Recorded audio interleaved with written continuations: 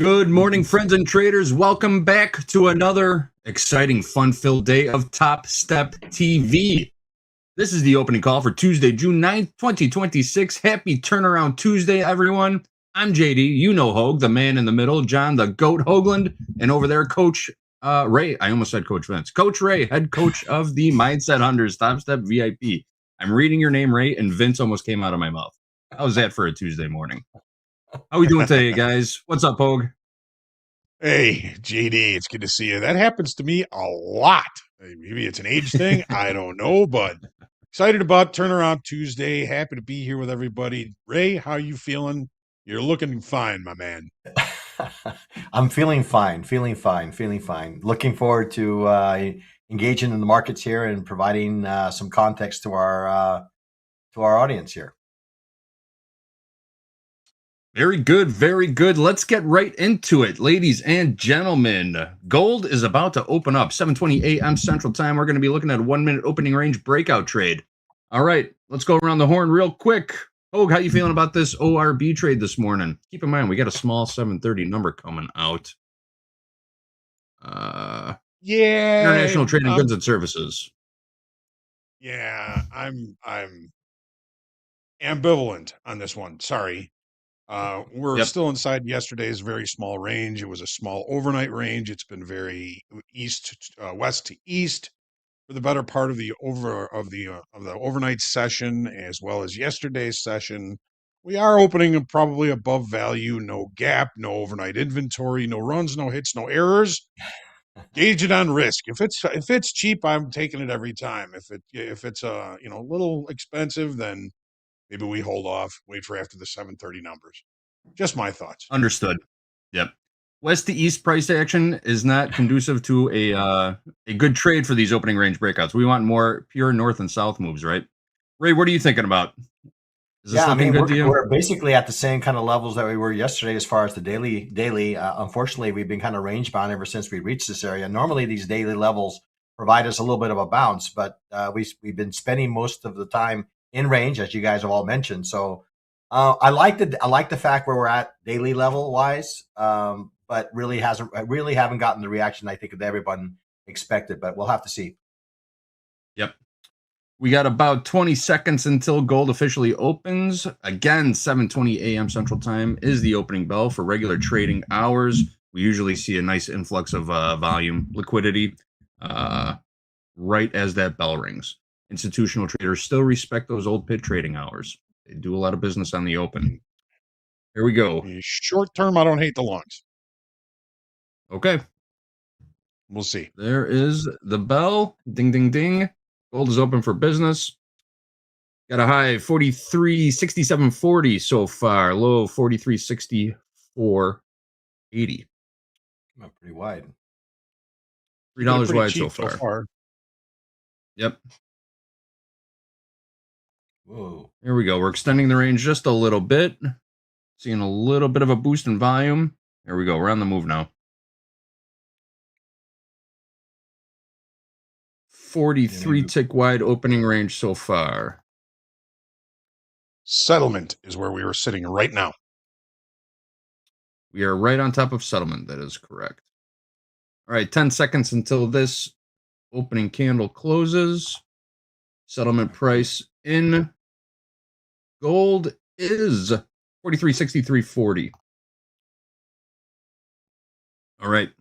First candle has closed. We got a low 43.6270, high 43.6740.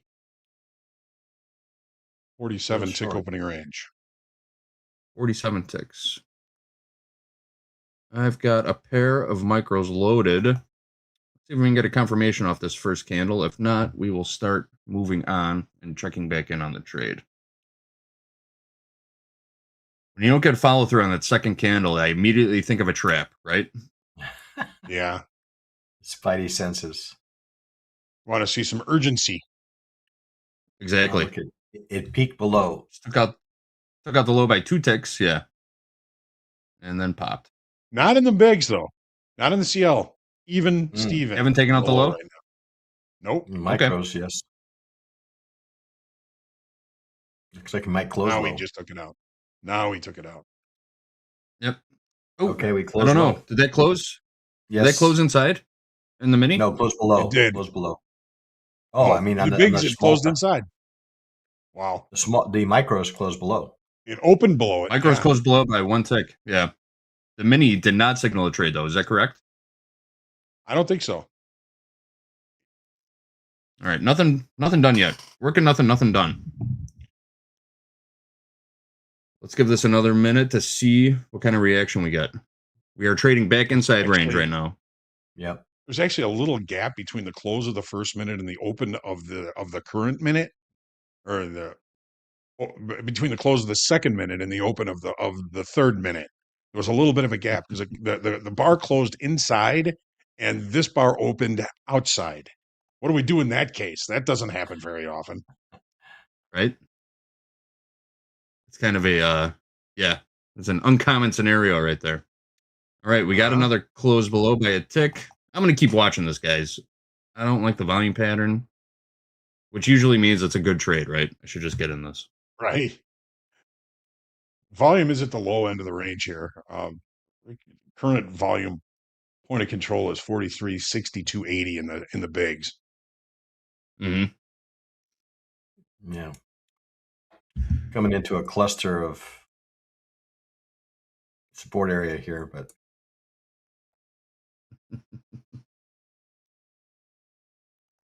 reading through the chat. We had to delete a comment. Yep. All right.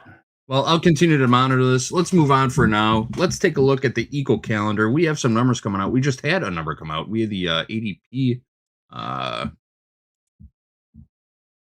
weekly employment change come out just a few minutes ago. That came out at 7:15 a.m. Central Time. That actual came out at 29,000. I know. Did you see that comment? Just full port it.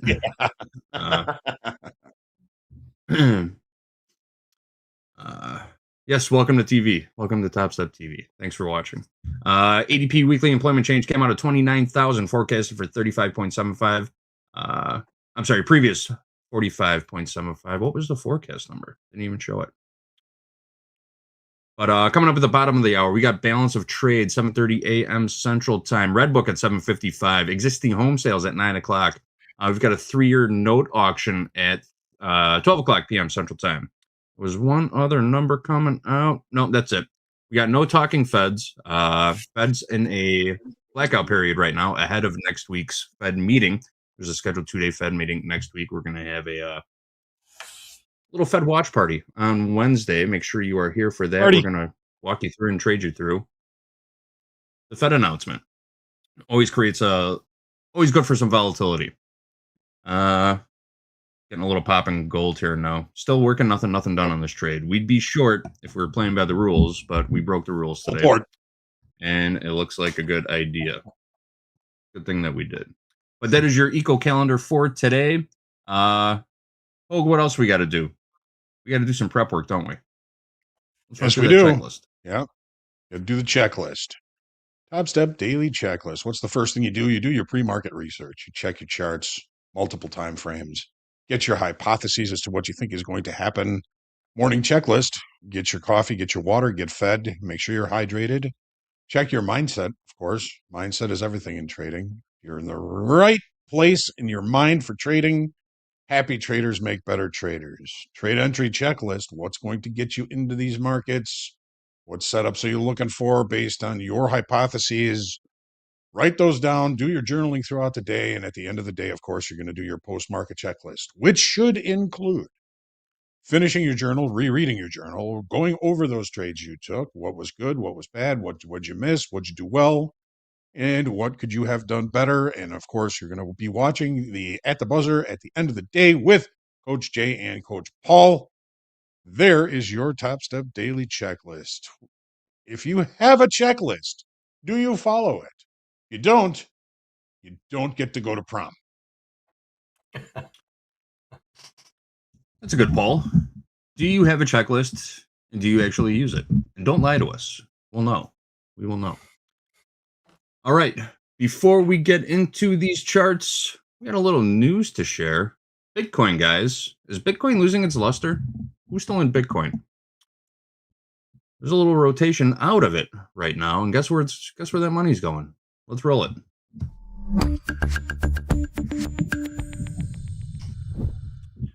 Bitcoin is in a severe slump right now, losing half of its value since hitting a record high last fall. It's now dropped to just above 60,000. I'm looking at the micro Bitcoin contract, 62,790 last trade in the micro contract, down from a peak of 126,000. That's erased more than $1.2 trillion in market cap in just 8 months. Analysts say enthusiasm around AI may be replacing the crypto wave, rotation out of crypto into AI. Does that sound about right to everybody? I've always wanted one of those fancy looking gold Bitcoin coins too, you know? I can't find them anywhere. It sounds right to me. I was never really a Bitcoin enthusiast. That's just me. I still have a little. I never traded it. I just kept buying it on the way down. I'm still in the money just a little bit, but yeah, I've never touched it. And I don't own a lot either. So it's not significant. Not life-changing, life-altering. Not going to retire off of it. But I still got it. All right, guys, it is 7:28 a.m. in the Central Time. Still no trade in gold. You're trading back inside the 1 minute opening range. We can get in right now. Better trade location. What do you guys think? Pass this one? Let it go? Stop thinking about it? Leave it alone?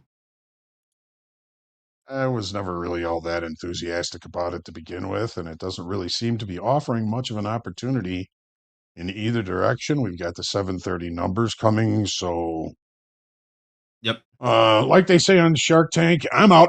I'm out. Sounds good to me.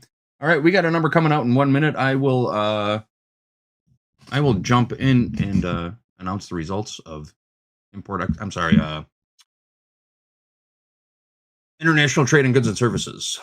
I will let you guys know the results of that in just about 30 seconds or so. But what do you say we just start digging into these charts? Mr. Hogue, Mr. Ray, what are you guys seeing in this gold market today? Tell us everything. All right. Well, let's start with the daily. You saw some questions in group coaching really about, why do we look at longer time frames? Well, the longer time frame is going to give you a view of the overall picture from a little bit further out, maybe a 20,000 foot view, and it's really what the market is saying in longer time frames, and it's the longer time frames that really have the tendency to move price around. It's not us little pea shooters, day traders that are moving these markets. It's the longer time frame. We're going to see what they're looking at. So gold, indecisive bar yesterday. Look at that. Nice little doji on the daily chart here. Showing a little degree of excess on this low here. Now, when we think about the auction process, auctions have a tendency to die in excess, where price gets too low. Sellers decide, you know what, we're not selling it down here anymore. That usually will attract buyers. The downside auction ends and a new upside auction begins. And there is that possibility in the gold market today. And yesterday, we had the big down move on Friday. Excess on the low yesterday, closing back above last week's low, which was the low on Friday. Last night's low is right at last week's low. So I'm looking at this last week's low, 43.3660, as somewhat pivotal for either continuation in a downside move or some sort of a reversal, at least for the time being. Not suggesting this is going to change the overall market state, which has been trending to the downside in the long time frame, lower highs, lower lows, and we just put in a lower low yesterday. But that low is experiencing some resistance, or actually support, and that excess on the low says that may be a little bit of a longer time frame or a little bit more of a lasting low. Again, we haven't changed market state at all. What did we do yesterday as far as open interest is concerned? We lost about 1,400 contracts. Now, was that long liquidation? Was that short covering off the lows? We'll get a better look at that on the 30-minute chart. But it is somewhat inert. It's nothing tremendous. And while we did see some increases in open interest on the way down, overall, the open interest is still waffling day to day, some days up, some days down, some days inert. And I'm kind of viewing that increase in open interest yesterday as somewhat inert. It's not like we saw a big adjustment in inventory from either side. Just kind of looking at this excess on the low here as maybe a low that may be in for a little while. Ray, what are you seeing on the daily chart that's sticking out to you? Anything? Yeah, I mean, the fact that we are below all our moving averages, we're below our 20, below our 50, below our 200, I think is relatively significant. We are creating a little bit of a descending triangle here to the downside. So it's, structure-wise, I think we all agree that we are in some downside structure here to the downside in this market. Now we've kind of, I guess I was kind of looking at this candle here. We got to a low. I was looking at this price here. Was that low of 40? Was that 42.92 or 42.93 on this platform here? Is telling me that there's obviously some interest here on the low end.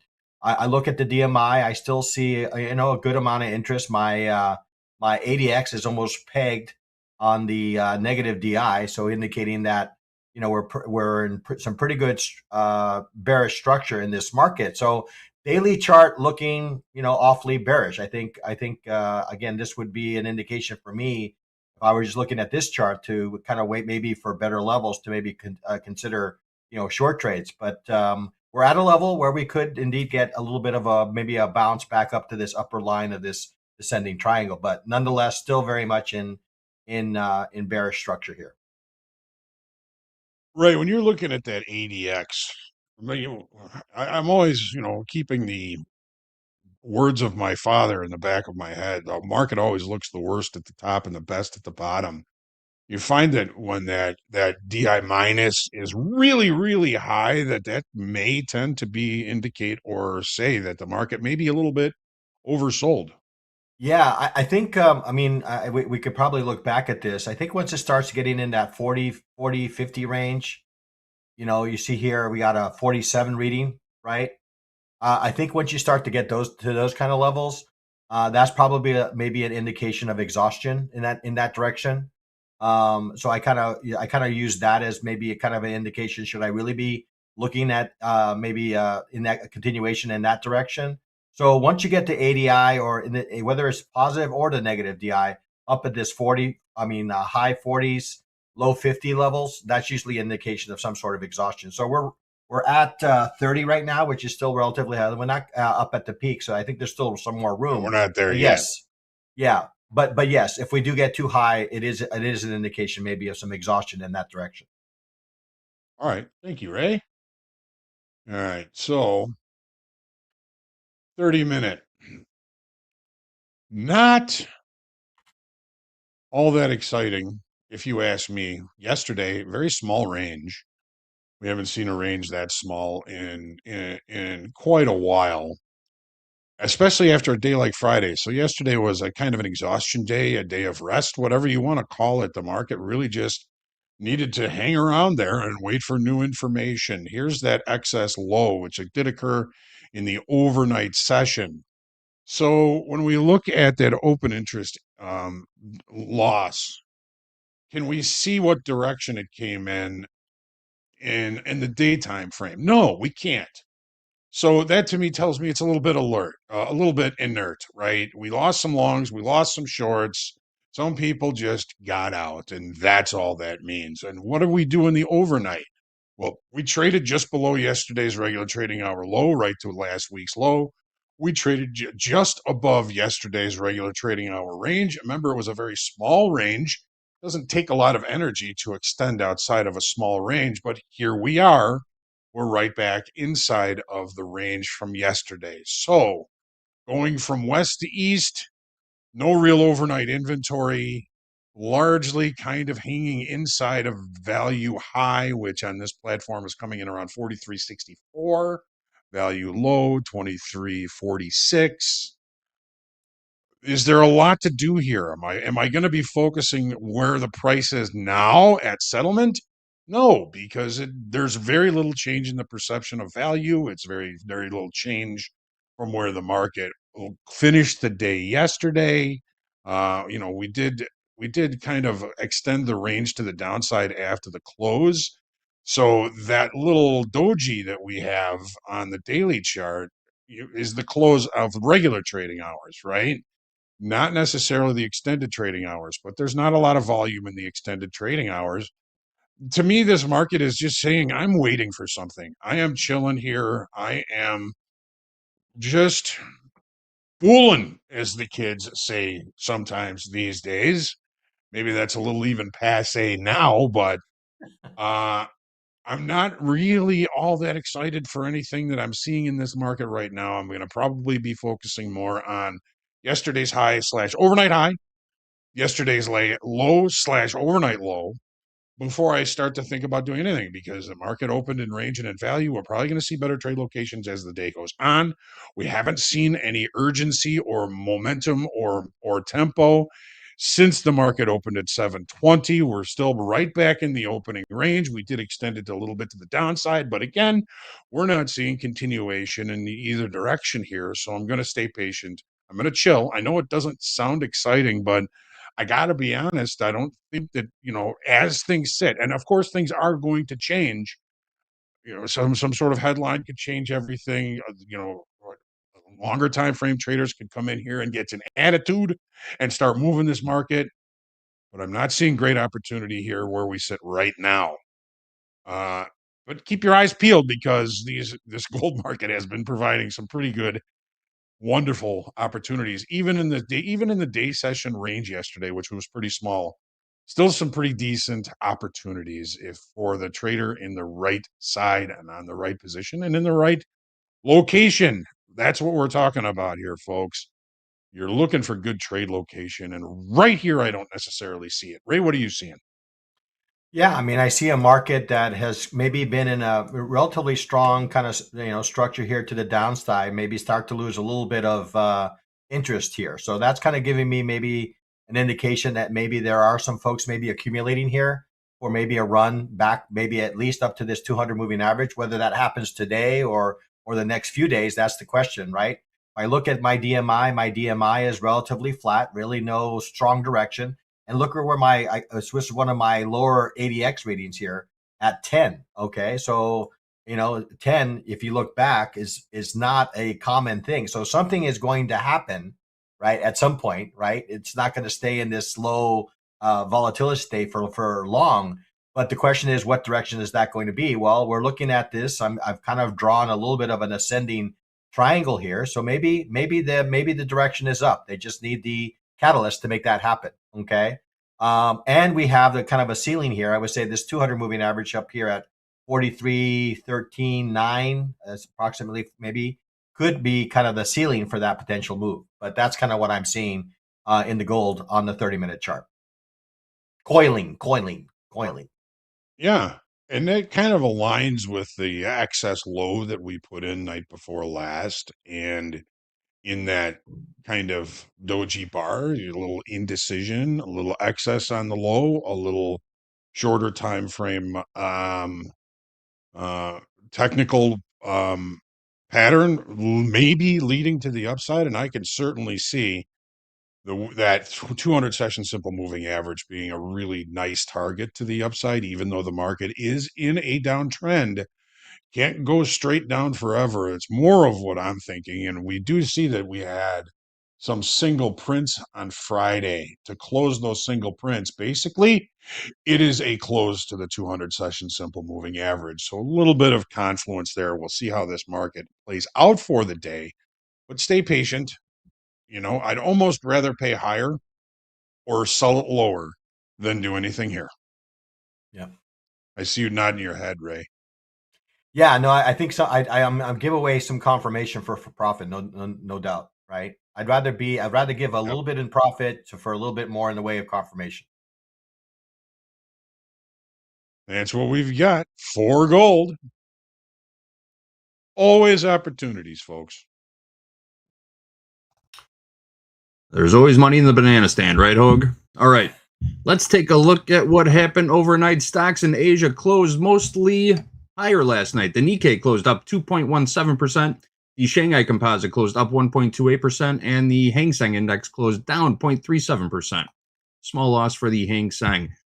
Stocks in Europe currently trading higher this morning, also mostly higher. The DAX is up 0.39%. The CAC 40 is up 0.67%. The Stock 600 is up 0.46%. And our laggard, the FTSE, is down 0.27%. The US dollar index is down marginally, also 99.707, last print on the US dollar index. The VIX is down nearly 5% to 18.05, and the yield on the 10-year Treasury note down a couple ticks to 4.54% going into the equity open. Back to you guys. What's up with the S&P now? All right. ES. My old pal, the ES. So, Daily, are we beginning to start to create a rollover range? I believe switch day is a week from today.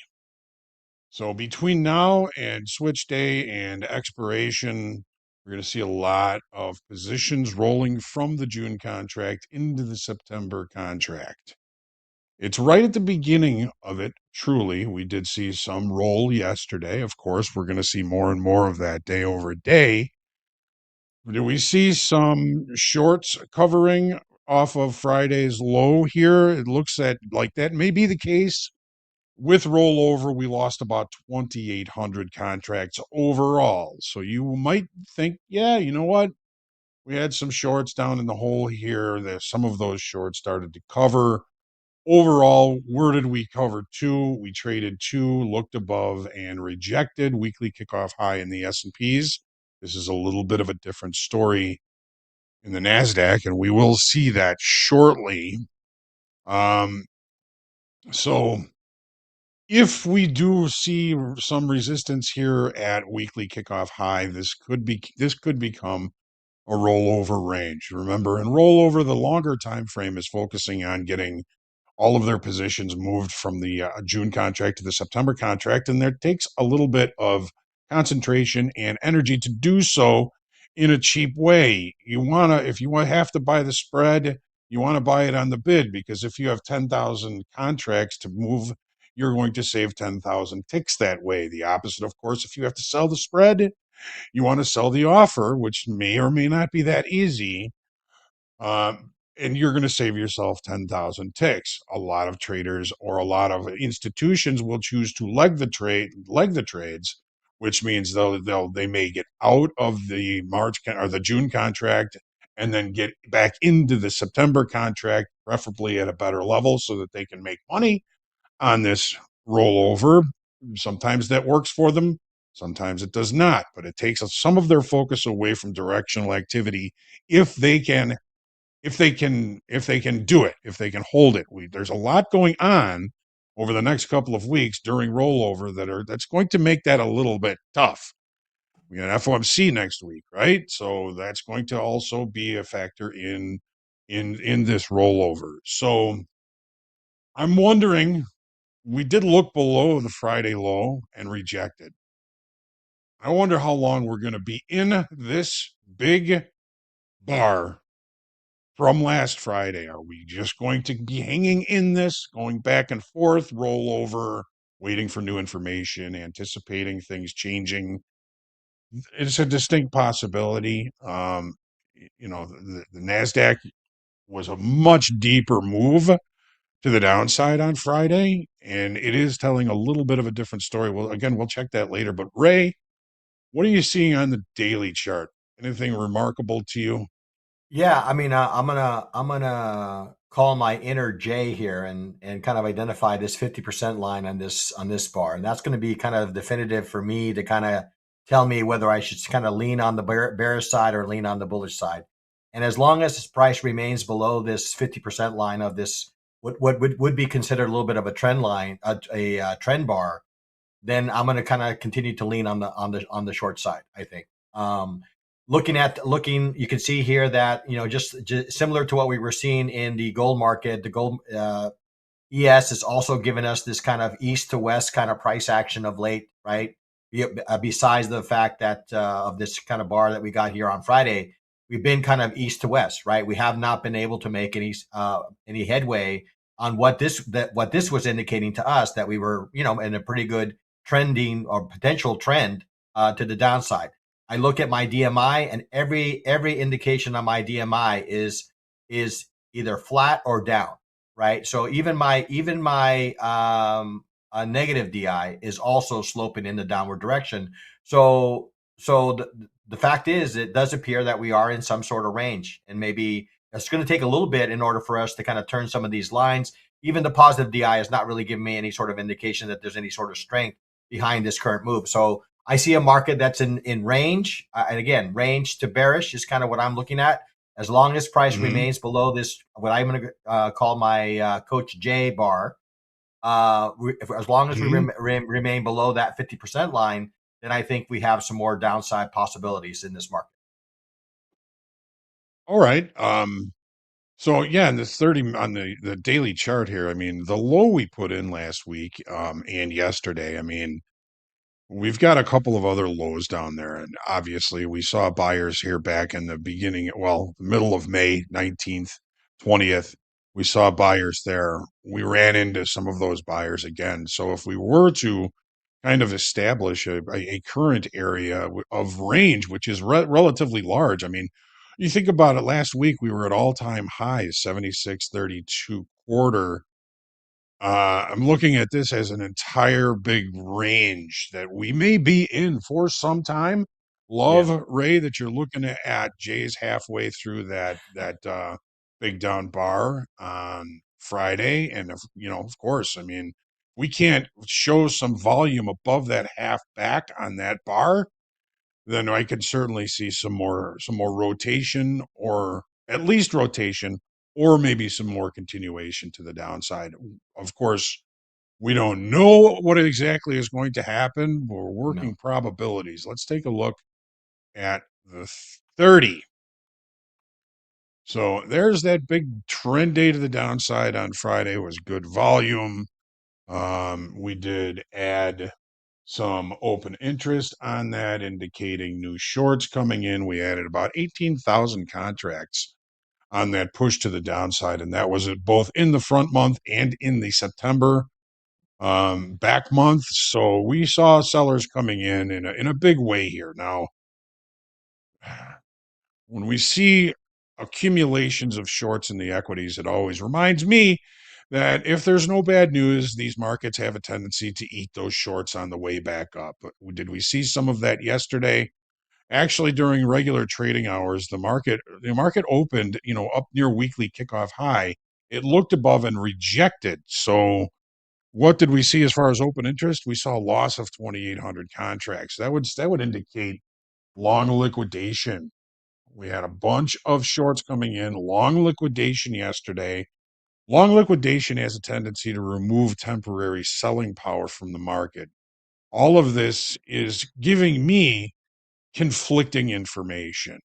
The market seems to have found an area of balance that it seems relatively comfortable in. Overnight inventory, we're looking at the market opening right about here at 24.12, looking lower, but continuing this push to the upside.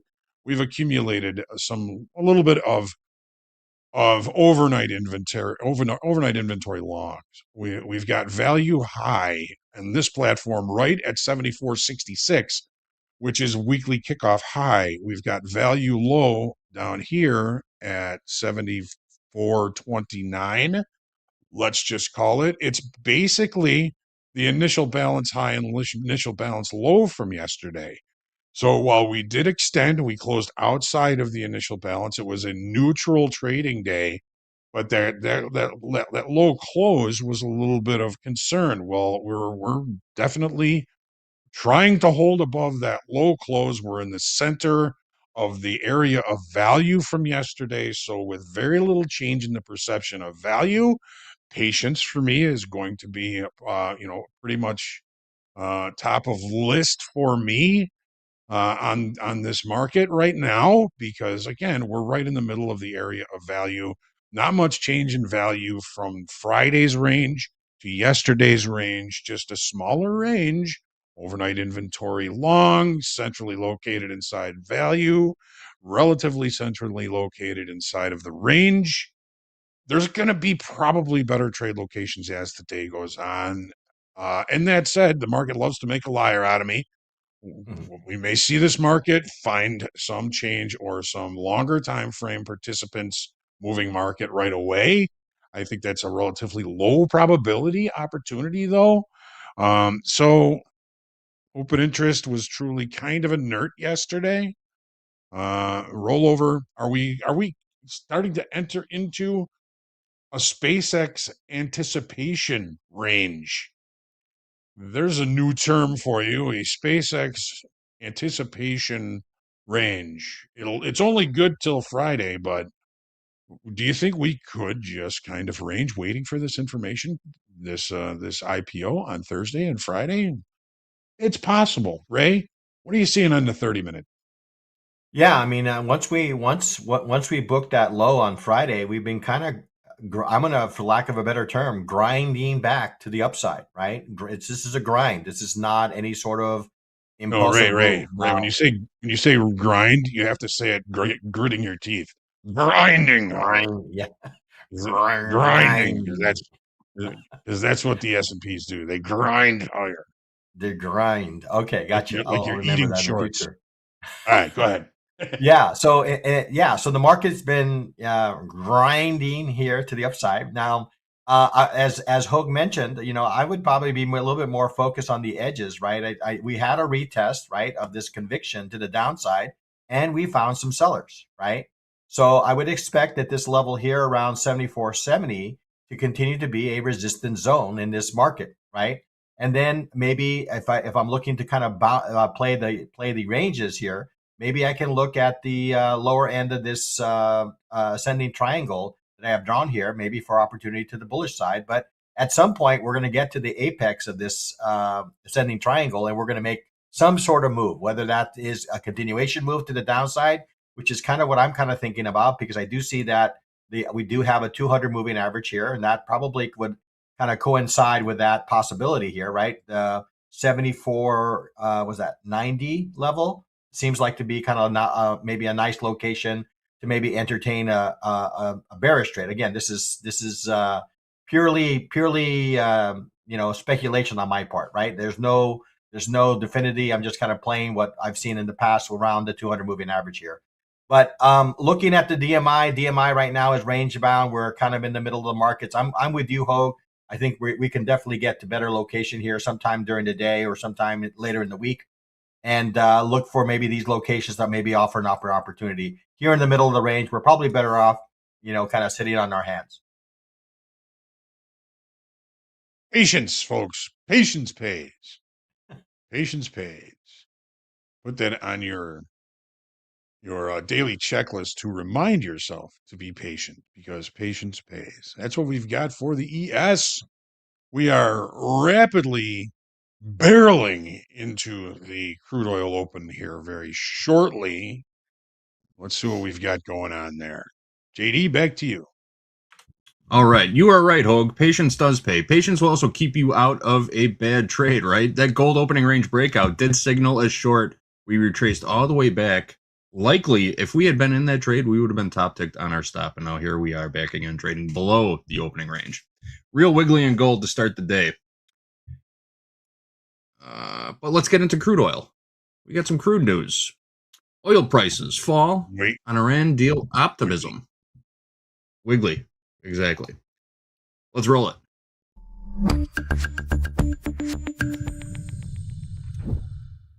Oil prices are falling after Israel and Iran have restored a ceasefire.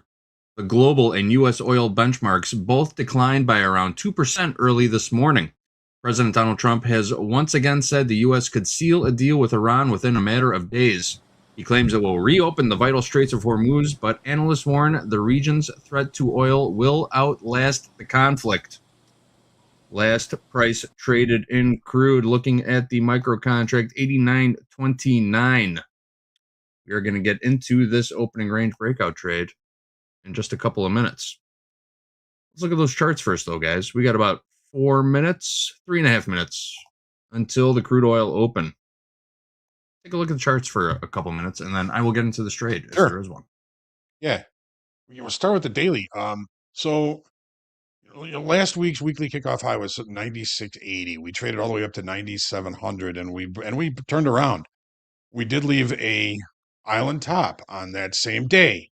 That island top has seen the market largely continue to put in lower lows. Yesterday was a bit of an anomaly of that, but it was still a down day, and we're seeing the market continue its rotation down, possibly to the area of balance low, which we're kind of looking at 87.20 as the weekly kickoff low, and a possible reasonable target to the downside, possibly even today if things continue in the current direction of the market. So what are we looking at here? Well, yesterday we lost 11,000 in open interest.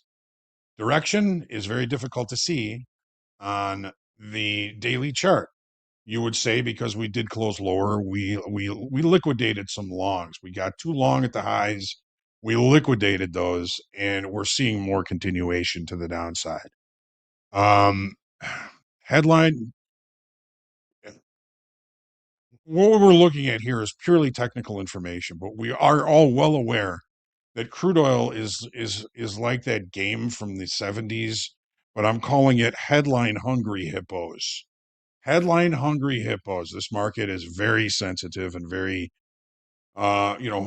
just waiting for something to happen. And the president says we're getting closer to some agreement. Okay, that's what's driving prices lower with great probability, but it is also trading pretty well technically. So yeah, we got some headline hungry hippos here in crude oil. What's the next headline? We don't know. Technically, the market's doing what a range bound market does, from high to low to high to low. Where's the low going to be is the question. Ray, what do you think?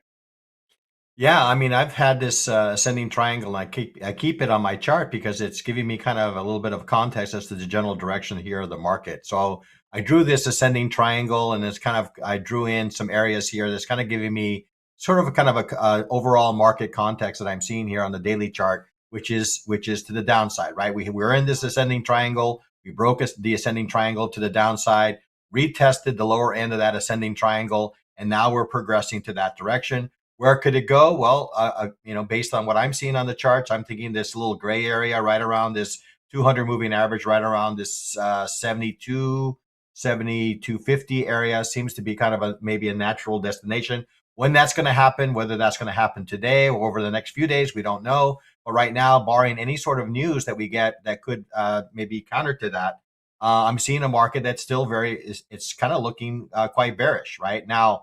Looking at the DMI really hasn't committed to a direction just yet. Okay. We see a lot of overlapping in the positive and the negative DI, and we see that the ADX is sloping to the downside. So while we are moving to the downside, we're not necessarily moving in a very impulsive way at this moment in time. So daily looks, again, quite welcoming to me because I'm long overdue in getting in my car here.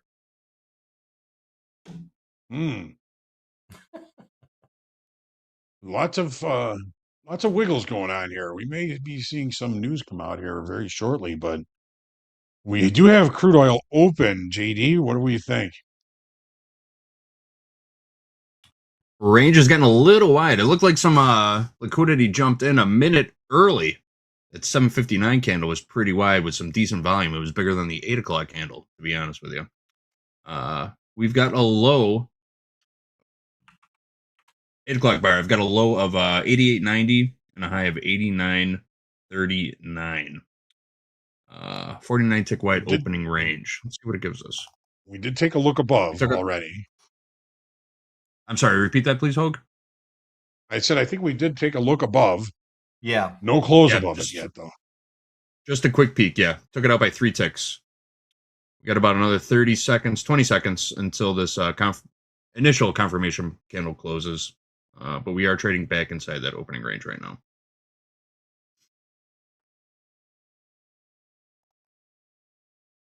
Let's see what it gives us. 10 more seconds.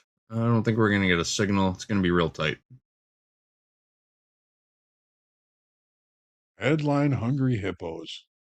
Headline Hungry Hippos. Did it trigger All right, so technically, we did trigger along.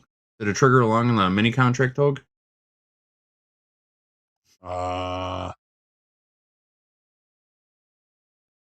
Yes. Okay. Let's talk through this for a minute. You guys are just stating your case for the shorts, going through chart analysis. It seems like momentum is to the downside. Do we want to take a counter trend move on this opening range breakout? Would it be a see money, take money opportunity? Or is it feeling trappy right now? The longs would be see money, take money to me. Yeah. Because overnight inventory is, it's pretty short. There was some reconciliation, from like 4 or 5 o'clock on. We've really been kind of consolidating here.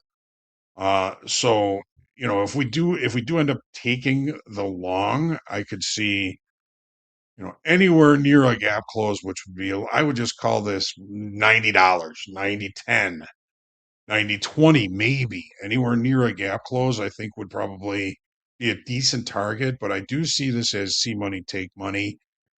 Mm-hmm. The right headline could change that in a heartbeat, right? Absolutely, absolutely. So we had positive headlines out overnight regarding ceasefire between Israel and Iran. Will some counter headlines start coming out later this morning, right? We always see a rebuttal. That seems to be the way the news cycle goes, right? Somebody says one thing, and then somebody else comes out and says, no, we never said that. It doesn't make any sense. That's not true at all, right? We haven't heard from them in days. Right? What talks? What are you talking about? I'm watching the news right now for a headline. Typically, we'd get one right around this time, right as crude oil's opening, right? Give this another minute. We're still right at the high of the opening range now.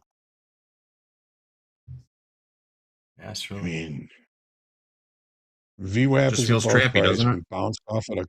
We've been bouncing off VWAP to the short side all night long. Mm-hmm.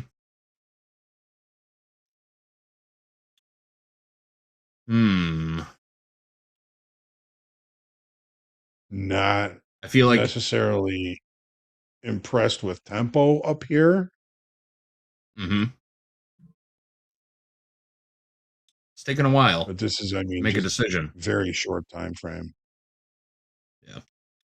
Well, why don't you guys get back into those crude charts? I'll continue to monitor this. Maybe I'll jump in with just a single contract and maybe wait for better trade location on a second contract. But we'll see how this plays out.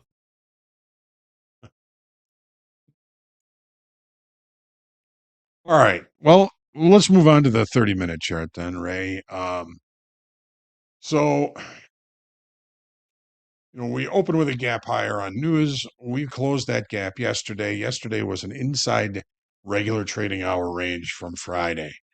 Okay. Very little change in the perception of value from Friday to yesterday, but we are seeing a change in that now. Overnight inventory is certainly representing as short. We've got, a little bit of space before we can move back to close the gap, which gap closes the initial bounce low from yesterday, 90.39. So the only thing that I like about the longs is because of that overnight inventory that is holding shorts. And when we look at overnight inventory, we're looking at shorter time frame, weaker hands traders. What they're looking for is continuation to the downside. They're looking for the regular trading hours traders to come in and perpetuate the price in favor of their positions. Now, are we seeing that right away? We are not. The longer it takes, if we can't take out these lows, then I would probably be looking more for an inventory adjustment. That inventory adjustment could be a gap close, could actually be back inside of value, could be back up to settlement. Now, I'm not suggesting that is a trade to take, because right now our shorts, our overnight shorts, are kind of, I think, a little bit happy about the fact that we're not seeing a pretty decent move We're not seeing tempo to the upside. I don't think at this point I would be kind of looking at longs at this. I'd almost rather see us take out VWAP, which is 89.69 for the overnight VWAP, because it's been holding below it all night. It tested to it here on the 630 bar and rejected it. We kind of rejected here on the 730 bar. We're seeing a little bit of rejection of an extension above the opening range, and we're seeing this market, having trouble continuing in that upside direction. Now, that, of course, can change in a heartbeat, but I'm not in a hurry to get into this opening range trade to the long side, and I could be dead wrong.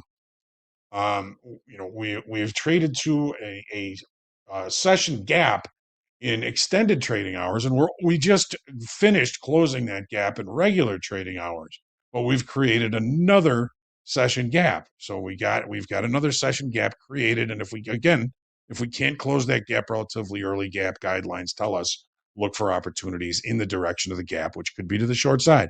We do have some visual targets down below for the market to target if it's in short time frame control, whatever time frame. 87.20 is weekly kickoff low. 87.26 is a naked point of control, point of chill, high volume node from a previous day that has never been revisited in regular trading hours. These are visual targets, and short time frame traders target these visual targets. So not in a hurry to get long here at this point. And Ray, what are you thinking?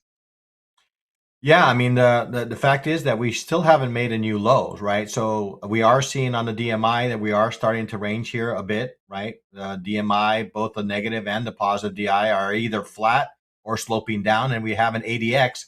Remember, we were talking about that high reading on the ADX earlier. We're up at that level, yes. Right? Right up here at 50.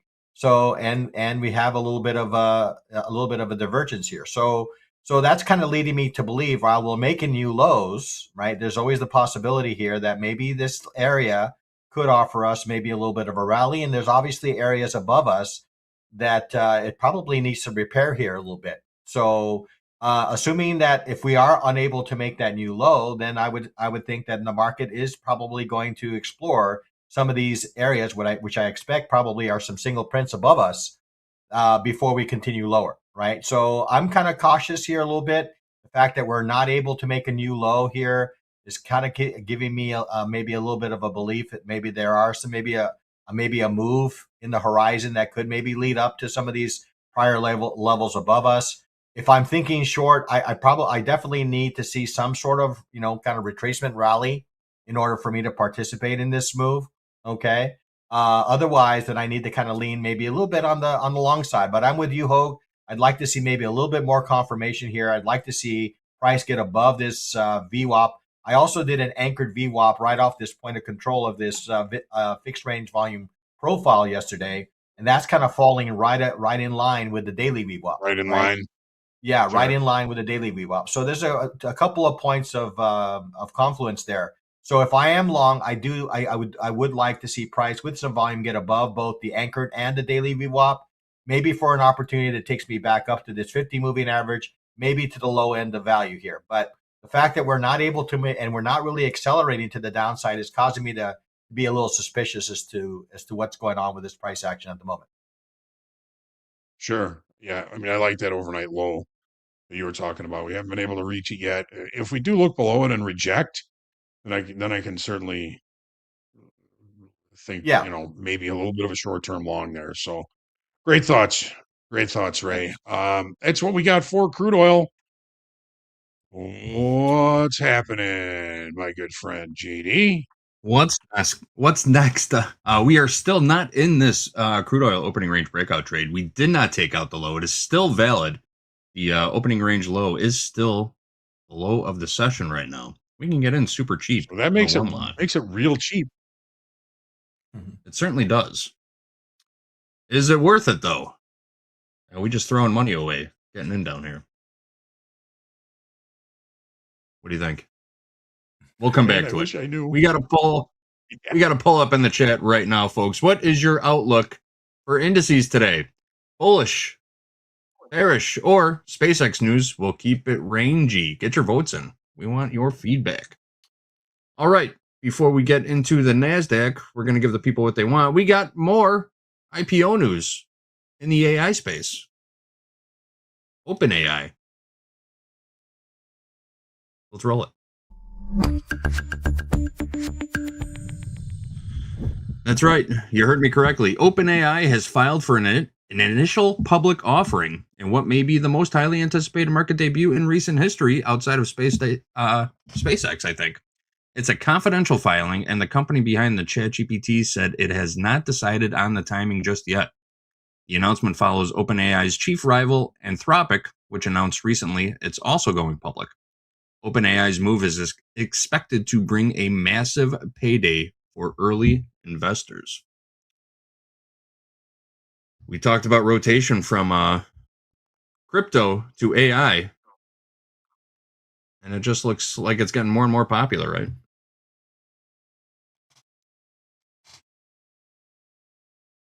All right, still nothing done on this crude trade. Nothing done yet on crude. I'll get back to you on it. Let's give the people what they want, though. It's time for the NASDAQ. Take it away, guys.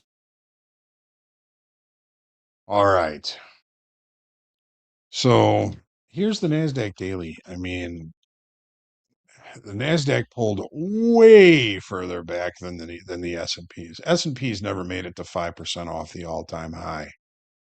The NASDAQ did, and it took us right down to those swing lows that we were just looking at in the S&Ps as well, Tuesday, 19th of May. All right. Well, we weren't able to take out the Friday's low yesterday. We did see some buyers come in and push us above that weekly kickoff high. If you had to guess, you might say that there was a pretty decent adjustment in over open interest on yesterday. Either a loss from short covering or a gain from new longs coming in, but neither of them happened. We lost 500 contracts yesterday. Inert, no real major change in positioning, which is a bit of a surprise, at least for me. Now, we know we're coming into rollover. Is the rollover range going to be established? And I find myself wondering how long we are going to be inside of Friday's big range. I'm going to put the J box on here with the halfway mark. And where are we? We are currently above the halfway mark. If we start to see volume up here, then maybe we see some continuation to the upside. One of the things standing in the way on the daily chart is the 20 session simple moving average. Jay's 20 session simple moving average. So we're kind of stuck between a rock and a hard spot here. Things are certainly going to change. Of course, hey, wait a minute. What happened there? Headlines, of course, can change everything. Yeah. But we are above that level. So if we continue to see time and volume accumulating above that level, then I could see us rotating to higher pricing. We're not quite there in the S&Ps yet. S&Ps really kind of held a weekly kickoff high as resistance. But remember, the NASDAQ pulled a lot further back, a lot further off the highs than the S&Ps. And yeah, last week's high was the all-time high. I mean, that was just last week. Just last week. So that inert open interest is looking to me like more rollover than anything else. Ray, what are you seeing on the daily? Yeah, well, I'm seeing it slightly, like you mentioned, slightly more maybe bullish price action of late. We are, like as you mentioned, above that trend bar, right? Above that 50% line. I'm looking at the DMI. The DMI is really not giving me a strong indication that there's any sort of momentum behind this move. We see a falling ADX, we see a falling DI, and we also see a falling positive DI. So not giving me any indication that there's any sort of momentum behind this move. But what I do see is that we're above the point of control. We're above that 50% line. So again, I think there's maybe testing the highs again. May not be out of the realm of possibilities here. So slightly more bullish. Obviously, ES seems to be lagging what we're seeing here on the NASDAQ. But yeah, I'm seeing maybe a little bit more bullish view on the NASDAQ on the daily than I am on the ES. Right. Let's take a look at the 30-minute. Okay, so NASDAQ certainly presenting as stronger than the S&Ps, at least for now. We are above value from yesterday with a possible gap open, a gap above the regular trading hour session high yesterday, which was 743. Overnight inventory, however, is a little bit long, and overnight inventory could be, something that could create better trade locations if we are looking for longs. If that is the case, if we do find reacceptance inside value, then we go back into yesterday's range. That's just what I'm kind of thinking here, is if we do open above value, reacceptance of it brings us back into value acceptance. 29,681 is that level I'm looking at here as far as value high from yesterday. So, so far the market is holding up better than the S&Ps. This little halfway mark right here, Jay's level there, set 29,601. If we continue to spend time up there and we continue to bring in volume up there, then I could see this market returning back to higher pricing. But again, we're really looking at how long are we going to be inside Friday's very large bar. There's one caveat to all of this. On the daily bar, when we look at auctions, we want them to die in excess, and we do have some excess on the low here on Friday that does hold. The S&Ps, there's a very low excess on this low. That could be a magnet if it becomes important, when it becomes important. So back to the 30-minute chart. Jay, Ray. I'm looking at Jay in the green room there. So, Ray, what do you think on the 30? Yeah, no, again, I see a little bit more, definitely a little bit more strength here in the NASDAQ over the ES here. We are at this ascending triangle, and we're moving away from the lower end of that ascending triangle in a much more vigorous way than we were on the ES. We broke above the top of this ascending triangle and now retesting that area. So assuming that we do get buyers to potentially maybe come into this area, I could see the possibility of maybe another leg higher. Now, what's kind of standing in the mist here that maybe kind of could maybe spoil this a little bit is that we are coming up on this 200 moving average here. Okay, so this 200 moving average could offer us maybe some sort of resistance to price here, and we could see price, kind of make its way to that level and potentially reverse. Right, we can see maybe a move higher, right, and then maybe a reversal. If I can get this right, something like this. Right, is kind of what I'm looking at right now on this market. So we'll have to see how this plays out. But I would say right now on the shorter time frame and even on the longer time frame, I do see signs of maybe some strength in the NASDAQ at this moment in time. Thank you, Ray. That 200 session simple moving average really kind of takes us right back to the open on Friday, where we saw sellers really take over and accelerate this market to the downside. So we do get an opportunity there. At the very least, it offers the opportunity to limit risk, and that is your job, is risk limitation. That's what we've got for the NASDAQ. I hope everybody has a wonderful trading day.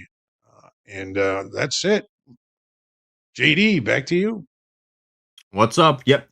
Looking like a good no trade in crude oil, guys. We just took out the low of the opening range. Have not taken out the overnight low yet, but good chance we might have been stopped out if we took that long in crude based off the opening range breakout. So 2 no trades, and they look like 2 good no trades. All right, let's move on to the schedule for today. Coming up next in Fast Markets, we've got Andre and Jay here driving the bus. They're going to be joined by a couple of rotating guests. We've got Tyler G back and Coach Vince. They're both going to be here from 8:30 to 9:30. We might get Hogan for a quick update and a little analysis throughout Fast Markets also. Dakota is going to be here from 9:30 to 11, and our buddy Ted's here from 10 to 11. Hogan will be back again for the morning highlights to do a little bit more chart analysis for you and go over some trades that we might be taking during Fast Markets. I'll be back at 11:15 for Power Players with Braden and Dolby time. Group coaching today, we've got Hogue, Coach Emmanuel, and Hoop. If you've got a question for one of these trading coaches, now is your opportunity to ask it and have it answered live on Topstep TV. In just a little while, we are going to pin a form to the chat. Grab that form, fill it out, click submit, and we will get your question and answer it live on Topstep TV. At 1 o'clock today, we got a nice Mindset Matters session. Hoag's going to be here with Robin Dayne. Robin Dayne is back, trading mindset coach. Make sure you are here for that. They're going to be taking questions, probably rapid fire Q&A. Robin Dayne loves to do that. And then we're closing out the day in Power Hour with Andre, Andy, and Dolby Time. We've got plenty of tradertainment coming your way all day long, bell to bell, wall-to-wall coverage right here on Topstep TV. Make sure you are sticking around. All right, guys, we've got one more piece of news to share, and it has to do with AI and job searches. Last week's job report shattered expectations with federal data showing the U.S. economy added 172,000 jobs in May. With the labor market potentially stabilizing after a year of weak and stilted job growth, how can you best position yourself if you are a job seeker? Michael Yoshida joins us with tips on how to stand out in today's job market, where artificial intelligence is playing a bigger part of the hiring process.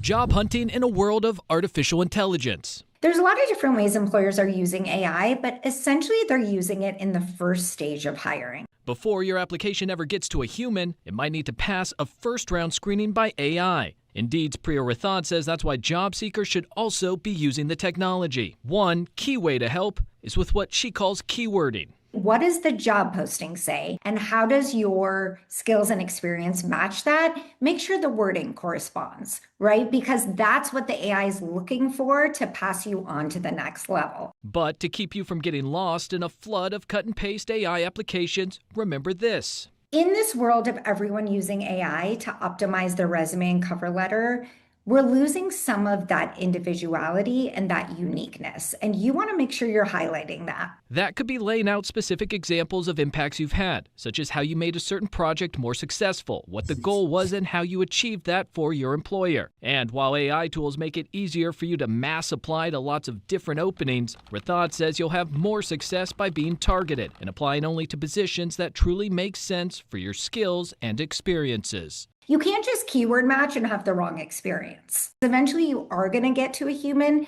and they're going to want to see that what you put on that resume and cover letter and profile matches what you're saying in person. I'm Michael Yoshida reporting.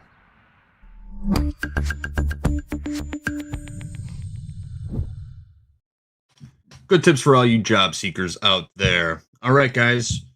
We are just about ready to get into Fast Markets. Ray, Hoag, thank you for joining us. Ray's going to be here all week. We've got Hoag for a couple more days too this week. And I'll be here all week also. All right, guys. That's it for the opening call. Thanks for joining us. Fast Markets coming up next. Hoag, take it away. Do the thing, my man. Let's do the thing. JD, Ray, always a pleasure to see you in the morning. And as always, thanks to all of you for trusting us with your time. Top of the chat, we got a new name today. I love this chat name, Lumber Trader, and thank you very much for the kind words.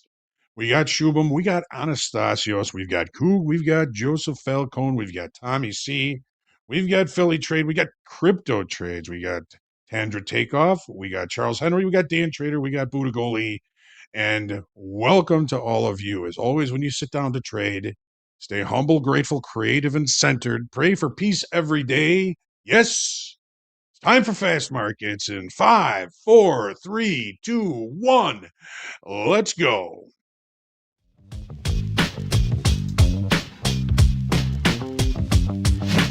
Turn those machines back on. Turn those machines back on. Turn those machines back on. Turn those machines back on.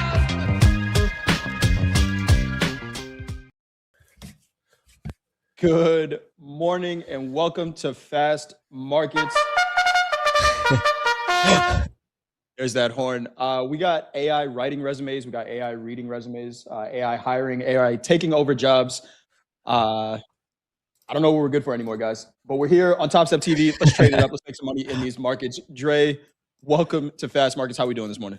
Oh, man, this is going to be a big one. Welcome, everybody, to Topstep TV. This is Fast Markets. Who we got in the house today? CJ in the upper right-hand corner, lower right-hand corner. You see Vince Lower left-hand corner, you see everyone's favorite, Tyler G. Stands for get money. Get right into it, fellas. Morning, everyone. Morning. We got 3 minutes till the opening bell. Thoughts? Welcome to Fast Markets. Great to see you again. The folks are pumped. Let's break it down. What's up, Tyler? How you doing? Good morning. Absolute pleasure to be here. You guys know I love being here, and to have the honor to be back.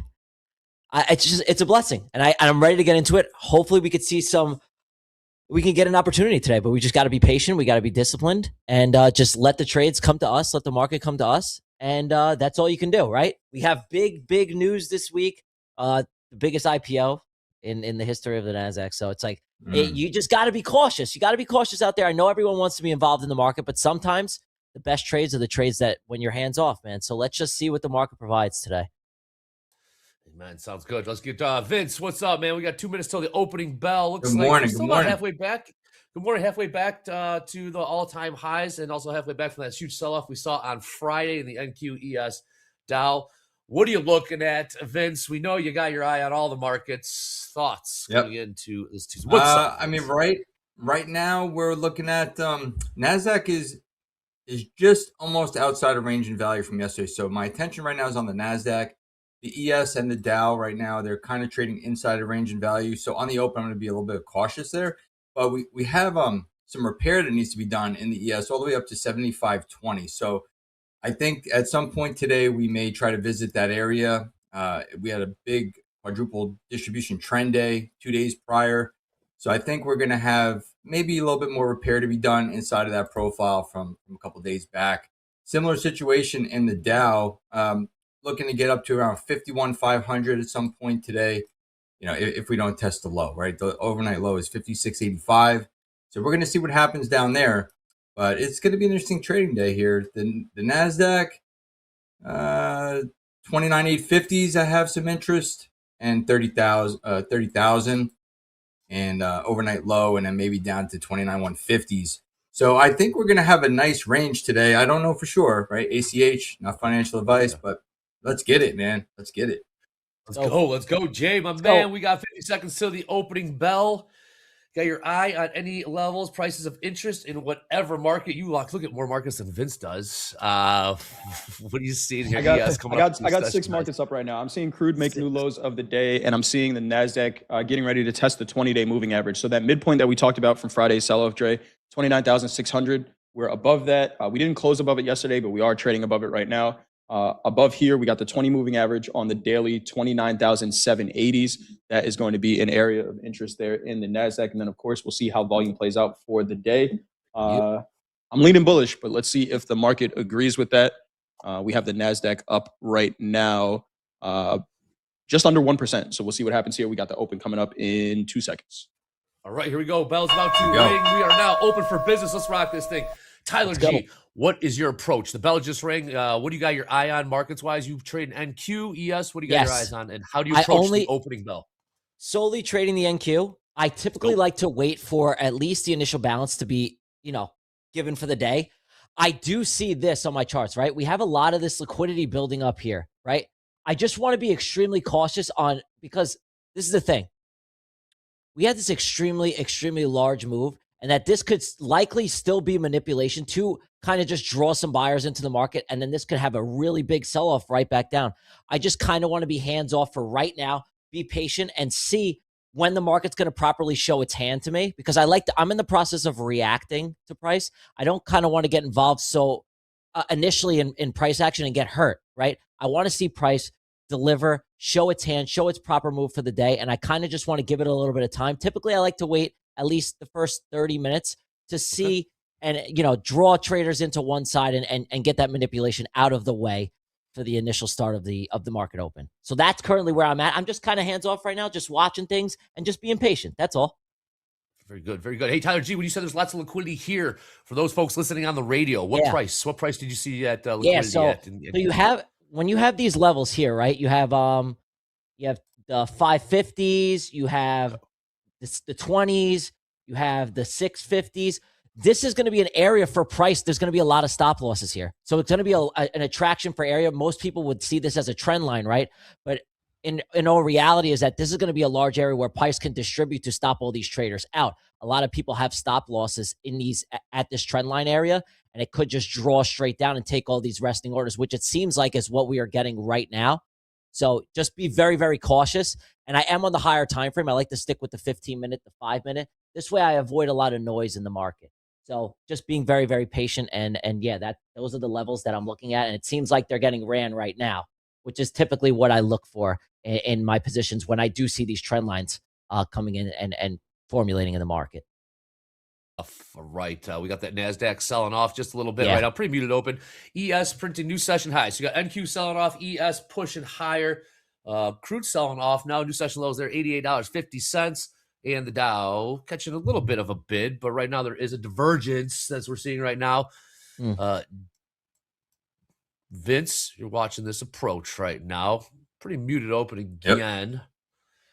Got your eye on some levels. Upside, you said 75.20 in the ES. Still got about 60 points to go there. NQ not doing too much. Dow, like 50. Down the Russell is screaming to the upside right now. Yeah. The Russell is? Okay. Oh, yeah, it is. Yeah. That is what, yes, it is. Dow is popping here.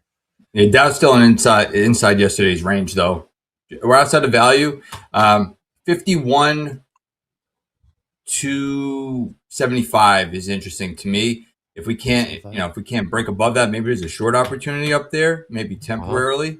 But I do like a run up to that 51,500 at some point. So, all right, we're seeing more selling here in crude. Crude selling off. NASDAQ continued to sell off. NASDAQ down about 80, 90 points so far in the first couple minutes into this New York session.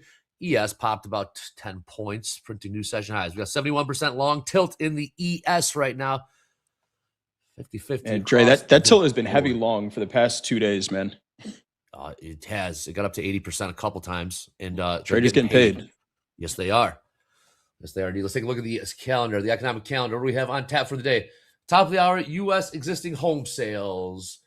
We got a 3-year auction at noon central. Besides that, it's pretty smooth sailing. Of course, stay tuned to Topstep TV. When those headlines do hit and markets do start flying around, like we're seeing right now, NQ continuing to push lower here, 29,640. NQ down about 100 points in the first few minutes here. Tyler, so far you look at 600s, right? Downside perhaps around 600s. See how we get a reaction there. We have 50 points. I want to. I kind of want to see how this first 15-minute candle, closes. And then I could really get a broader scope, right? Within the first 15 minutes, there's going to be a large reaction, right? There's going to be an influx of volume. There's going to be a large influx of volatility. And I really want to see just the reaction we get off of the first 15 minutes of price. Like I said, let the NASDAQ show where it wants to go. Let it manipulate. Let it drive traders into the market because, like I said, this could easily be a massive 15-minute wick, and then we could just go rip right up to the upside. So I have to stay patient. I can't just jump in on an entry right now. Because, like I said, I've done it in the past, and I've got hurt more times than I would have liked. So, I just learned from my experiences in the past, 100%. And I know how when I do try and jump into the market early or front run a position, it ends up just hurting me. So, one of the biggest things for myself as a trader, and what really helped me turn the corner, is just waiting. Just be patient. When those entries are there that you're going to want to see, it's going to be screaming out at the charts at you. It's going to tell you need to take this position, and that comes with a lot of patience. And I know, and it's one of the hardest things for traders to do. So I'm in the business of just absolutely just waiting until that entry is screaming out at me and be like, Tyler, you need to take this position right now. So for right now, just waiting. That's all. Why do we have to learn our lessons the hard way? Why do lessons have to be learned the hard way? Lessons are costly. It's not even trading, man. It's with everything in life. So it's no different when it came into the markets for me, right? So I know it far too well. You need to get the lashes to learn, right? 100%, man. 100%. You got to touch that hot stove. A bazillion times. Tyler, when you say manipulation, what exactly do you mean by that? And what does it look like on the chart when you say manipulation? Right, so manipulation is like you're seeing right now, right? We had a 100-point move to the downside, and now you're seeing a strong reaction back up. Like I said, there was a lot of resting stop losses between these levels. And within the first 15 minutes, what the NASDAQ is going to do, it's going to drive traders into the wrong side of the market.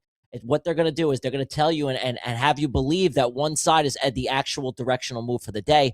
And in all reality, when price is now finally established and the false move for the day is printed, Now you're going to see the true direction. And that usually comes within the first 15 minutes. Things are very, very scary. And things like you're seeing right now, you're having a strong reaction back up, which it was driving. I'm sure a lot of people thought that the move was going to be lower. When you do get attracted into those lower time frames, right? Off the 1 minute, off the 30 second, off the 2 minute, it's going to attract you into price, and it's going to give you the false direction and the false narrative for the day. So that's why I'm so adamant on kind of focusing my direction on the higher time frames. This way I get the true move of the market, the true move for the NASDAQ. So head fake. Yeah, the first 15 minutes can get a little hairy. Right now. I knew you were in, Jay. I knew you were in something. I knew you were in. Long 2 micros, 29,709. We'll see if we can get this pushed through the high of the day. Risking about $300 on this trade right now. Long 2 micros, that wick on the 30-minute, I do like that rejection down there. Yeah. S&P making new highs of the day. Let's just see if we get some follow through on the NASDAQ here. Yeah, nice move back up. Wow. Yeah. I was looking at the ES. Maybe I might try to get one. ES new session highs. ES new session highs down to about to keep down pumped. Let's continue to pump higher. NQ pretty much turning around that entire sell off. In the chat, wow, Tyler is awesome. Knows his stuff. Why wow, Tyler? They're saying, wow, you know your stuff. They're surprised. You know what? I'm messing with you. I'm messing with you. I mean, that's amazing. I appreciate the chat for always being so open and nice to me every time I'm on stream. You guys know I love these streams, so I really appreciate when the chat is showing positive energy and always, saying the nice things about me. Well, yeah. All right. We are long. The Jay's long a pair. MNQ from 29,709. Last trade, 714. Where's your risk on this? You said you're risking 300. How did you? What price did that be, Jay?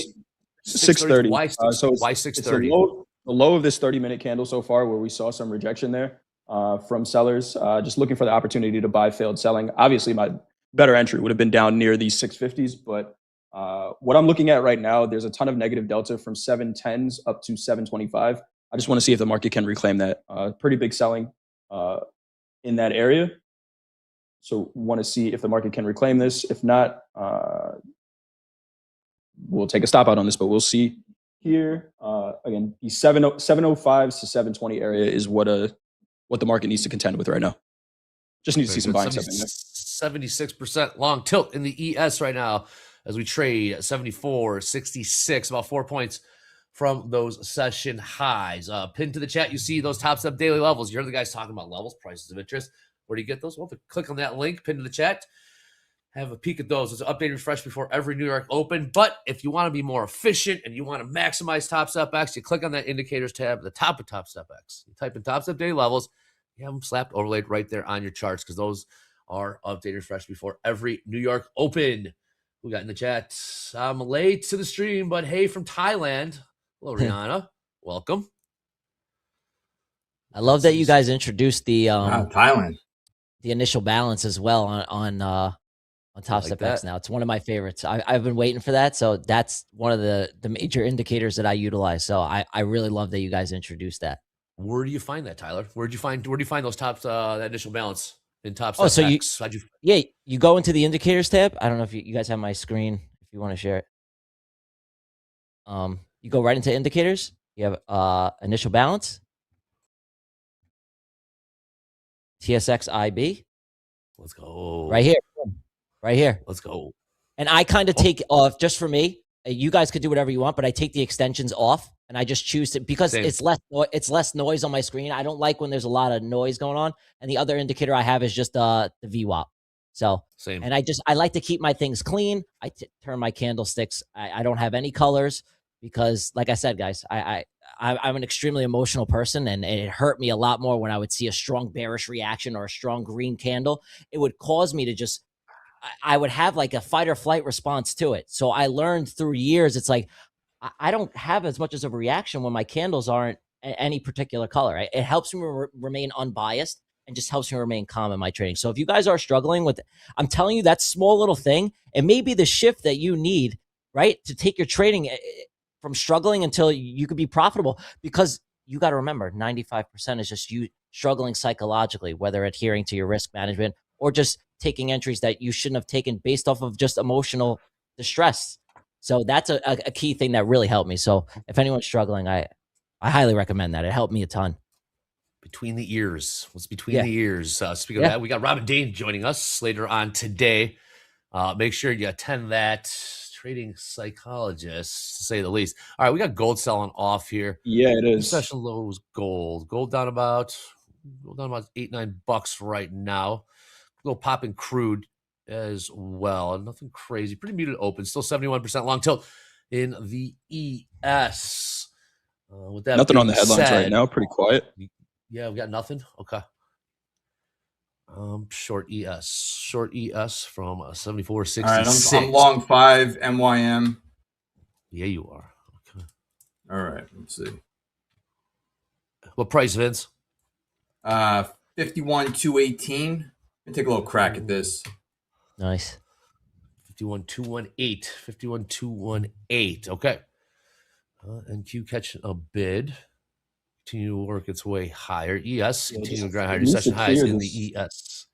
These shorts There's are just negative delta sitting here, right here in the Nasdaq. If it can clear this, then the assumption is whoever came in market order sold here is stuck. Maybe they cover and take us higher, but they're battling for it right now.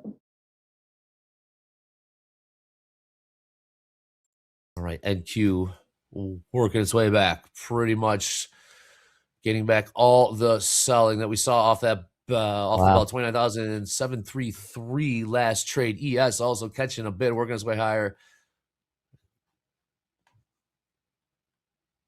And NQ. What a move. Yep, NQ pretty much turned that whole thing around. Nice trade, Jay. We got Vince high Long. here in Nasdaq. 100 points. Damn, new highs, NQ. We are off to the races higher. Nice trade, Nice Jay. trade, Jay. Beauty. Nice, man. ES. I think it was the ES. Yeah, ES. These shorts are no good. I saw gold sell off. Thought maybe the rates continue to go higher. However, the equities have seemed to have shaken it off. Still 71% long tilt. Yes. Poll up in the chat. Poll results are back. Do you consider yourself a patient trader? Is 56% saying no? No. Self-aware enough to say no, not patient. Look at this NQ go. Crazy. What a move. NQ caught That's up. the trap. Trapped sellers off the open. Sure did. Nothing up at 800s just yet. So here's where, and I was saying that those 720s, right? That's where sellers were trapped on the open. I need to see. I don't care about seeing selling here. I want to see new buying. New buying coming in here. And after that astronomical move on Friday, it's, we're kind of rebalancing whatever occurred, right? It was a huge move. It was a historical move. So the fact that we are seeing higher prices here, we have a lot of inefficiencies that the market is still going to go and rebalance right now. But the move on Friday was unlike anything I've ever seen. So Incredible. The fact that we are driving higher, it is rebalancing price and the inefficiencies that did occur on Friday. So okay, here's the 15 minutes in. Ooh, crude. Those stops that just went off in crude. Crude just printed new session lows. $88.25 would be that price. Well, are we seeing buyers step in? Yep, more buying here in the ES and NQ. Dow's stuck in the mud a little bit here, Vince. Yeah. Taking one off. Dow's stuck. I might cover this here. There's so much coming in right here at this 51,220. I don't know if it's positive or negative delta at that price. I don't have it. Jay, you have that by any chance? 51,220 in the Dow? Here goes the Dow. You looking for the delta in the Dow, Vince? Yeah, if you have it at that price, you have it at price, right? Yeah, give me 1 second. Let me get that up. I don't have it loaded. Yeah. Still pushing your new session. You may want to cover it and look for another slightly negative. But we'll see. Got stopped out. Slightly negative at that price? Negative delta? In the Dow at Vince's price. Mm-hmm. Okay. All right, NQ closing on those 800s. Beautiful. Let's see if we get a little pop here. Buyers, man, they just turned those selling 75% long tilt in the NQ right now. 75% long tilt in the NQ. And there goes crude. Crude continuing to sell off. Gold popping here. Should I try to get short crude? Not seeing any headlines, but I was trying to get long to ES, but I missed that one. Something we got a headline perhaps. We got Nothing yet. Crude just getting sold. Yeah, crude's getting worked. More selling crude. What's the headline? Down 3.5% right now. Wow. I had this purple box. I don't know what this purple box is, but we just traded to the low of it in crude. Shit. We are continuing to pumping higher here in the NQ and the ES and the Dow. Gold also catching a bid. 75% long tilt in the NQ right now. New session highs 29,815. You still long both? Took one off because we got to 1-to-1 risk. This trade does not need to be a loser at this point, so I'm going to trail the last one. Nice trade. We'll take $50 out of this one. Thanks, guys. Nice trade, Jay. Someone asked for the target up at 900s potentially here. We got a 200 moving average on the 30-minute. Gold on the move. Up around You got a lot of room on the higher time frames too. The 4 hours clean. You got a lot of room to go higher. It's a really good trade, bro. Amazing. Nice trade. Crude. I'm trying to see if there's a potential opportunity to get short here. Crude. Oh, short crude. All right. More selling crude. Crude down about a buck here. Gold on the move. Gold up about 15, now 18 bucks. Nice trade, boys. Not seeing the headline. However, we are equities on the move higher. We got gold continuing to pump. Gold about $20 rally here in gold as crude selling off. NQ up about 200 points in the last 10 minutes.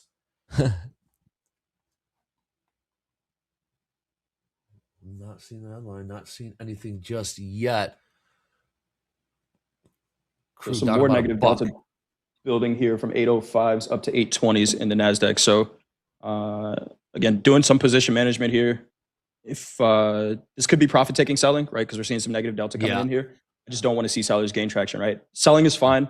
People are going to take profits if they're long. Man, what do we got? See new buying continue to come in. Crude is getting smoked. Crude is getting smoked. Gold at an absolute ripper right now. Gold up about $30 in this 5-minute candle. New session highs. Gold 43.79. NQ on the move, just blowing through those 800s. NQ on an absolute tear. ES up about. Wow, look at gold. ES up about 40 points now. Gold on it. What is the headline? Holy what is cow, that? Nice trade, boys. Come on, let's go. We got a deal. This is new. 200 points, guys. 200 points. What a rip. Man. This is what is it? What are you long from? I'm long from 709s. I hate you. I want to be long from 709. I want to be long from up there. New session highs 29,845. 200-point rally in the NQ. ES up 40 points now in the last 10 minutes. Just going to keep trying to trail this one. I don't want to trail it too tight if this was just going to want to run. I took the target off the upside. Well, I moved it up above 30,000s. Let's see if we just want to run there. I don't want to get tagged out on this trade if we get a little bit of a pullback, but got to secure some profits, right? I'm only in a one lot now, so got to manage what we have. Well done. Peter Pan in the chat. Identified. We got a 500 lot in the ES. Yes, use that level 2 data on Topstep X 79.94 offered 400 times. About 6 points higher here. Oh man. Yeah, we are up against yesterday's excess in the Dow. So this is an interesting spot here. If I can't take out yesterday's high, I'm probably going to cover this trade. So you'll see here's yesterday's high right there. If I can't take that out, the sellers are here, right? You see they smashed this market down. So I'm hoping we could plow through that. There's stops sitting up here. So I'm hoping we can get a stop run right above the high and then get up there to that 51,500s I'm looking at today. Headline here, according to White House official cited by Al Arabiya, talks on agreement to prevent Iran from acquiring nuclear weapon are achieving positive results. I don't know why we'd be selling on that. But, is it Axios? Who is that? No source yet. White House official. White House official. Even better. Okay. Oh. Let's see if there's anything to it. Nice trade, fellas. All right, Tyler G, got to ask you, how have you, 20 minutes of this New York session, what is your read? What is your take right now? It looks like this rally was partially because of a headline. Does that change anything about your approach or your market generate information? What are you getting from what we're seeing right now? Mostly what I am seeing right now is that I do believe that was the initial move off of the first 15 minutes, right? That was the manipulation lower. Now we're kind of we have our 15-minute opening range that is established. We could get a close on this candle in the 15-minute opening range, right? So we're also above VWAP. We don't have our initial balance set just yet. We have a lot of room to the upside on the 4-hour. If you, let me see if if you go to the 4-hour, right? From this swing high to this swing low, this is our new dealing range. This is our range for the NASDAQ, right? We hit equilibrium of that range, which is 50%. We have all this room, right? We have all this room here to continue to run higher, right? And then we can get a sell-off maybe towards the end of the week after we've already established that it's in after the healthy correction of the move that happened on Friday. So there is a ton of room here for the NASDAQ to drive higher. I just want to wait for my entry, right? And then I can go and execute my trade. Because to jump in on a position right here after a move like this, listen, I could really get hurt on this trade bad. So I have to kind of just wait. Let me see how this 15-minute candle closes over the opening range, and then I can establish more of a bias for the day. Let's go. Jay, update that trade. We're seeing about a 40-point pullback off those session highs. Flat. I went flat there. I wanted to be out under 200s, under 800. So plus 286 on the trade. Nice trade. Trading a couple micros. Don't need a ton of size. 20 minutes of work. $200. Not too bad. So nice, man. We'll see here. I am still looking to potentially get short. Nice trade, Jay. Thanks, man. You too, Vince. You're long it down right now, right? Nice trade. Thanks. Gold's giving back that pretty much 80% of that rally in gold. Gold pulling back about $25 right now. And NQ turning around as well. Man, these markets are wiki for sure. Again, headline hitting there. You saw the big rally in the equities and gold and the sell-off in crude. Headline, talks on agreement to prevent Iran from acquiring a nuclear weapon are achieving positive results. Citing a White House official. All right, upper left-hand corner of the screen, you see the name of the segment. Fast Markets, baby. We are rocking right now. So hit us up at Topstep TV on the X using the hashtag Fast Markets, using the hashtag Power Hour. Hit us up with some cool content. Those proof of payouts are going viral on the interwebs. Trader Station setups. Anything you want to share with us? We'll turn that around to y'all. Well, in Power Hour. Tyler, what's your Trader Station setup looking like? How many screens you working with? This is interesting. So this is what's crazy is that I really only trade from my phone because let me explain to you why. Is because I'm so used to it from the construction world is that it kind of is embedded in me. And I had to trade from my phone for such a long time. I have a monitor here, but most of my trades are still taken from my phone because I'm like a creature of habit, and it's hard for me to kind of escape that. But yeah, I keep things simple. I trade on I have the app on my phone, and I use Topstep X on my phone, and I keep things very, very simple. I have one setup here, and I'm in my studio apartment here in Miami. I got my bed right here. It was all I could afford at the time when I moved here. I had nothing to my name. So things have really changed for me, and I'm just extremely grateful. Like I could have only imagined to just be here and be part of this. A year ago, my life didn't even look like this, guys, which is so it's crazy to me to even wrap my head around it. Is that a year ago, I still would have been in the elevator shaft. So I really am thankful and just beyond blessed to even be part of something like this. You know, amazing. Yeah, I love you guys. I freaking love you guys. And I love everyone in the chat. Man. If you guys are struggling, keep freaking going, man. Keep going. I was just a regular guy. That's right. I really was. I worked a job that I didn't like. My father-in-law was my boss, and I told him, there's no way that I'm not making this happen. Each and every single one of you can do this. I promise. It just takes discipline, and it takes time, man. It's not going to happen overnight. Yep. Discipline and patience. These markets are wild, man. They crazy. are, man. Holy cow. Look at that entire rally. Gold gave back the entire rally. Everything. I look away for 2 seconds, and we're down freaking 120 points. And Q about to do the same thing. Wow. Gave it all back. Q 140 points lower. 140 points lower off those session highs. Markets are rocking right now. Gold give back the entire thing. 50-50 on the tilt. We got the top of the hour in 4 minutes. Number coming up. Also, U.S. existing home sales coming up at the top of the hour. Not the biggest market mover. However, we'll bring that all to you here on Topstep TV because we got thousands watching all across the globe. We already saw an Aussie in Thailand, I do believe. We saw Italy in the chat. Let us know where in the chat everyone is watching from all across the globe. While you're at it, click subscribe, click like, click notify. We got Jay in the house. We got Vince in the house. Vince, you still long this YM? Yeah, I'm probably going to cover this here. Absolutely insane. We're stuck up here around this point of control. So I am going to cut this right now. Wait for the number to come out and then reevaluate. So we took profit on that. We got South Africa, Baltimore, Brazil, Virginia, DMV, Raleigh, France, UK, Rio de Janeiro. World Cup starting this week. Nice. Let's see. What do you like your chances? Do you like your chances? Nice out, Jay. Hey, Vince, watching the Dow. Dow's holding up much stronger than the ES and NQ. Dow's still about 40 points off the highs, but it just gave everything back. We're building volume up here, but we're up against excess from yesterday, so that's why I covered it. And I think it's waiting for this. You said there's a number coming out in a couple minutes, right? The housing, home sales, existing home sales. Oh, home sales. Yep. So we'll wait to see what happens there. Those Bears are strong, man. When they come in with vengeance. They come in with vengeance, and it's quick. As you could see, right?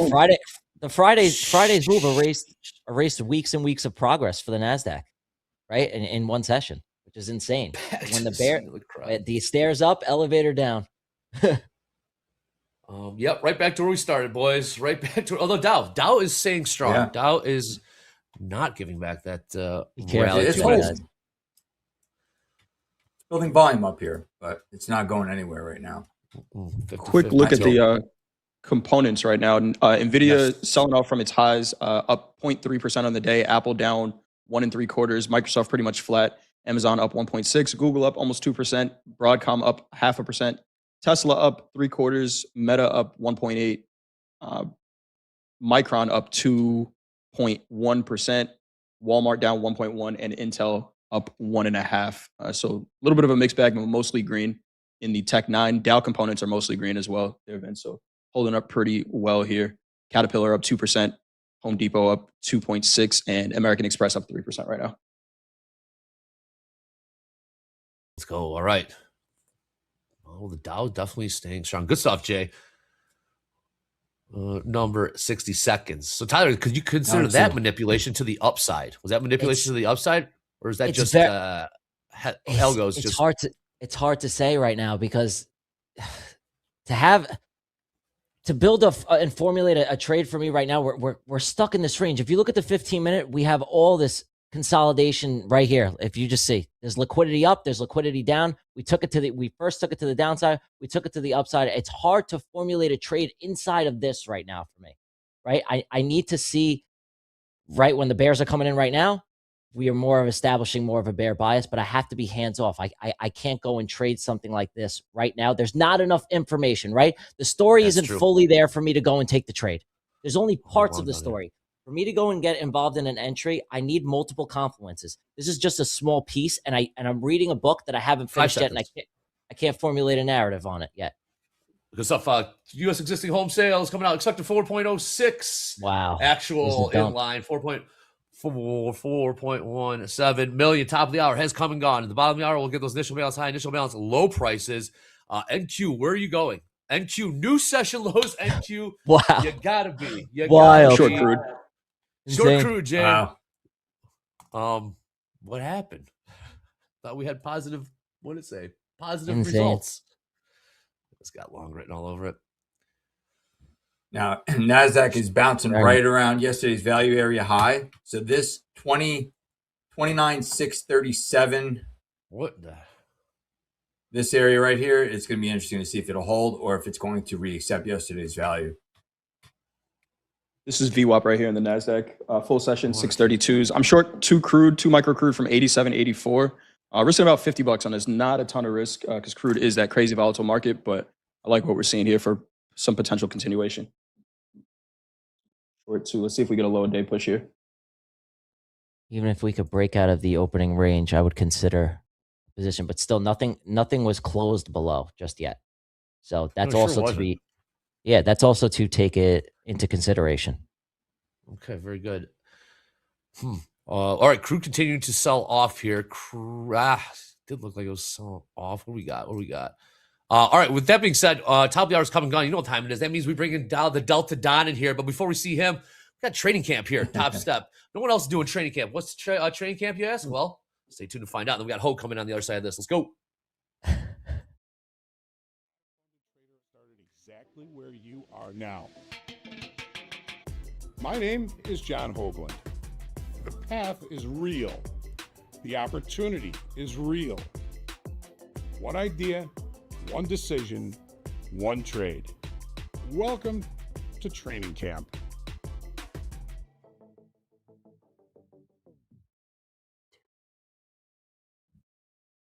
All right, folks, let's take a look at these markets so far today, starting with the E-mini S&Ps. Overnight inventory certainly tried to get paid. They're trying to continue to get paid to the upside here. One of the most important features or nuances of the day time frame is the opening range is the dead low of the regular trading hour session. We have traded up against the weekly kickoff high. It would almost put in the high yesterday. We've taken a look above it and we've seen some pretty stiff rejection above that level. However, as long as that opening range remains the lows of the regular trading hour session, I'm still thinking longs might still be the play. We've got 74.53, the low of the opening range, 74.62, the high of the opening range. So nothing huge there as far as opening range wise. So as long as we're still holding above that opening range, particularly above the weekly kickoff high 74.66, I still like the longs up to the 200 session simple moving average on the 30-minute chart, which is currently up at 75.0480. As Tyler was saying, if we can get some momentum to the upside, there is a lot of space up there for these markets to continue. Of course, we all know that these markets are headline hungry hippos. We've got to see how things continue to play out. In the NASDAQ, we did trade above the weekly kickoff high. We did, however, not close above it. 29,475 is that weekly kickoff high. Market looking like it is continuing to try and push higher. Now, the opening range in the NASDAQ was not the high of the regular trading hour session. As a matter of fact, at first it was the high of the regular trading hour session. It was not the low. Initially, it was the high. We traded down to VWAP. VWAP found support. We did put in a new high, holding, trying to hold above yesterday's session high, which is around 29,740. So far, unable to hold above that. We're still wrestling with rejection of value yesterday in the NASDAQ, value high being on this platform, 29,681. We start to show signs of reacceptance that could bring price back down and adjust overnight inventories back down to 29,461, which would be enough to take out that low of the opening range in the ES. So we're in a little bit of a rock fight going on here in these equities. I still do like them to the long side. We are in rollover, so we have to remember that range bound is kind of the key for the next week. We know we've got the SpaceX IPO coming out later on this week. Part of me thinks that the markets are going to find an area to balance and sit in SpaceX anticipation mode. Let's take a look at crude oil, which we do see continuing this push to the downside. When we were talking this morning in the opening call, we have the island top. Price is still continuing to put in lower highs and lower lows, a bit of an anomaly. Night before last in the overnight, which was more continuation to the downside. We opened with a gap, unable to close the session gap. We look for opportunities for shorts. Well, those shorts have certainly paid off. We know we've got Coach Jay's short crude oil right now at 87.94. I'm looking for a potential target in the form of a visual target, naked point of chill, naked point of control, 87.26. 87.20 is the weekly kickoff low. If you got multiples on, that could be a good exit for at least part of the position. We are getting relatively close to the lower end of the current area of balance. What the markets do, markets go from low to high to low to high to low. Where's the low going to be? Only the market knows. Gold, wow, what a volatile little period in gold here. But still, the market very range bound yesterday, very small range, as a matter of fact, and going from west to east, and the effort above the overnight high failure. We've traded both sides of a very small initial balance. This initial balance is largely going to be ignored today. That's how small it is. Doesn't take a lot of energy to trade outside of it. We traded above, back into value. Value low would be a very good target, 43, 46.90. We were kind of focusing on overnight high and overnight low. We failed above the overnight high. Are we going to check the overnight low, which is basically last week's low, 43.36.60? Delta in the S&Ps down here near the lows is positive 4,500 contracts. Delta in the NASDAQ currently right down near the lows, negative 1,700. Nothing to note as far as Delta is concerned for crude oil or gold, but that is your early morning look at these markets. Trade well. Thank you, Hogue. All right. What's up? Tyler, Vince, Jay is back. Jay, you're still short crude, still short crude. No, I got flat. I didn't like the momentum stop there. I don't mind sitting in a trade if it's doing what I want it to do, but if it's not, Dre, I'm going to time stop it. The momentum kind of died there in crude, so I'm okay being flat. If this goes without me, it goes without me. It may still be valid, but I'm okay sitting out of this one.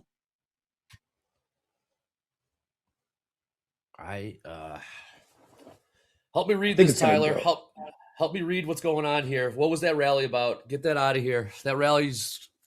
I think it was. Got the lungs, but yeah, we're right back to where we started, if not lower. Yeah, I think that what that rally essentially was kind of drawing into traders. What did we take? Previous day's high. A revisit of previous. A revisit of previous day's high, and then we kind of swept that area. It's just tough, man, because we have a lot of room to the upside, right? We are in strong bearish territory still because of what happened on Friday. So what was that? What I'm seeing right now is, guys, it's a lot of chop. I'm long. It's hard to. What was it? It's hard to formulate a trade right now because of just whatever is going on, right? I had the narrative to the upside. What is going on? You wanted to see sellers come in, and it's tough right now. It's really tough. My hands are still off. I'm trying to take a trade, guys, but I have to. No. I don't want to force a position. Yeah. China oil headline right now. China has released oil from its strategic reserve. It's reminded energy. China has released oil from its strategic reserve. Oil headline coming out here. And Tyler, really? I get you, man. There's a lot of indecision in this market right now, right? Even on that long, we saw it, right? We're saying, okay, there's a bunch of room to the upside. Mm-hmm. And part of being a momentum trader is realizing when that momentum dies. If I hold on to a bias too strong here, it's hard to have a bias in either direction in the equities right now because the market hasn't chosen a direction. So to me right now, if you're not trading a little bit of the flow and getting out when that momentum dies, you kind of have to wait for the market to decide what it's going to do. I heard you mention the initial balance when we came on here, right? After that first hour, a lot of times, if there's no clear direction, we'll see it clear up. Right now, the NASDAQ trying to figure out what to do with NASDAQ here. Sorry. NQ selling off. Boy, those longs got smoked. Longs got smoked. Wow. Wow, those longs are bad. Major flush. What's that? China releases crazy strategic reserves. Why isn't crude popping then? Why isn't crude rallying if that's the case? All right. We're out. We're stopped. Yeah, I got smoked on the longs. I got absolutely worked on those longs. New session lows, NQ. Session lows, NQ. We are down 300 points. 300 points from those highs that popped up 15 minutes ago. NQ, look out below. ES selling off. Dow still staying strong. What a dump. Yeah. Why isn't crude popping? Crazy. Yeah. 50-50 tilt. I was long 10 MES on that too. I was long 3 NQ. Got completely smoked. Headline from U.S. Energy Secretary. All right. China has released oil from its strategic reserve. Crude, pretty muted. Crude popped about 30 cents. Would that be bullish crude prices? Isn't it bearish? I might be reading that wrong, but doesn't that mean more supply of crude? Yeah. Why isn't crude moving? Why is it going It should have moved. Yeah. Wow. Market doesn't care. Opposite day, fellas. Opposite day. Crazy. NQ. Yep. Okay. NQ down. Headlines. Continued. Wild. Frustrating as hell. Yeah, no, what did I say? Did I say it should be going higher? Yeah, should be going lower. My bad. Oh, you know what? I was looking at what a move. I was looking at yeah, you're right. Thank you for the correction, chat. I love you. Thank you for that. We got Q getting completely smoked right now. Insane. Down 300 points. It's down 300 points in the last 20 minutes.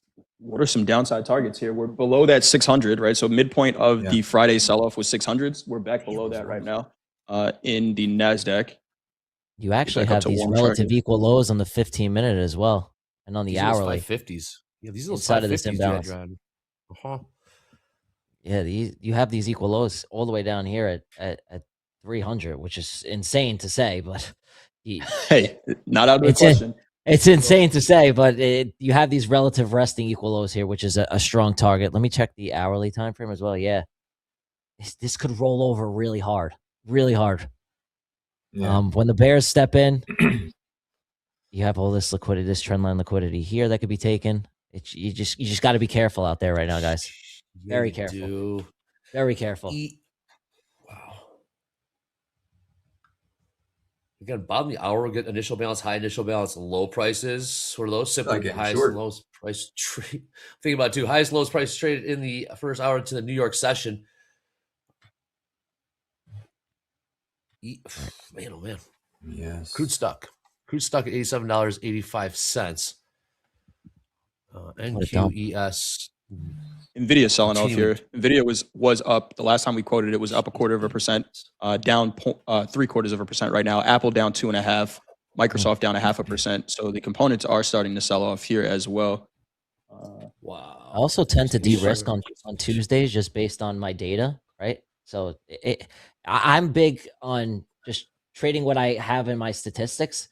So Tuesday I tend to de-risk because Wednesday, Thursday, Friday are usually my best trading days. Mondays I used to get hurt a lot. So I don't trade or I really, really de-risk a lot. It has to be like a home run. So Tuesday, if I do get a position here, I tend to de-risk like almost half my risk just because of my statistics.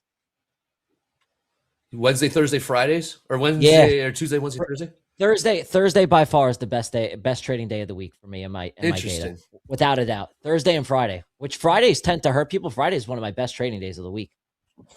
Last Friday we had Friday we had a funded trader put up 162 event. Yeah, that was insane to even watch. I did get a small piece of that, but it was crazy. Settlement test here coming up. This is 454 is in the 454 settlement in the NASDAQ.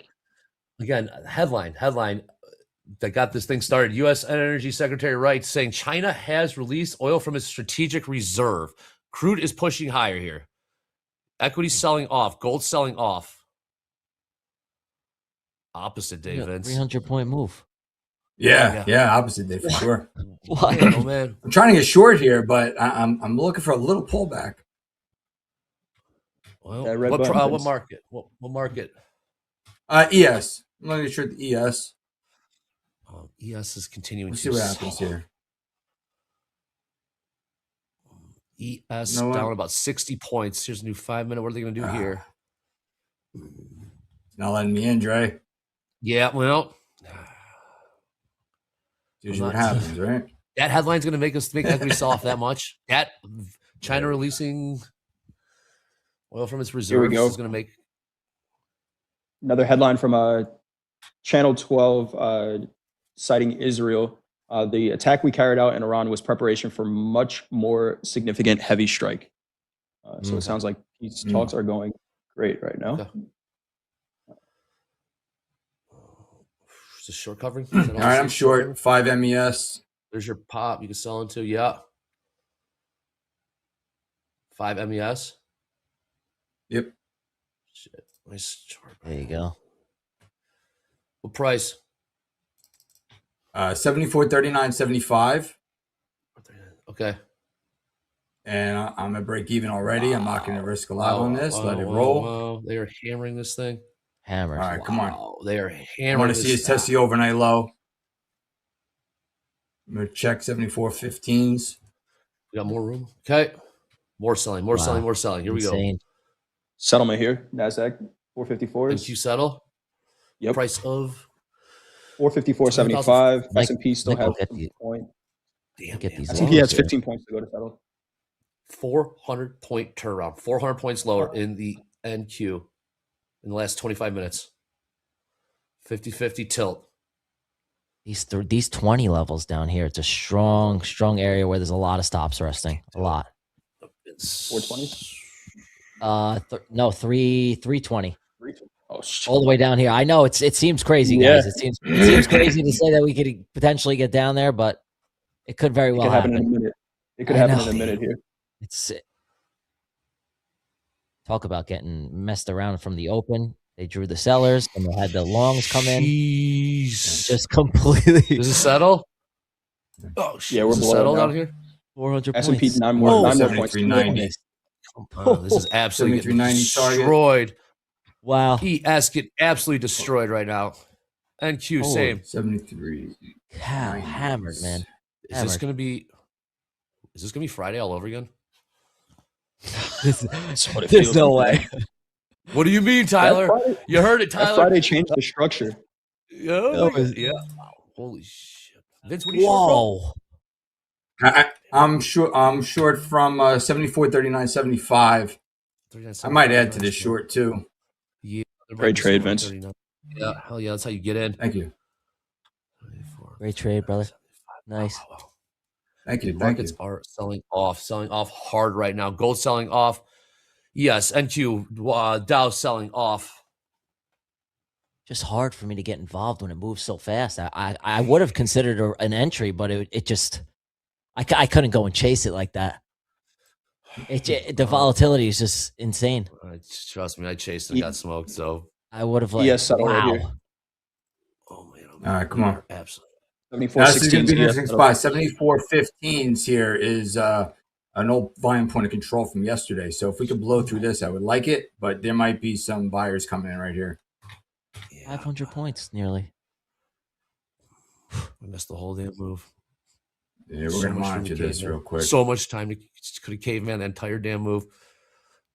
When you're in conditions like this, you need to be aware of the ATR. And this is a huge thing for me, is knowing when the ATR is this big, I have to de-risk, because your typical what your typical contract sizing could be, it could get you hurt when the ATR is this big. So you guys, a big thing for me is always taking that into account, right? On certain days of the week, Mondays, the ATR tends to be a little bit lower. So my risk is different, because if you go in with the same contract sizing of what you're typically used to, and the ATR is larger, you're going to get your stops are going to be, they're going to get hit quicker, or you're going to need to increase your stop loss size. So just be cautious of that when you are taking your trades, especially in times like this, right? Things are a lot different, and just be cautious. Always learn to de-risk on certain situations when the market is heavily volatile.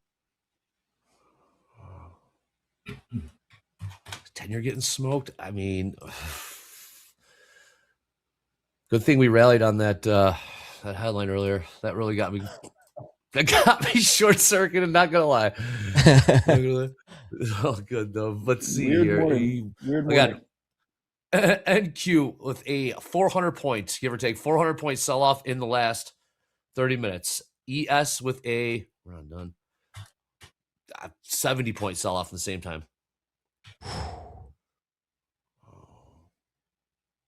Vince short from building volume down here. Oh, we're right at point of control. I mean, this is. I want to see us flush this. If not, I'm out. Yeah, it was like a perfect settlement test there, Vince. 74.16s. Yep. Right to it. I want to see us break below and test the overnight low, and then I'm out for sure. I got a target of 73.91.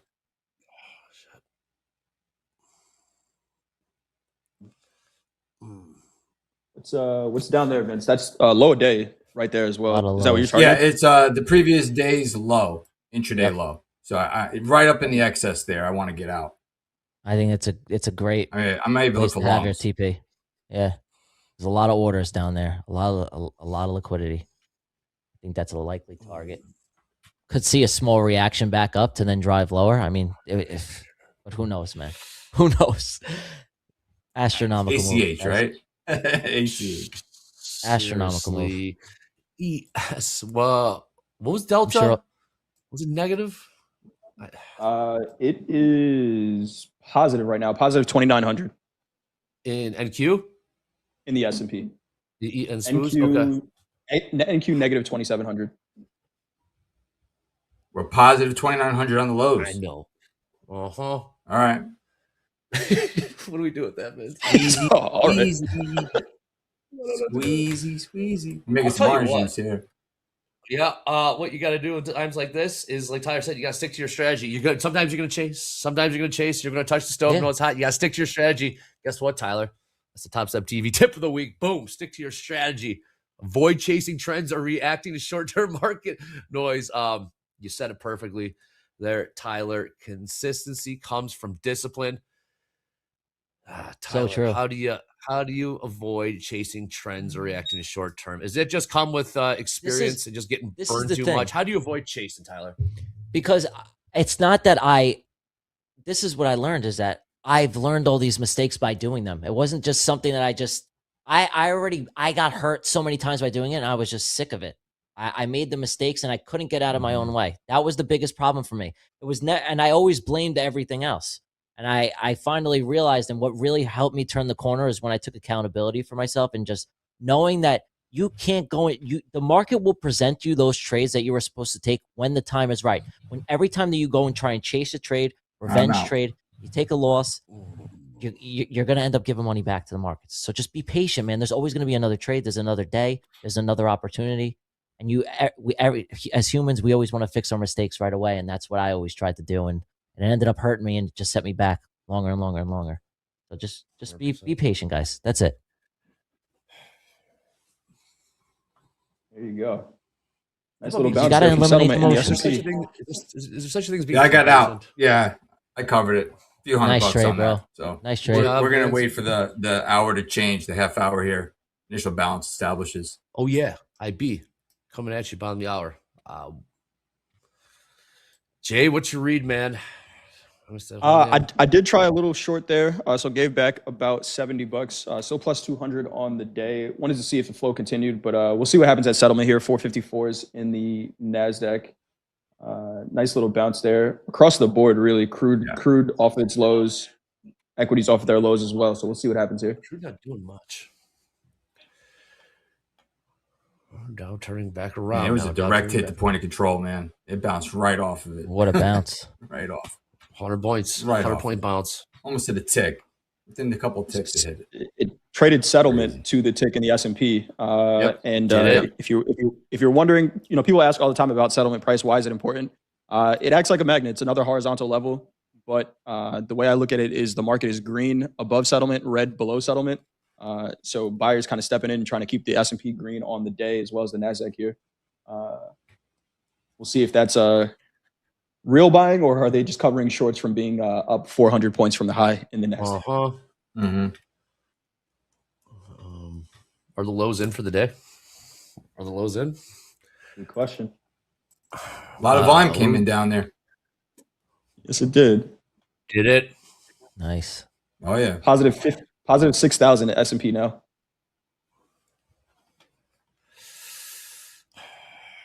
Interesting. I almost took the short there. I almost took the short. I don't like this. Up against the 500s. NQ 29,498.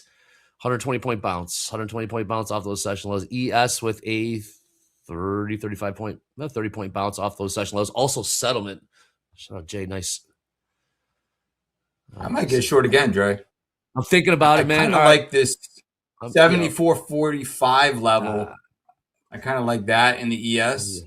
So it's kind of where the point of control is from yesterday. But, we had a nice push down.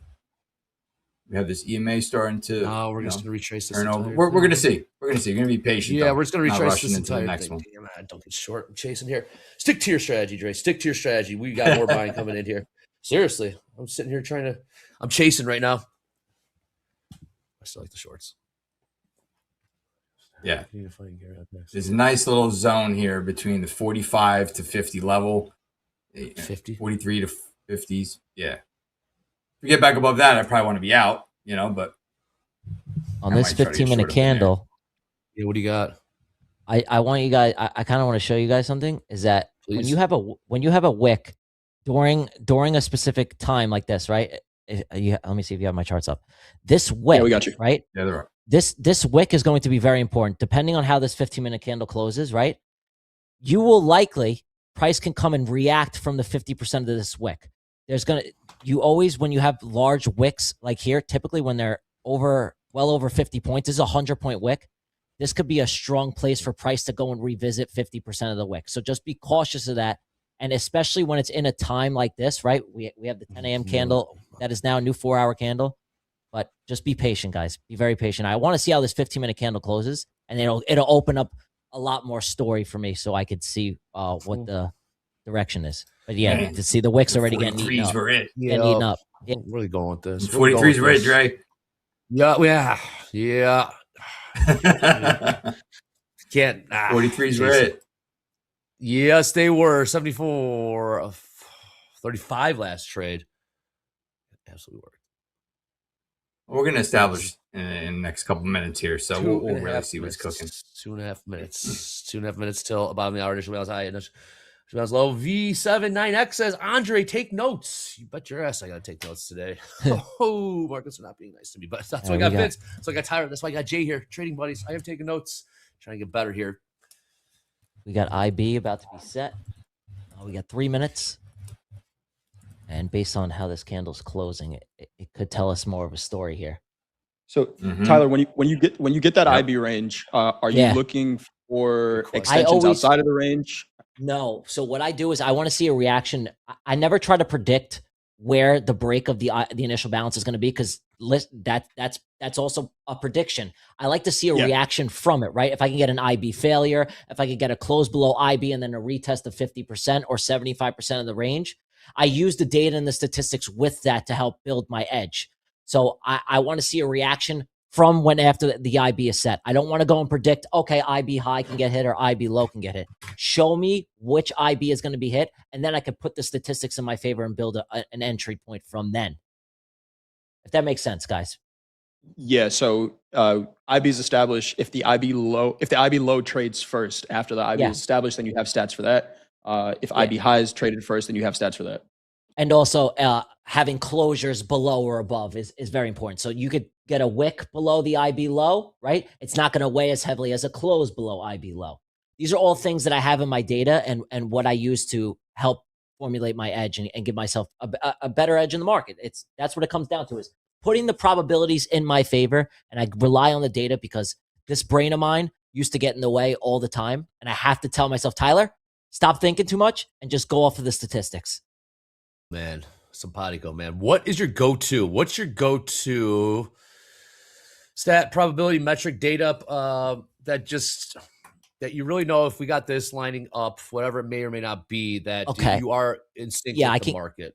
I can give you guys a little bit of sauce here, okay? So when I initially get into the market, right, the 930 candle, and the 930 candle, I want to see a gap I want to see that 930 candle be a gap in the market. That's going to show one side of the direction. It's going to give you your bias. Okay, if 930 between the 915 and the 945 candle, that 930 candle is a gap, that immediately gives me a bias, right? So if the 930 candle closes bearish with a gap, then I know, okay, now rule one in my confluences, that's a direction for me to go and look for shorts.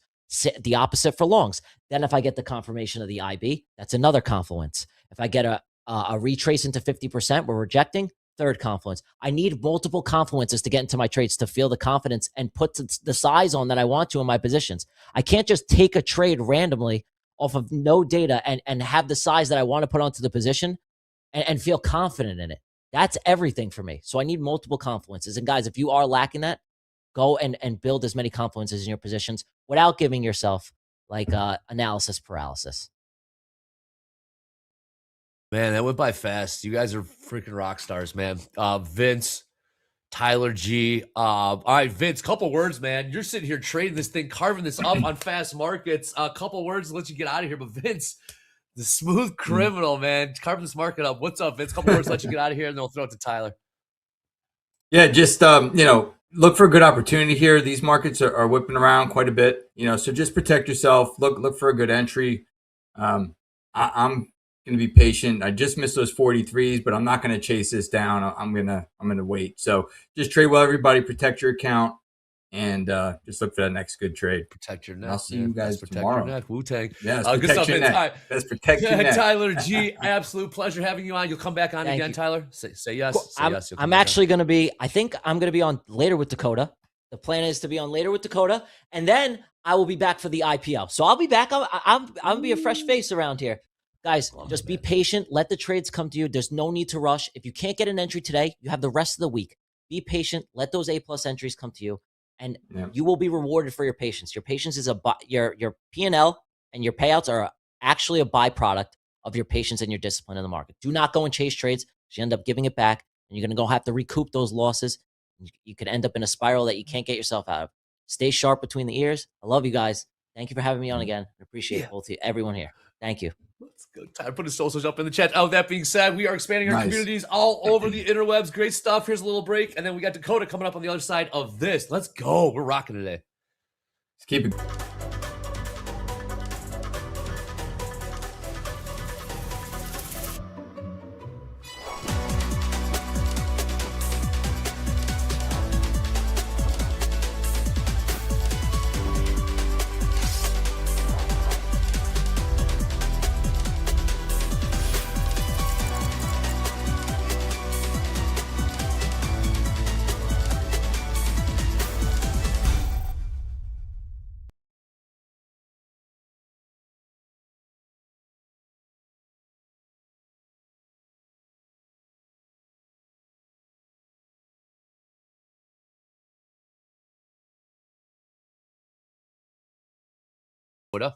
Man, I turn on Topstep TV and everyone's green. What's going on here?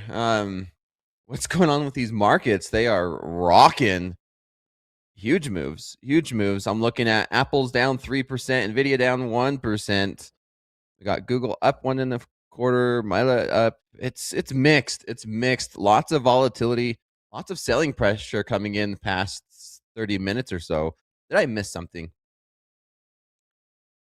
There really wasn't any news, man. I mean, I guess there was. Nope. There was the news. Everything's still going in the Middle East. There has not been any peace, but really no news. Just like 400. The markets are the story right now. Nice little bid. I caught a piece of a long in the NASDAQ, and then we sold off 400 points. So I was very happy to get out there. I'm looking at gold here, though. Gold looks like it wants to sell. I think you were trading gold last night, right, Dakota? Yeah, I took one trade on gold last night. I took a trade on the NASDAQ. And yeah, it's been a wild ride. I mean, 400 points is a lot. It is a lot. Percentage wise, yeah, we were bumping up plus 1% in the NASDAQ, and we're red now. Yes, we are. I'm scouting a potential gold help me short here. Short and gold. All right, last trade gold 43. Yeah, 38. I want to do it on a breakdown though. If we break below 33s, I'll get short. Okay, down 0.5%. Initial balance high, initial balance low. ES initial balance high, also session highs. ES 74.91. Initial balance low, also the session low. 74.15.25. NQ, same story over there. Session high, session low are also the initial balance high and low. There's TGC Capital, TG Capital in the chat. The man, absolute man. Thanks for jumping on with us again, Tyler. That was a lot of fun. Click subscribe, click like. We're light on the likes. This market is looking heavy. Down 3%. Break these session lows. Let's see here. What are we selling on? Right there. That's a take. You do? Jay, just looking at Jay's. Yeah, I got an order in here. 43.33 in gold for a little bit of a breakdown. Okay. This will be a quick time stop trade if it doesn't go. Another one where I'm looking for momentum to continue in a spot. Some interesting delta at this area, so see if we get some follow through. Want to do it as it's going. Here we go. Short gold, 43.33 half. Okay. Half. Quickly take the risk off of this. There we go. See if we can make new lows. Get that elephant candle. Yes, sir. Oh, elephant candle, right. Head fakes right now. Head fakes. Come on, Jay. Let's get this sell off here in gold. Gold. Here we go. Make a new low. Come on now, gold. Make a new low. Take the risk off. What was the delta that was interesting? You said interesting delta. What did you see? Second, I'll read that out to you in a second. Okay, new low of the day there. I'll take the risk off. If it pops back up, I don't want to go because if they're not going to sell, they're not going to sell it. The delta in this area, let's see. Pull up this chart. So negative 77 delta at 35s, 43.3560 up to 33.60. So about a point there. And then some trapped buying from 33.60 up to 34s. So looking for them to sell if they can't hold price up here, but tagged a new low of the day. Okay, I'm out flat there. So no momentum, no flow. Okay, good note. I may put it on again. We'll see. I like that. Time stop. Was that time stop right there?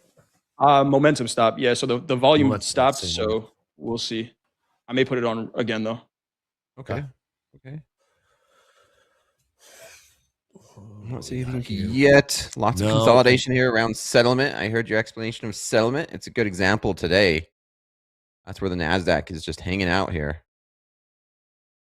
Trying to turn green again. Bitcoin got that elephant candle. Bitcoin's selling off. Bitcoin 61,400 spot.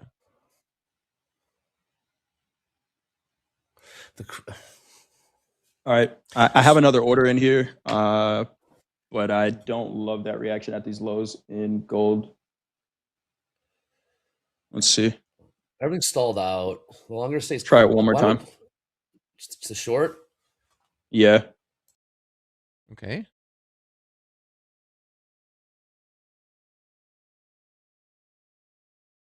Same. Risk is going to be pretty tight on this one again. Let's see if it goes. Catch this thing, man. Catch this thing. It's just back in, same price? Yeah. Short again, 29.5. I'll give this one a little bit more room.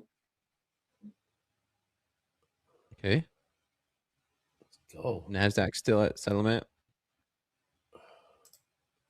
Just go.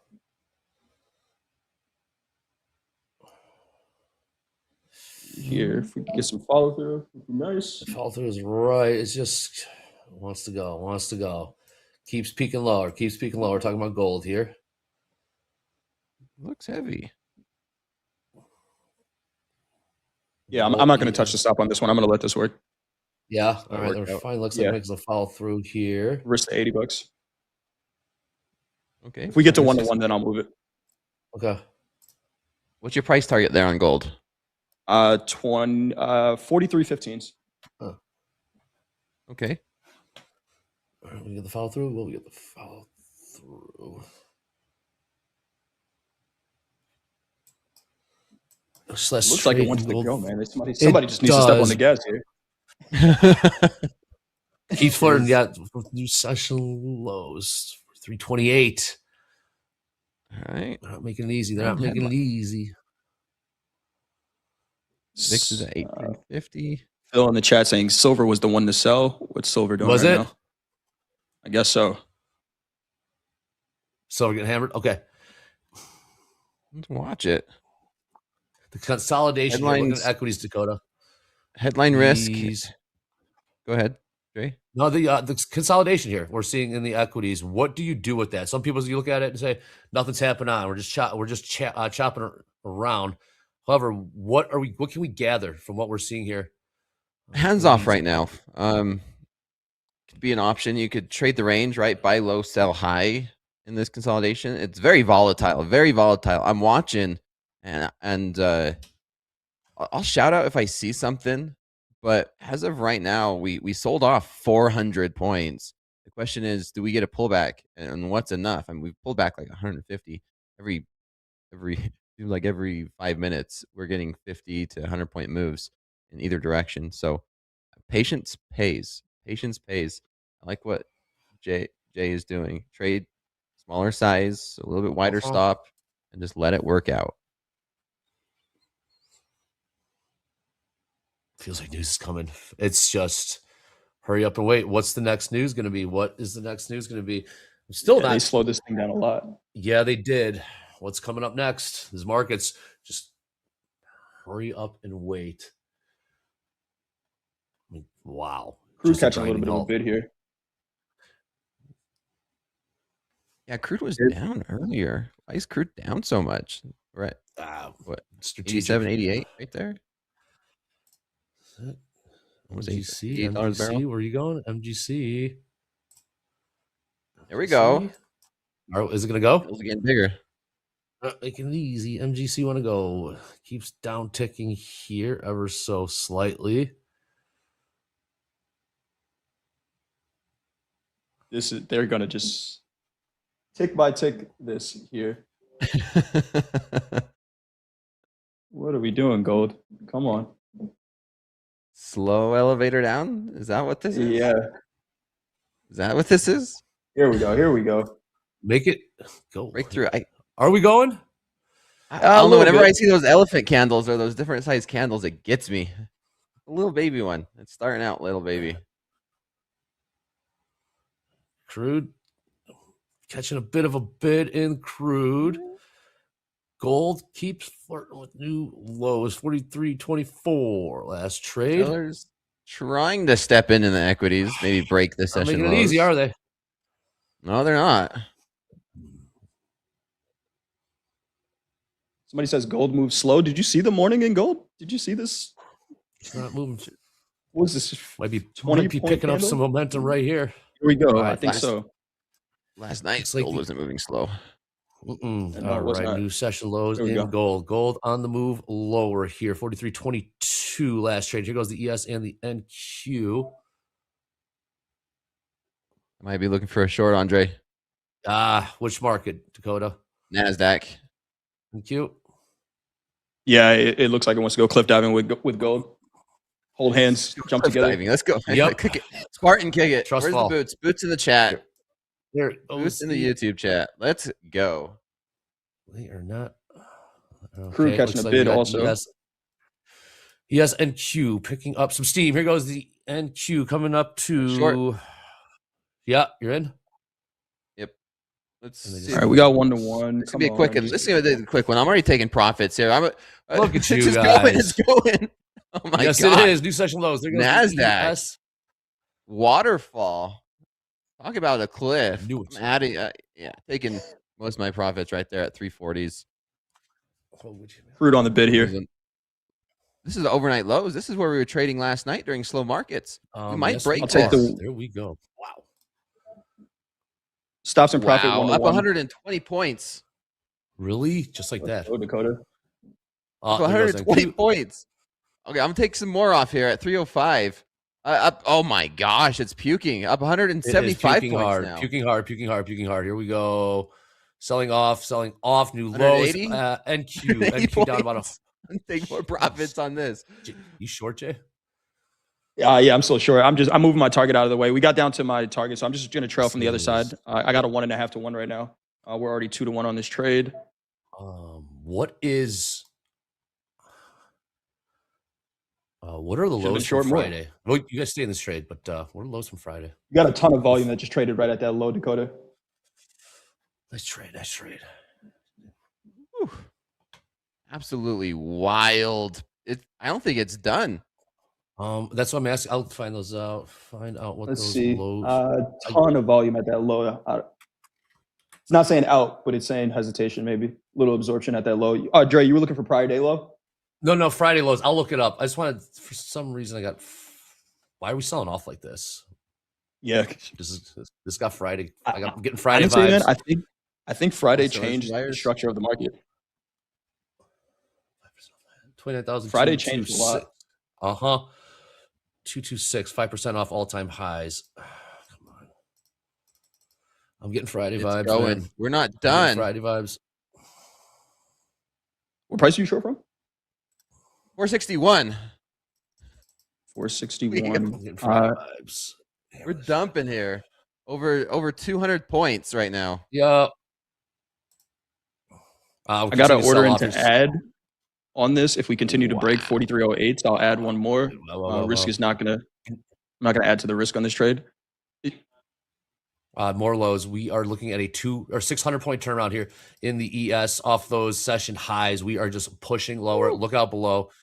Look at this thing go. 230 points. Wow. 240. I'm not going to get greedy. I'm going to take this. This is bumping up against that resistance I was looking at last night. So I'm going to take this 230 points. Let's go. Let's go. That is the way you enter a show, bro. Come on. 10 minutes. Seriously. 230 points in 10 minutes. This is wild. Boom. Lock it up. Lock it up. And Friday vibes, man. I don't know. I'm getting Friday vibes. That's ES getting absolutely destroyed. ES, we are looking at a 100-point turnaround, 100 points lower. Wow. They're just 10 minutes. 10 minutes. Stay locked in. Stay locked in here. Markets are absolutely rocking. More selling coming in. NQ 29,000, 185, 180s now, 180s trade. ES getting absolutely destroyed. Dow as well. Holy cow. Oh, it's not done. Oh man. No. This is selling, beginning, selling, beginning, selling. This is follow the leader. This is puking. Wow. How many point moves are we on now? That's almost 700 points here. Dude, absolutely destroyed. ES getting absolutely destroyed. NQ, same story. Looking at 700 points. We are down 700 points in the last hour. NQ. VIX is popping. VIX is almost at 20. Oh my. Nvidia down 1.5 now. Yeah. Amazon just turned red. Shit. What's going on? Dow getting destroyed. Get in the short here. It's just short covering. Yep. Back in short. Dakota, you still short? I closed it, man. I closed it. 250 points. 240. I'm wow. Just got a caveman this shit. I closed it early too. Holy shit. Yeah, we are. This market is absolutely in free fall. Our equities are in absolute free fall right now. We might see some velocity logic kicking in here. NQ ladder getting very, very thin. Slippage is a real possibility in the NQ. Those ladders getting thin.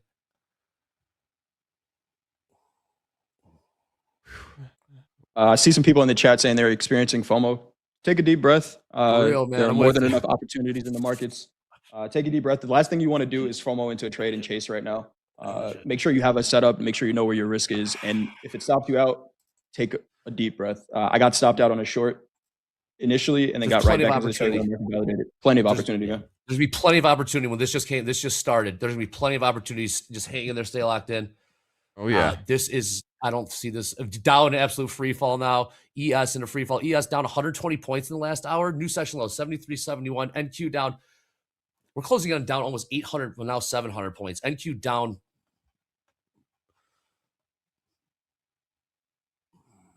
This thing is wild. This is wild. Never expect trading days like this in your trading strategy.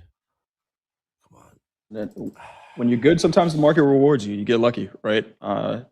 It's days like this where you'll see a trader put up a huge P&L. If you try to replicate this day on a range day, that's when you get in trouble. Yeah.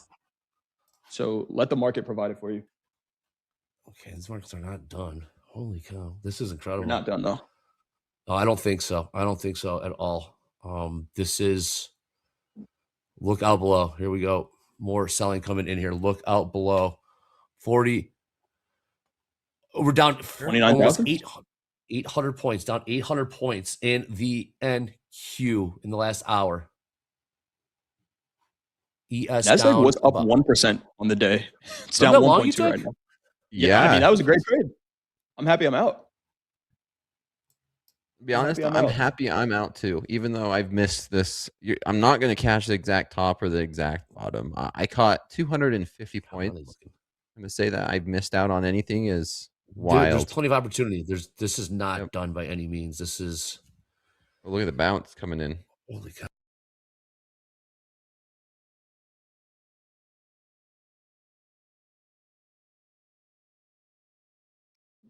Our buyer's going to try to step in and put in a low here. I feel like I need to sell it out a little bit. They're definitely trying down there. This is selling. Yeah, this is incredible. Initial balance Delta low. negative 3,600. Is it really? NASDAQ.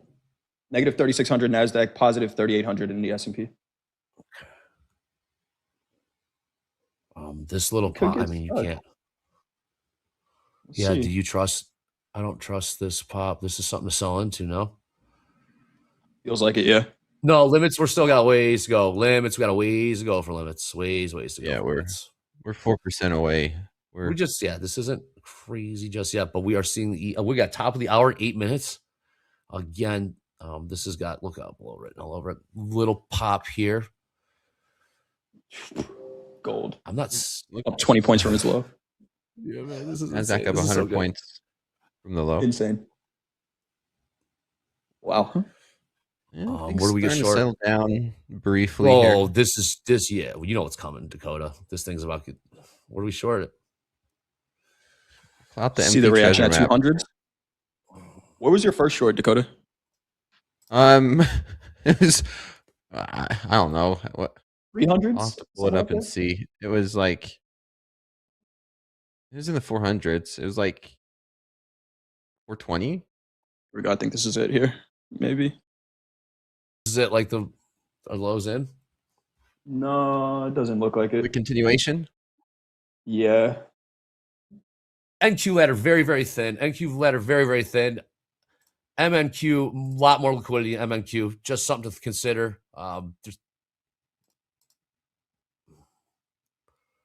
Yeah, careful if you're using market orders and order. Yeah. Oh, market orders all day, baby. This is gonna. No, I've done. Be careful indeed. These are 10 points a second. It feels like 10 points used to mean something, Andre.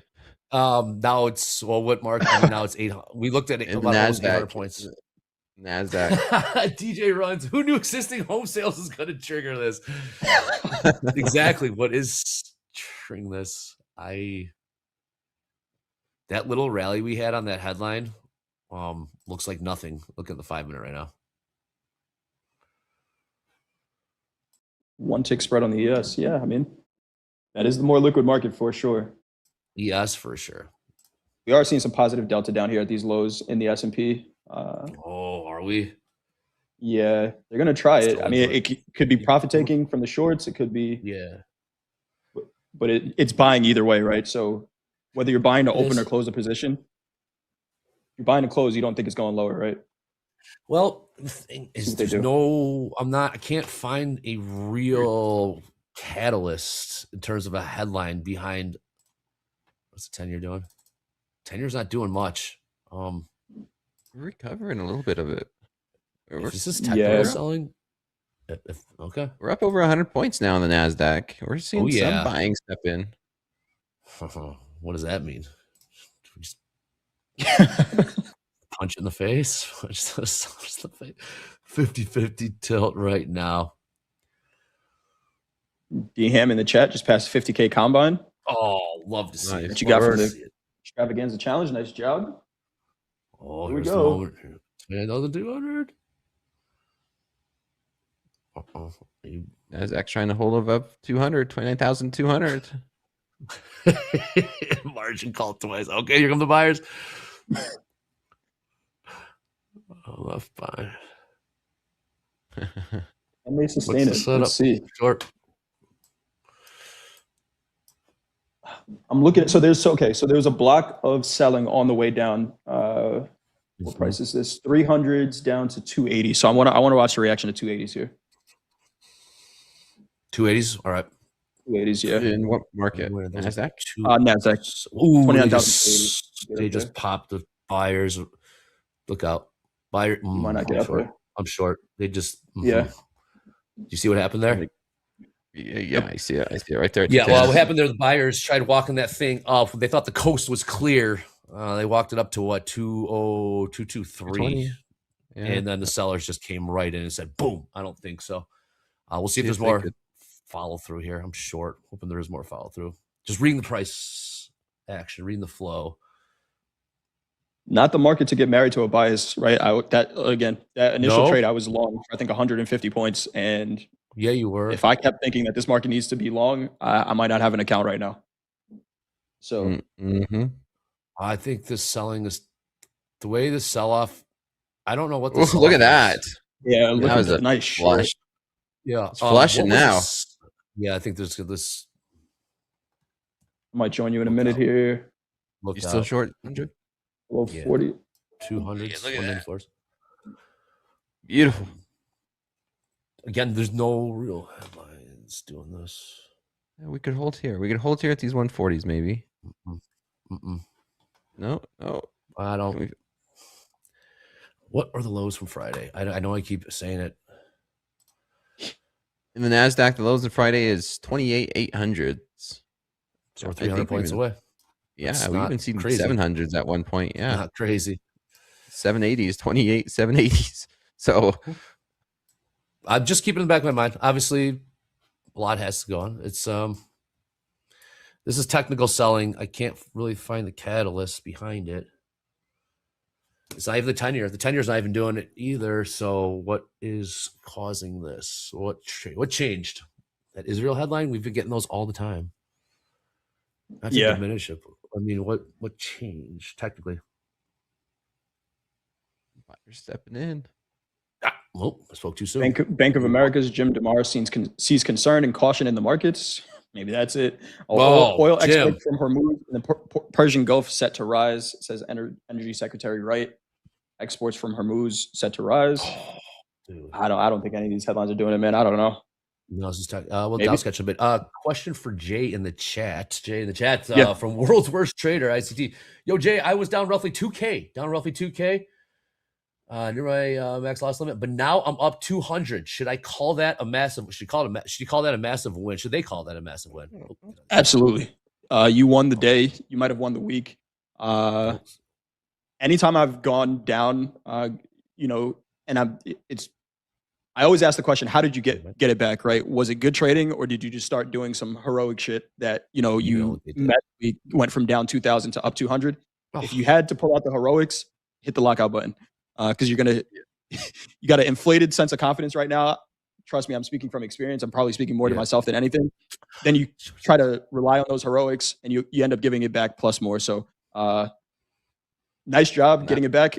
Hit that lockout button. Go outside. Best, great advice. Absolutely great. Depends how you made it, right? They made it by getting short.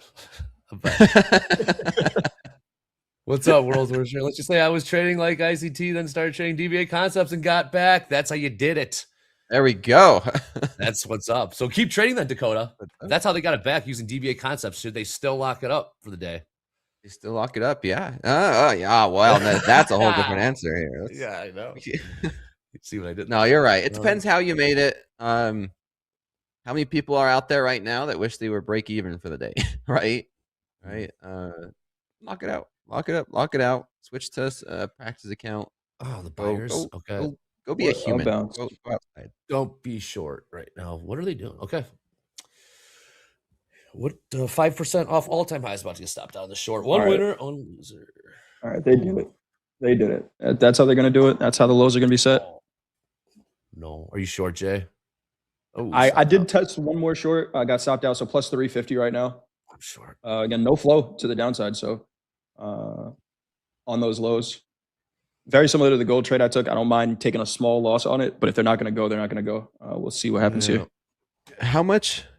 Question to you guys: how much of this do you think is making room for the IPOs?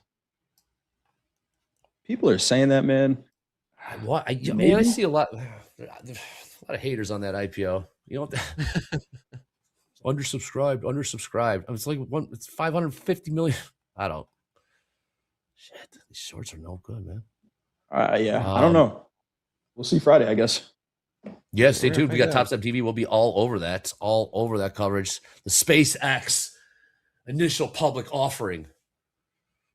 Take it to the moon. Going straight into the NASDAQ, is that correct? Yeah, later. Yes. Nice. Front of the line.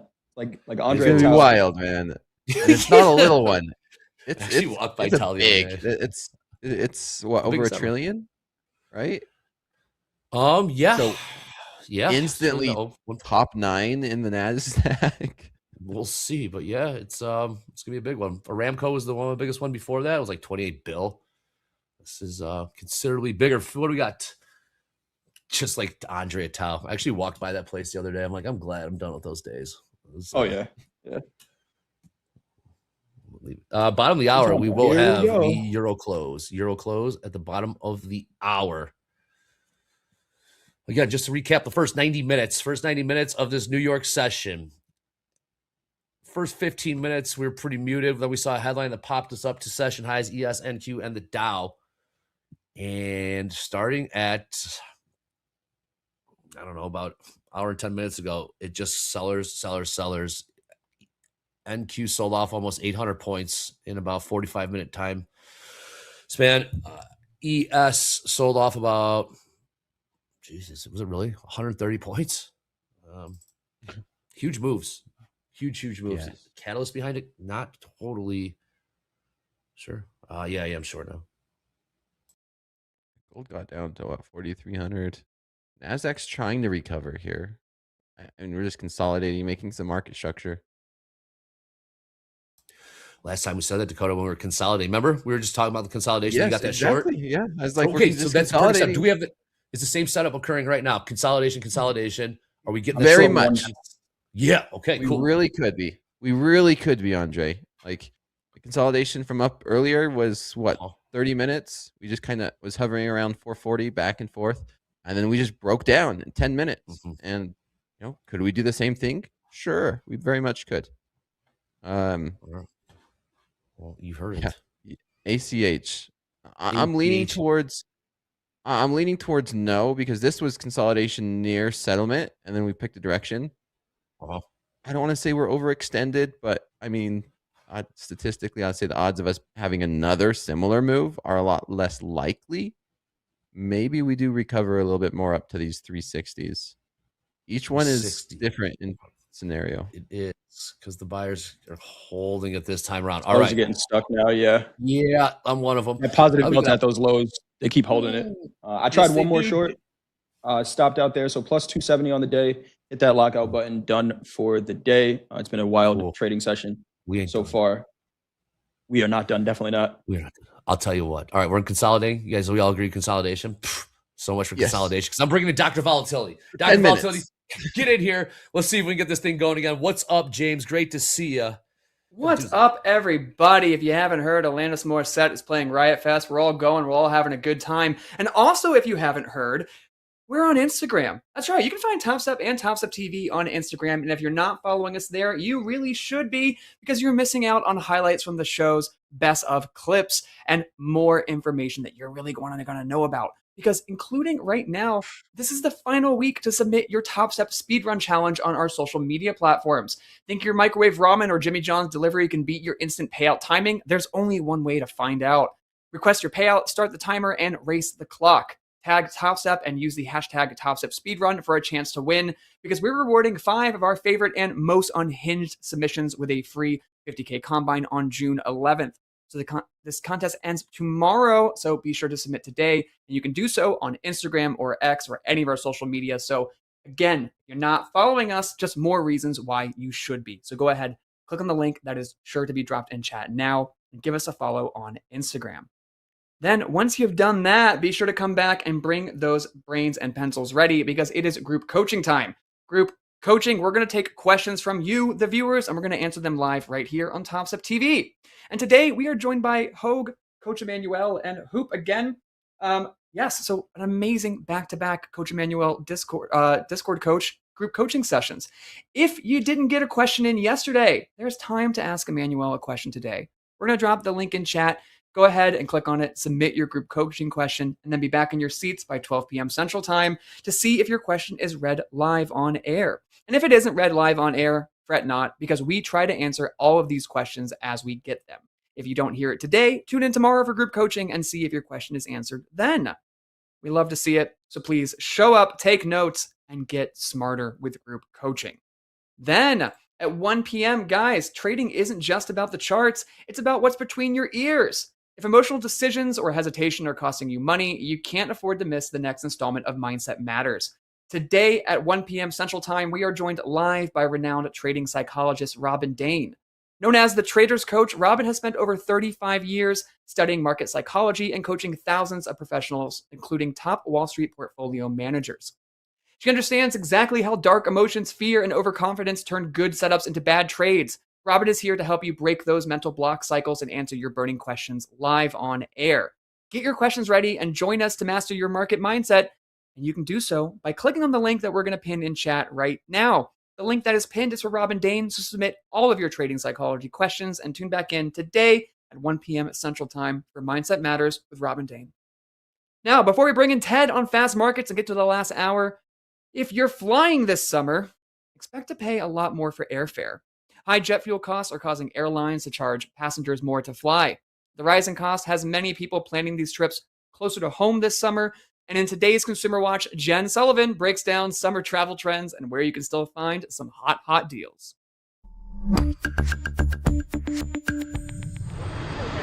Soaring airfare costs are shaking up summer travel. Prices for domestic and international trips are way up. People are not giving up their summer vacations, but they are choosing places a little closer to home. Melanie Fish is a travel expert at Expedia. Their data shows 63% of U.S. travelers are planning a domestic trip this summer. She says part of the push to stay closer to home is hype around the FIFA World Cup games and the America 250 celebrations. We're seeing is really the perfect summer for domestic travel demand. Fish says one of the other reasons people are staying closer to home, the high cost to fly internationally.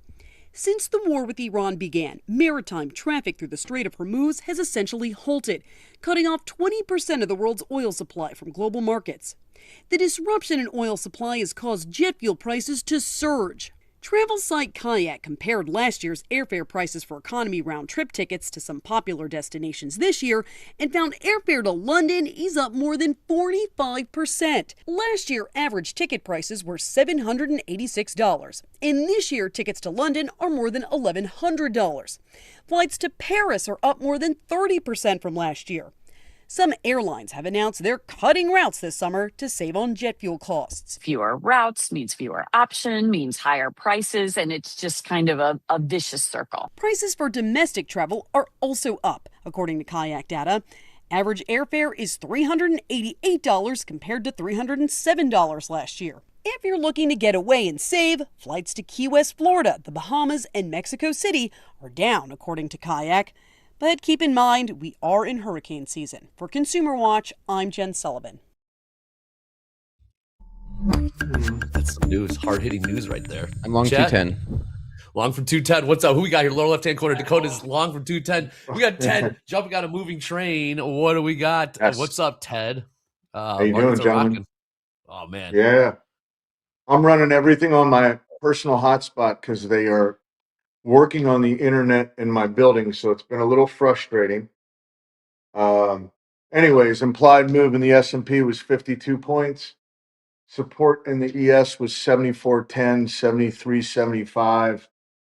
73.75. Not surprised it took a bounce off of 73.70, 75. How high we go, I don't know. I'm along with Dakota right now as well. All right, Ted, what price? We might have some technical difficulties. Let's see if we can work that out in the background. I know you're trying your best. That stinks on the internet. We rely so much on the internet. Dakota, you're along from 210? Yeah, I just took profits for most of it. I got one left as a runner. Looking pretty good. Here's these 280s we were talking about. Above here, we could see a nice cover into 360s. Maybe I'd be low here. I had locked out, but I'm long in a combine from 202s with you here.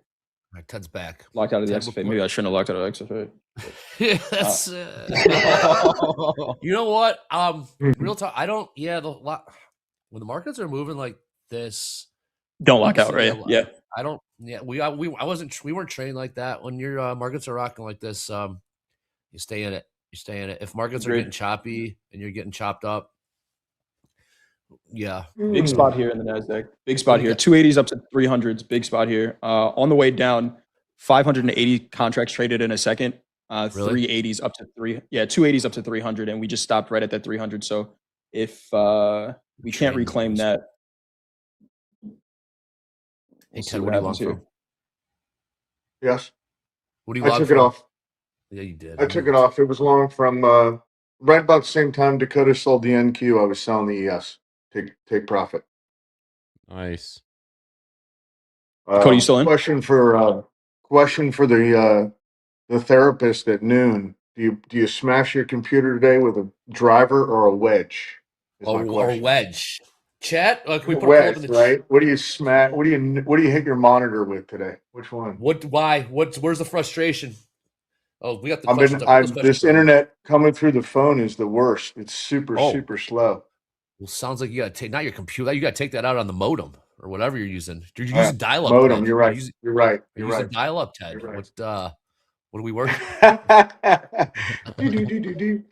Yeah. Okay, Dakota. All right, I'm gonna get flat. There you go. It was a good trade. Yep. Big spot there in the NASDAQ. Nice trade, Dakota. Up over 14,000 now. So a lockout button, Coach J, is looking pretty attractive now. Well, let me ask you. Hey, man. Nice. I'm not. Well, yeah, I'm not gonna tell you a trade, but if you're reading it well, right? Yeah, if you're reading it well, I guess I don't. For myself, if I'm reading it well, up or down, locking it out. I get it, right? You want to lock the profits, you'll kick yourself if you're pissing away those profits. However, the markets are giving right now. The nice thing about you could lock in profit for the day. You could I was just gonna say that I could come in here and have a personal lockout, right? So I don't give it back. Like that is definitely an option for that. Sure. But yeah, I think it's also there's two sides of the coin, right? Reading the market well, of course. You want to keep trading it. You trade it. Another one is, hey, you've taken your trades, and it's okay to be done for the day and end on a positive note. So there's always two sides to that coin. I'm okay with either. If a trader has that in their process, because there's always going to be trades that you miss, right? You lock out, and then you come back, and headline hits at noon, and you're like, oh man, if I was able to trade, I would have made so much money. But you could have also lost so much money. You could also give it back. I think a lot of that's just my emotional baggage. My emotional baggage from being brainwashed. FOMO. Yeah. So lock it up. If you're good, you're happy where it's at. You lock it up. Yeah. That's you lock it up. Some demons. There's some deep demons coming out there, Ted. I think my lockout today was more about giving back profits, right? I was up 450 and then ending the day up 270. So I didn't want to give back more than 50% of the P&L high. There you go. So then it's there. But yeah, Dre, I agree with you. If you're on your P&L high and you're reading the markets well, unless the conditions change, I think it's hard to walk away. It is because, you're reading it well. The markets are, if you locked out on Friday, 1,600 point sell off because, I made $400 today. Are you mature enough as a trader to say, I made that decision and I'm okay? That's not money that I should have made. It's a tough thing to do. And then you try to make it up on another day where the markets aren't presenting that. So you're not giving back the price action we're seeing right now. I mean, I wouldn't blame you if you locked it up right now. What we're seeing here, I wouldn't blame you. Ted, what are we seeing here? ES 73.97, 30 points off session lows. Just a casual 120 point range in the ES today, almost 800 point range. Yeah, early on in the day, the options market was pricing in a range 74.30, 74.60, and how quickly they just blew through all the puts. So the level now is 73.77, and below that you have gap room to 73.55. So I would buy 77. You have tight stop, but that's the only place I'd enter. I'd like Jay. You got to be disciplined and take the win and, sit on hands. Watch oil here. Yeah, we're dumping. Yeah, watch oil. 87.49's last trade. 87.37 is the low of the day. I did have that oil short earlier that I'm pretty sure I took that off for a scratch. I traded 3 different markets today, this morning, but it's light work. Oil looks like it wants to maybe take this low. Oil trading is yeah. Hey Ted, ES more room to down to 73.55. You said about 35 points lower than the ES. That was Friday's lows, correct? I believe so. 73.75 is volume profile from here, where the largest amount of volume has traded, and above here is 74.10. So you're right in the middle. I would wait for one of those levels to trade. 77 I like long, so I do. 75. We're seeing some selling come in again. Oil is looking really interesting here. 87.43 last trade. NQ back-to-back offers coming in. 100 lot and a 90 some odd lot. I gotta go to time and sales. What did they just keep coming? 75, 82s, 82s. Yeah, 82s, 82 halves. Offers coming in. Both filled. Go test these lows again. I'll tell you what. Yeah. Going back to that conversation of locking yourself out. Remember those days where we have a less than 100-point range all day in the NASDAQ? Those where you make a little bit of money, it's okay to lock yourself out. This is wild. There's opportunity everywhere. So I could see the emotions being a lot higher. For sure. Are you're in? You short crude? No. I was saying for sure to Dakota. Yeah, these markets that we're seeing here, 100-point range in the NASDAQ. If I make one 10-point trade, I might lock myself out because all of my other trades will be right in the middle of that range, and somehow lose $1,000 on that day and not know how. So you lock yourself out here. But oil is interesting here. Oil's down 4.25, sitting right at its lows. It's holding. It is holding. Again, Jay, you are really for Robin Dayne, the head, the mental coach. Ted, get those questions in. Should I use a driver or a wedge to smash my modem? Again, pin in the chat. That'll be 1 p.m. Central. If you haven't met Robin Dayne, she'll be joining with Hogue. Absolute must watch, must see.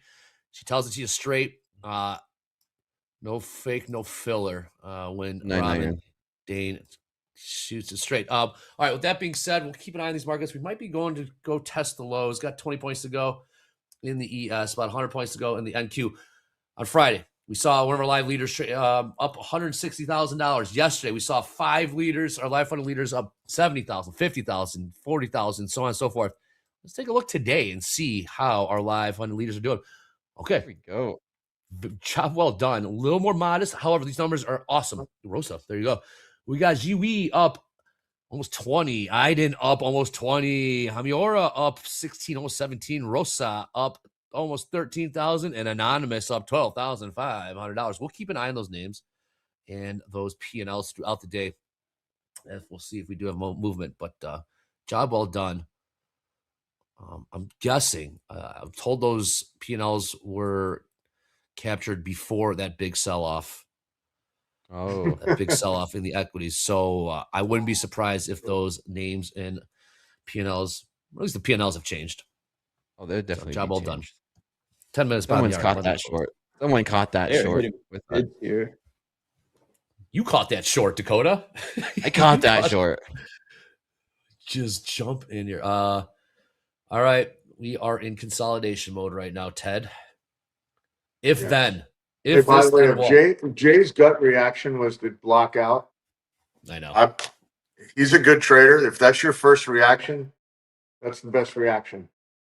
Best call to action. I wish I never said what I said. Yep. I think it's pattern recognition, right? I know myself, and I know how some of my days have gone, where we do all this pattern recognition in the markets, and then you're just like, what patterns do I have in my own behavior? If I take a couple of losses after a winning day, it's just best to lock out. 100%. My journal has a bunch of days where we gave back P&L highs, trying to continue to trade here. So appreciate that, Ted. We'll see negative delta in the NASDAQ, negative 4,700 now. It is continuing. Really? We've added, in this last 20 minutes, we've added another negative 1,000. Yeesh. Boy, don't tell me that, man. Don't tell me. Positive in the S&P, but we're adding 2,000 negative delta in the last 20 minutes here. I think we could break through and test these session lows here. We got Broadcom down 2.75. Selling coming in again. I think so too, Dakota. However, I think it'll be messy. If we do go test the lows, we're about 80 points away from in the NQ and about 25 points, 15 points away from in the ES. It's going to be messy getting through. It's just Here we go. Here we go, Dre. Shit. F it. No. Close a 3-minute candle below 140s, and we could go. Can we go, Dakota? That was not messy. That was straight breakdown right there. Well, I got lows 30 points lower, 29,083. We're trading 120s right now. ES. Here we go. There goes. That. There it Bye, is. NASDAQ. 77 doesn't hold. You got 58. We're going. How long was that? Through the 100. That's. You got. All right. Wow. You do have European close in 8 minutes. So. Yes, we do. Mm-hmm. Yes, we do. This Could is get a little wiggle. This area right here in the NQ, around 29,100s. We're at that right there with the shorts. It's gonna. That is what I was. Feels like that gold trade I was in. Man, look at the sellers hammer it. They're gonna test that. They're gonna test it. It's just as we get the follow. How was the volume like right now, Jay? It's starting to build to the downside. Okay. There is. Oh yeah, this feels just like that gold trade, where they just need a little push here. This is where we start measuring maybe 2% down in the NASDAQ. We are down 1.3%. 2% down will put us at 28,869. We got a prior day low, 28,822. Of course, we got that big fat round number, 29,000 in between that. But nice read, Dakota. You can see that momentum picking up. Yep. Yeah. Yeah, and here we are 150 points lower. Just like traded that. It. Damn it. There's the this is you got to get 29,000. I see 29,000 here. ES. We are 10, 12, 15 points. We're like what? We're 12 points away from those lows on Friday. 73.55 would be that I'm price. bidding 58. Oh wow. You looking for the longs, Ted? Yeah, I'll bid 58. NQ. If it hits for a bounce. About 200 some odd. I just looked at that ES daily candle, Dre. That does not. Yeah, Friday changes the structure of these markets. SpaceX better do something spectacular on Friday. This is looking a bit ugly here. ES going for 29,000 here. 28,800 Friday lows. Again, Friday was a big sell-off. Why do I keep referring to Friday? This feels starting to feel like Friday. Just technical selling. We're seeing with the ES. Yeah. Top is in. Some buyers. I don't know. Anyone in this right now? I'm in it. I'm bidding 58. My heart's short from 50. Oh, your heart's. I should have been short, but I'm not. Nothing at 29s right here. 29 right here. Hit it. Somebody on the offer above you. 5-8 long. They'll take some profits here, perhaps. They'll try to defend the 29,000s. And we just witnessed 850 point sell off. Why? What would make us stop at this point? This feels big like round Friday. number. Profit taken at 29,000s. Yep, and then we could sell it into it, and then keep going. Yeah, I'm selling this thing. Sold. Some net positive delta down there. Somebody took some profits, but yeah, this is not. I'm in. They're not buying it because they want it to go up. They're buying it because they're taking profits. It looks like. Yeah. ES. Here we go. ES. 2 points away. Ted, did you fill in the bid? I bought it and sold it already from 5.8, sold them at 6.2, and I'm buying them again at 5.8 with a tight stop. Level below 5.8 is way downtown, 7.535. 74.35. Lows. Here's Friday lows. ES to the tick. 73.55. We're now it's down ticked them. Oh boy! 2%. All right, we're beneath those. Look out below. Stop Look out. out below. NQ. Stop out. Holy cow! Puking. It's puking. This is getting. It is 960s. Yeah. We need to. What is it to the tick, Jay? Friday lows. Friday low in the NASDAQ. Give me 1 second. Okay, sorry. 780s. 781. 781 quarter. Yesterday's low, 822 quarter. Well, that's where we're going to go. 822 quarter is yesterday's low. 2% is about another 80 points off of here. Again. NVIDIA down 2.2. Apple down 3. Tesla down 3. Broadcom owns down 4%. This is a 3% move from the highs. Yes, it is. It's all. It feels like Friday, boys. This feels like Friday. It does. It's Friday. It definitely does. Oh, we're below.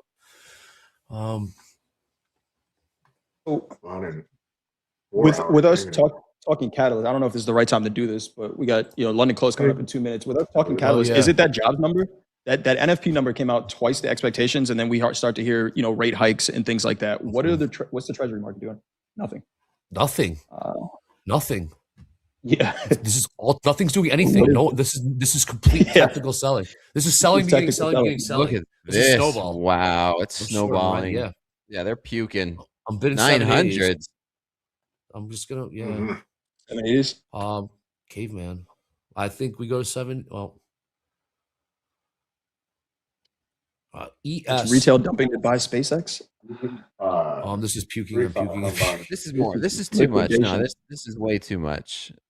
Gold going also. You gotta sell it. I gotta sell NQ. All right, Caveman, NQ, targeting 780s. ES in a complete free fall.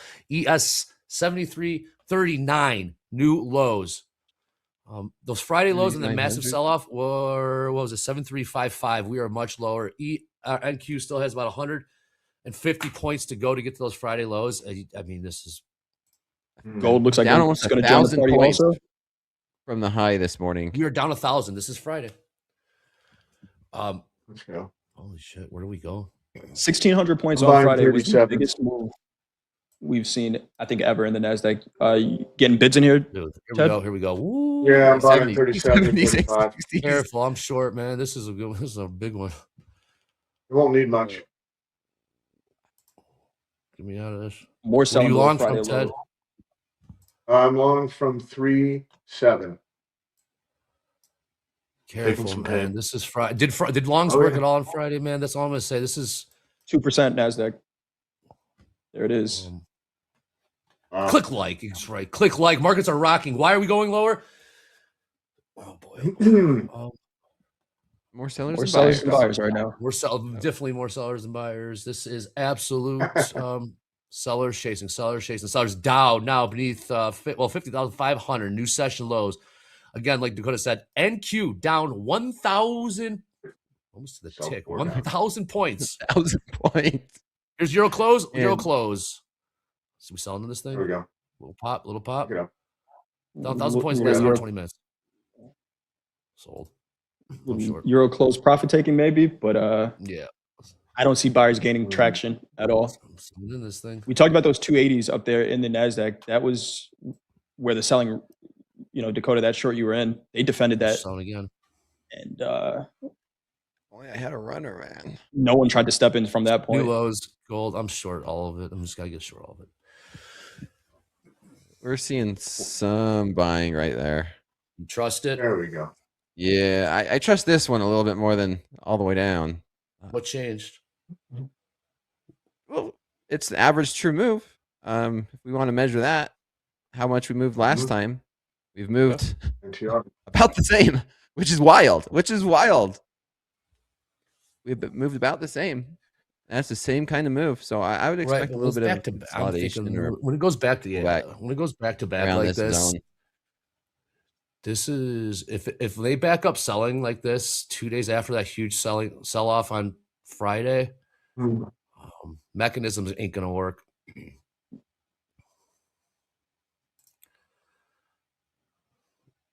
They're gonna try, the sellers just getting met here. Prior day low 822s in the Nasdaq, about 40 points off for where we are right now. I'm going for those 780s, man.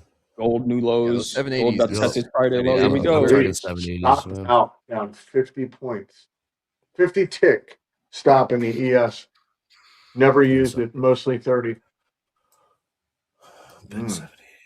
All right, new session. Gold now. Here goes gold. I mean, these are what was that price? They're just hammering everything. Yeah, just hammer everything. Just absolutely hammer everything. Is interest rate hikes becoming shaking this market a little bit? 10 years not doing much. 10 years not doing. This one's even. There's some buyers. There's some buyers. Let's see if we can hold this now. Chopping around these 860s. 760 is the target on these shorts. Where is that price? You have to. What is the rates doing? Stopped right before that prior day low on the Nasdaq, 8 points. Let's see. There was some buying that came in somewhere. 10 years is not doing much. 10 years not even moving. 30 years not moving. Crude's not moving. All the Tech 9's red besides Meta. Yeah, this is puke fest, man. Yep. This is puke fest. Maybe the afternoon we get long. Terrible. Let's see how if we break these 780s, or if we could get down there. I mean, we're seeing a little bit of consolidation here at that. These mid 800s, but not a lot. Look at all the room on this daily if we continue to sell. Let me see that. I know. It could get scary. Yeah, it is already a little scary here. Again, NQ down 1,000 points, over 1,000 points in less than 2 hours. Session high 29,848. We're currently trading 28,848. ES. Again, the Friday sell-off, huge sell-off on Friday. We are lower now. We are lower in the ES by about 20 points as we trade 73.33. What's the VIX doing, Ted? Do we lose Ted? 2050. We're at 2050 right now. Okay. So it can still go higher. There's still more room then. Yeah, there's plenty of room. We got up to 22. We got up to 22. VIX has been under 20 for a while, right? Yeah. Yeah. It's been a while since we. Well, I guess Friday, but before that. We're seeing some buying trying to step in here. I'm going to take 2 micros for a little bit of a scalp to the long side.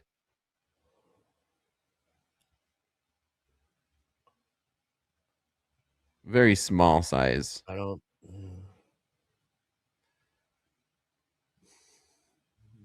This is the consolidation. So twice we've seen this consolidation twice, right? We saw the consolidation in NQ and the ES. And sell off, breakdown consolidate twice. 15 minutes, and then sell off, consolidate. Are we seeing the consolidation now? I mean, we'd need 20 minutes, right? That's what I'm looking for. Is caveman, sell another one. Yeah. Just sell it. I mean, I'm going to plan for consolidation right here.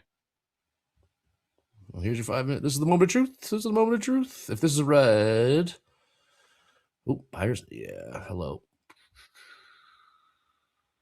They're trying. Since this 30-minute candle has started, positive 400 delta after London closed, maybe some profit taking here, but they're buying it. Are they getting anything for it is the question. No, there's puking. And right now they're getting faced. Yes, they are. New lows. Took a look below that prior day low there. 28,818s. 780s. Let's see. Oh, now here's the question. Boost? Yes. What is this? Oh. Can they sustain below the prior day low is the question here. Oh. Buyers gave it a shot. Dakota, what price you long from? I'm long 3 from 869. Yeah, nice trade, Dakota. 869. Damn, shorty fine. 28,000. Oh, so into this. I'm looking for a retest above 900 on this consolidation.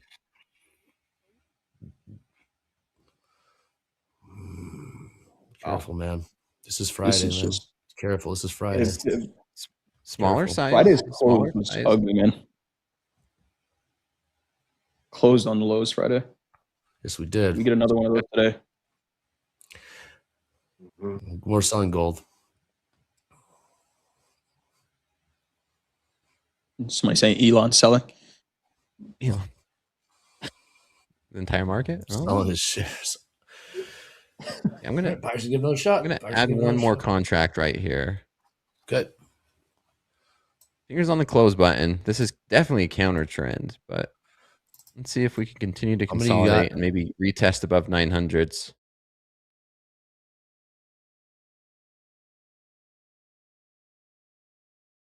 Long 4 from 870, Andre. For 870. Okay. 870. All right. Last trade. What's up? Last trade. I hear you. Oh, man. They said only Dakota can long this type of sell-off. I agree, man. If there's anybody who has done it, not to say that this trade is going to work or it's not going to work, but if there's anybody I've seen do it multiple times, it is Dakota. So you're seeing something here. You gotta have a way to do it, right? You just don't close your eyes and just buy it, right? We're at an average true move, right? This is about the length that we sold off before, and we're bumping up against Friday's lows, and I'm doing it with a very small size. So if I do lose, and if this is a loss, it's going to be very small compared to the winners.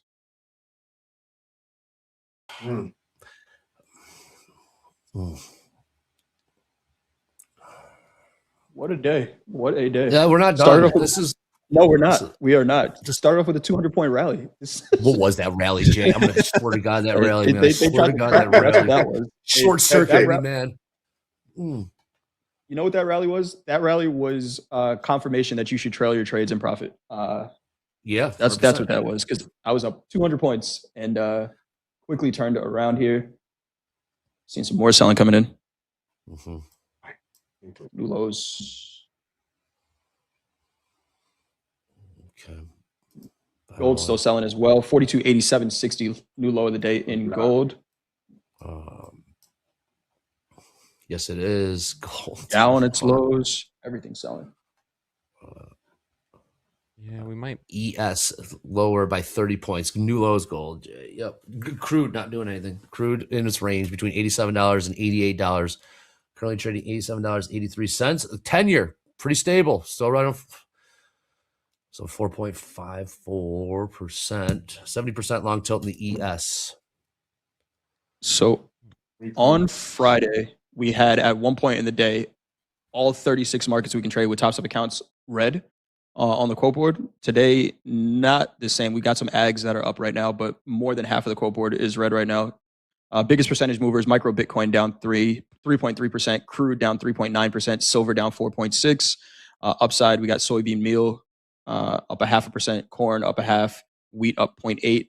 To look at our big four, we got crude, like we mentioned, down 3.93%, the S&P down 1.12%, gold down 1.64%, and the NASDAQ down around 2% right now on the day. Just seen a big flush of selling coming in there in crude oil. China releasing more oil. Was that right? Yeah, that's the headline just came out. Yeah, well, that's what got the selling started the first time. That whatever that it did, right? On NASDAQ, let's get. Here come the buyers. About those 900s, just like this. Still in Dakota? Yeah, I'm still in. We're making money. Good job, Dakota. Only you, man, because I'm looking to get short more. Above 900. My guy. That's my guy. Ballsy. Small size, baby. That's right. Another one right at 920s. I'll tighten up that right now. All right, back to settlement. Let's go.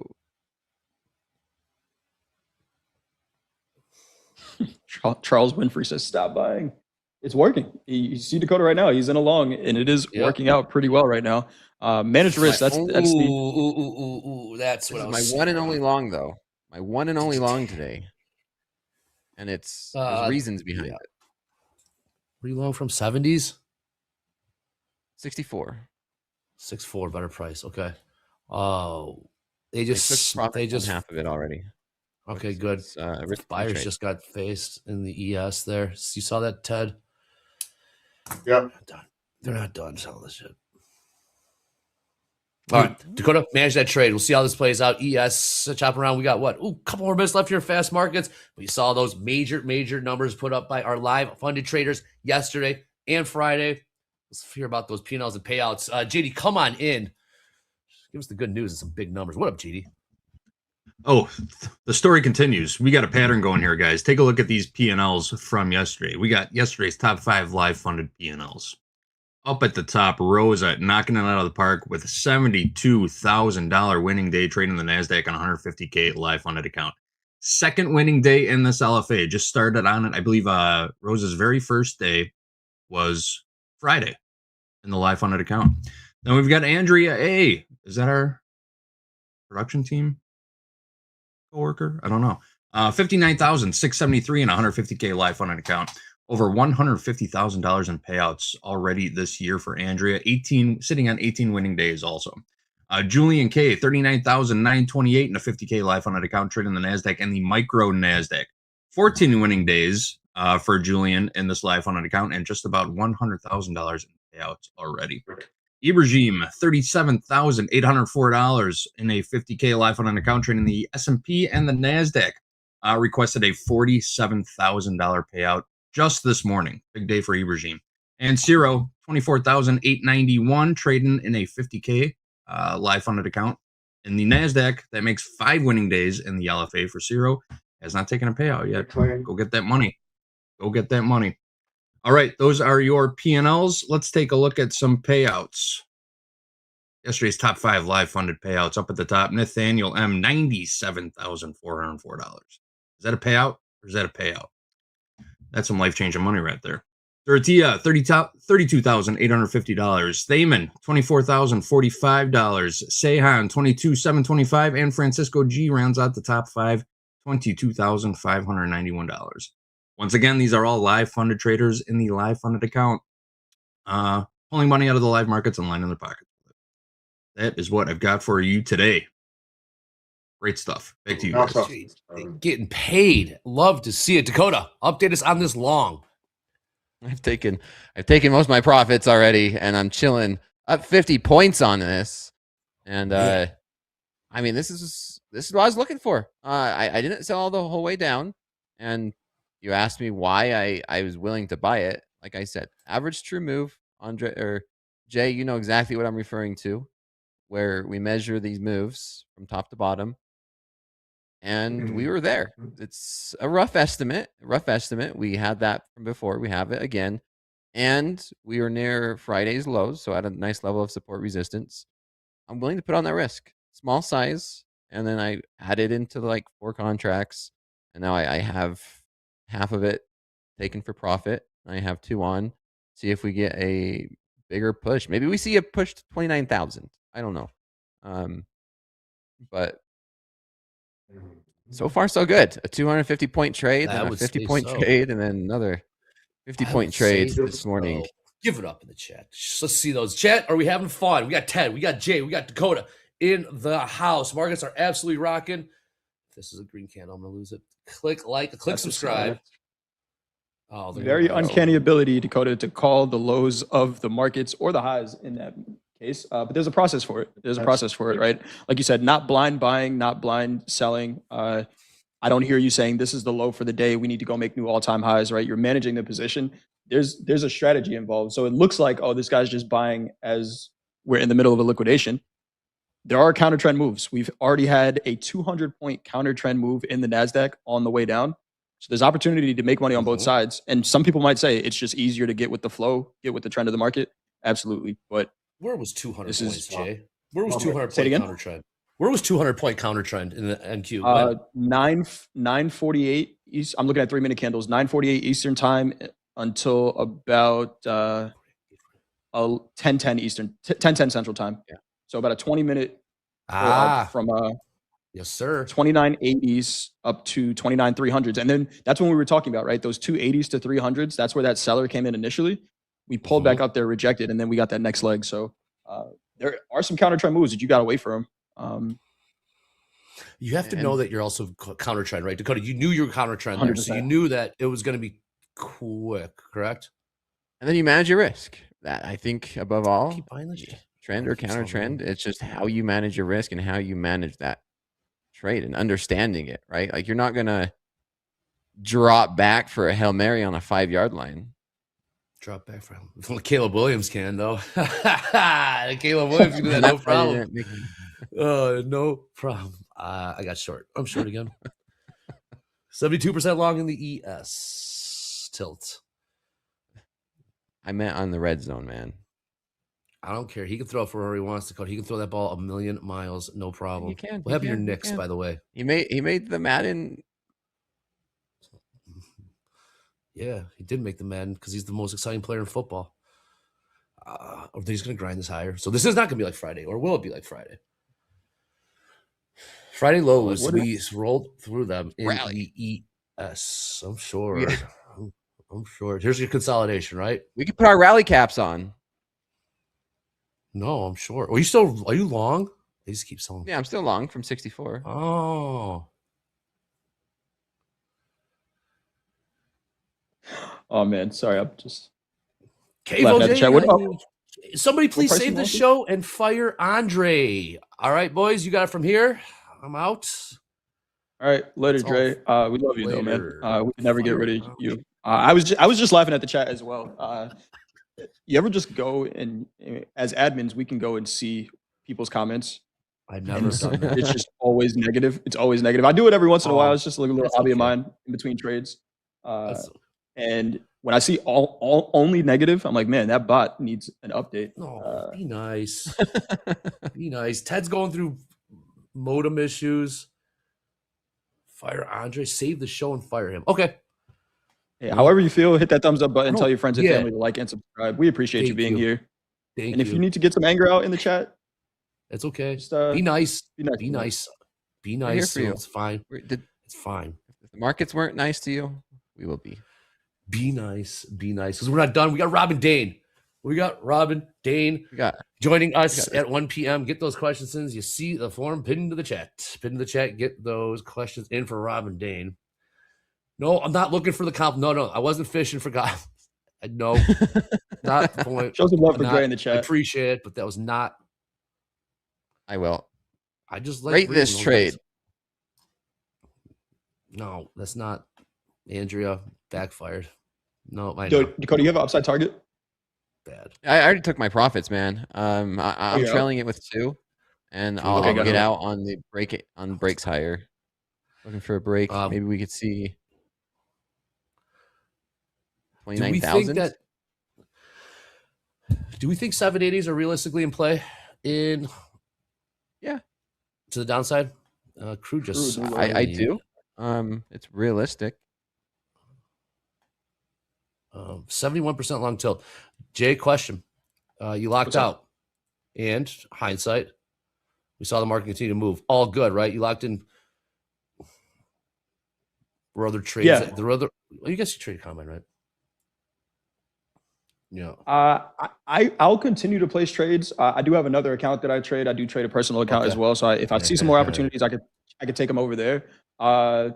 Should I have locked out on the XFA? I think yes, and not because there was a lack of opportunity, but because of the giving back the P&L high from the day. Yep.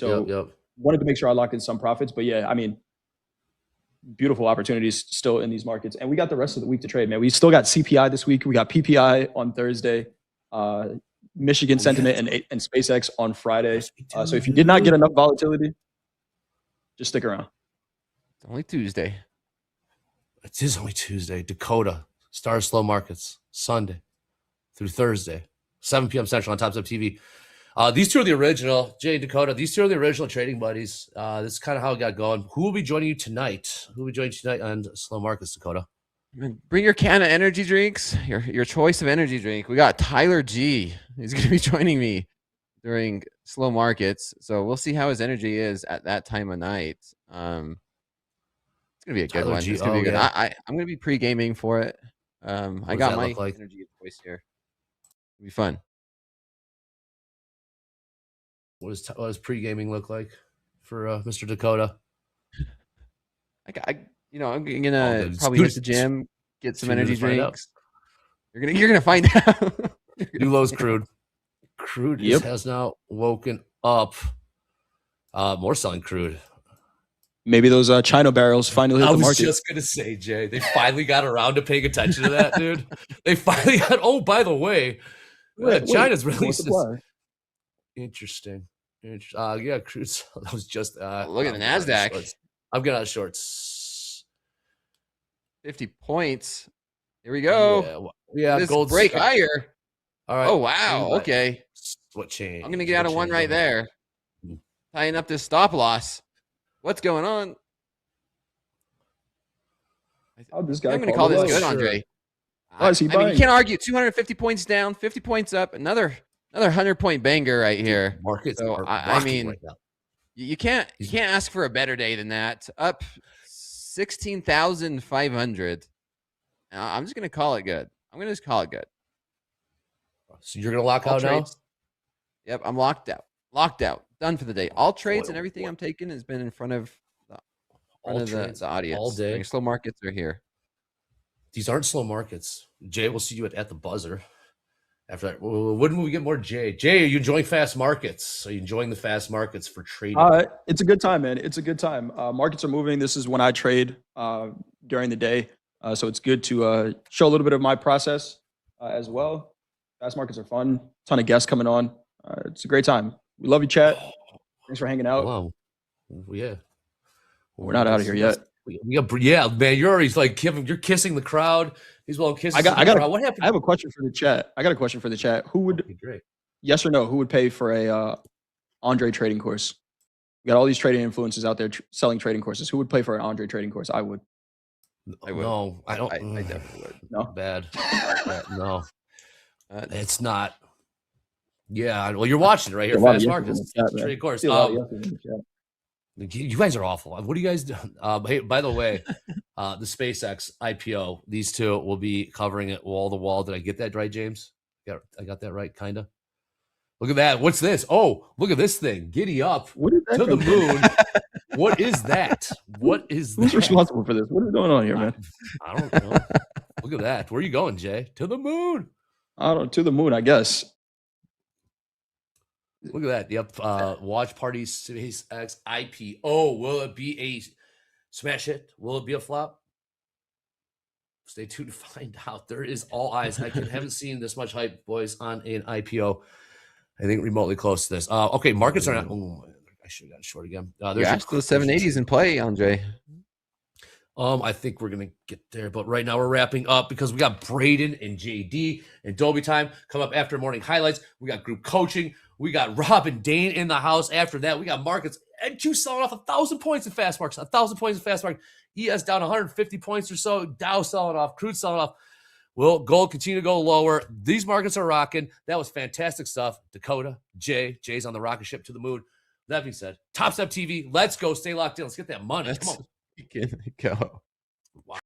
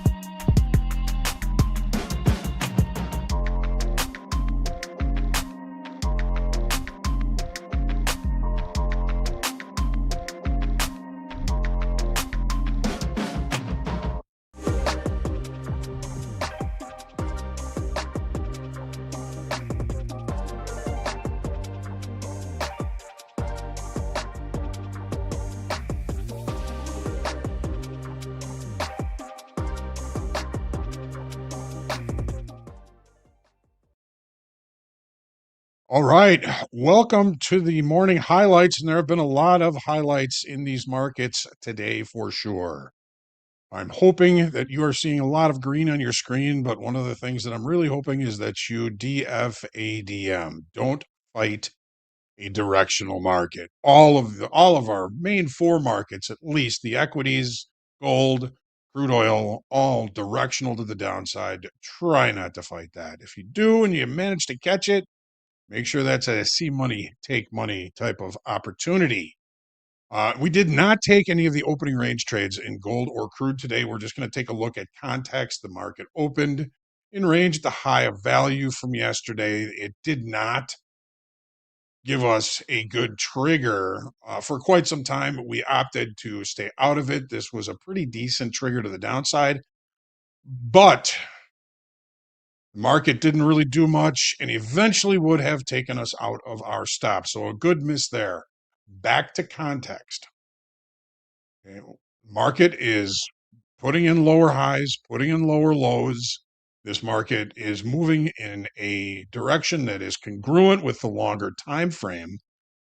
Lots of space down below in this market. I don't see any real good visual targets until we get all the way down to weekly kickoff low, which is 4160, 4,160. It's quite a ways away. Not saying it's going to happen today, but the trend is your friend. Be careful in these markets today. It's a tough trading day for those that are looking for reversion trades because they're just really not happening. Let's take a look at crude oil. All right, opening with a gap to the downside. No close of the session gap has us looking for opportunities for shorts, and those shorts are certainly paying. We're already down through weekly kickoff low. We did stutter up and hold up initially above there, but China announced that they were going to be releasing crude oil from their strategic petroleum reserve, and prices continue to push lower. To me, it's not a bad thing, right? Let's take a look at the 5-minute, and we did get a trigger. I gotta go back to the 1-minute here. Hang on. We did get a trigger to the long side, and I think we pretty much all agreed. You know what? I don't like the long side in this market. It looks like the market is going to hold the gap. It was going to be a see money, take money opportunity. We opted not to take it, and that was a good decision. We did have a couple of trades, or at least one trade in crude oil. Jay was on fast markets. He was looking for shorts. He got short a couple MCL 87.94 right after we put in the initial balance low. He held into those for quite a while. It looked like he was in there for about 15, maybe 20 minutes, and ended up opting out of that trade at a small profit. I believe he got out of that at just about 87.80. Now let's get into the equities. All right. So initially, as far as context is concerned, we had Friday's big rout to the downside. Well, we're in another big rout to the downside, at least for now. Yesterday was a range-bound day. Some speculation that we may fall into just a kind of a range in anticipation for the IPO of SpaceX later on this week. That did not prove to be true. Initially, the market left the opening range, at least the S&Ps did, at the low of the regular trading hour session, and it broke above the weekly kickoff high 74.66. Well, it wasn't very long, but the sellers came in and pushed this market right back down below that 74.66 weekly kickoff level, and every 30-minute bar has been to the south side on that note. So we're seeing some pretty decent participation to the downside. Volume has been strong, and we've been seeing delta divergence all day long. While price has been pushing lower, delta has remained positive and remains positive right now. Day session only, regular trading hour session delta positive 3,600. So we're still seeing delta divergence, indicating longer time frame, stronger sellers are present in this market. Try not to fight them. Do not fight a directional market. DAFAM.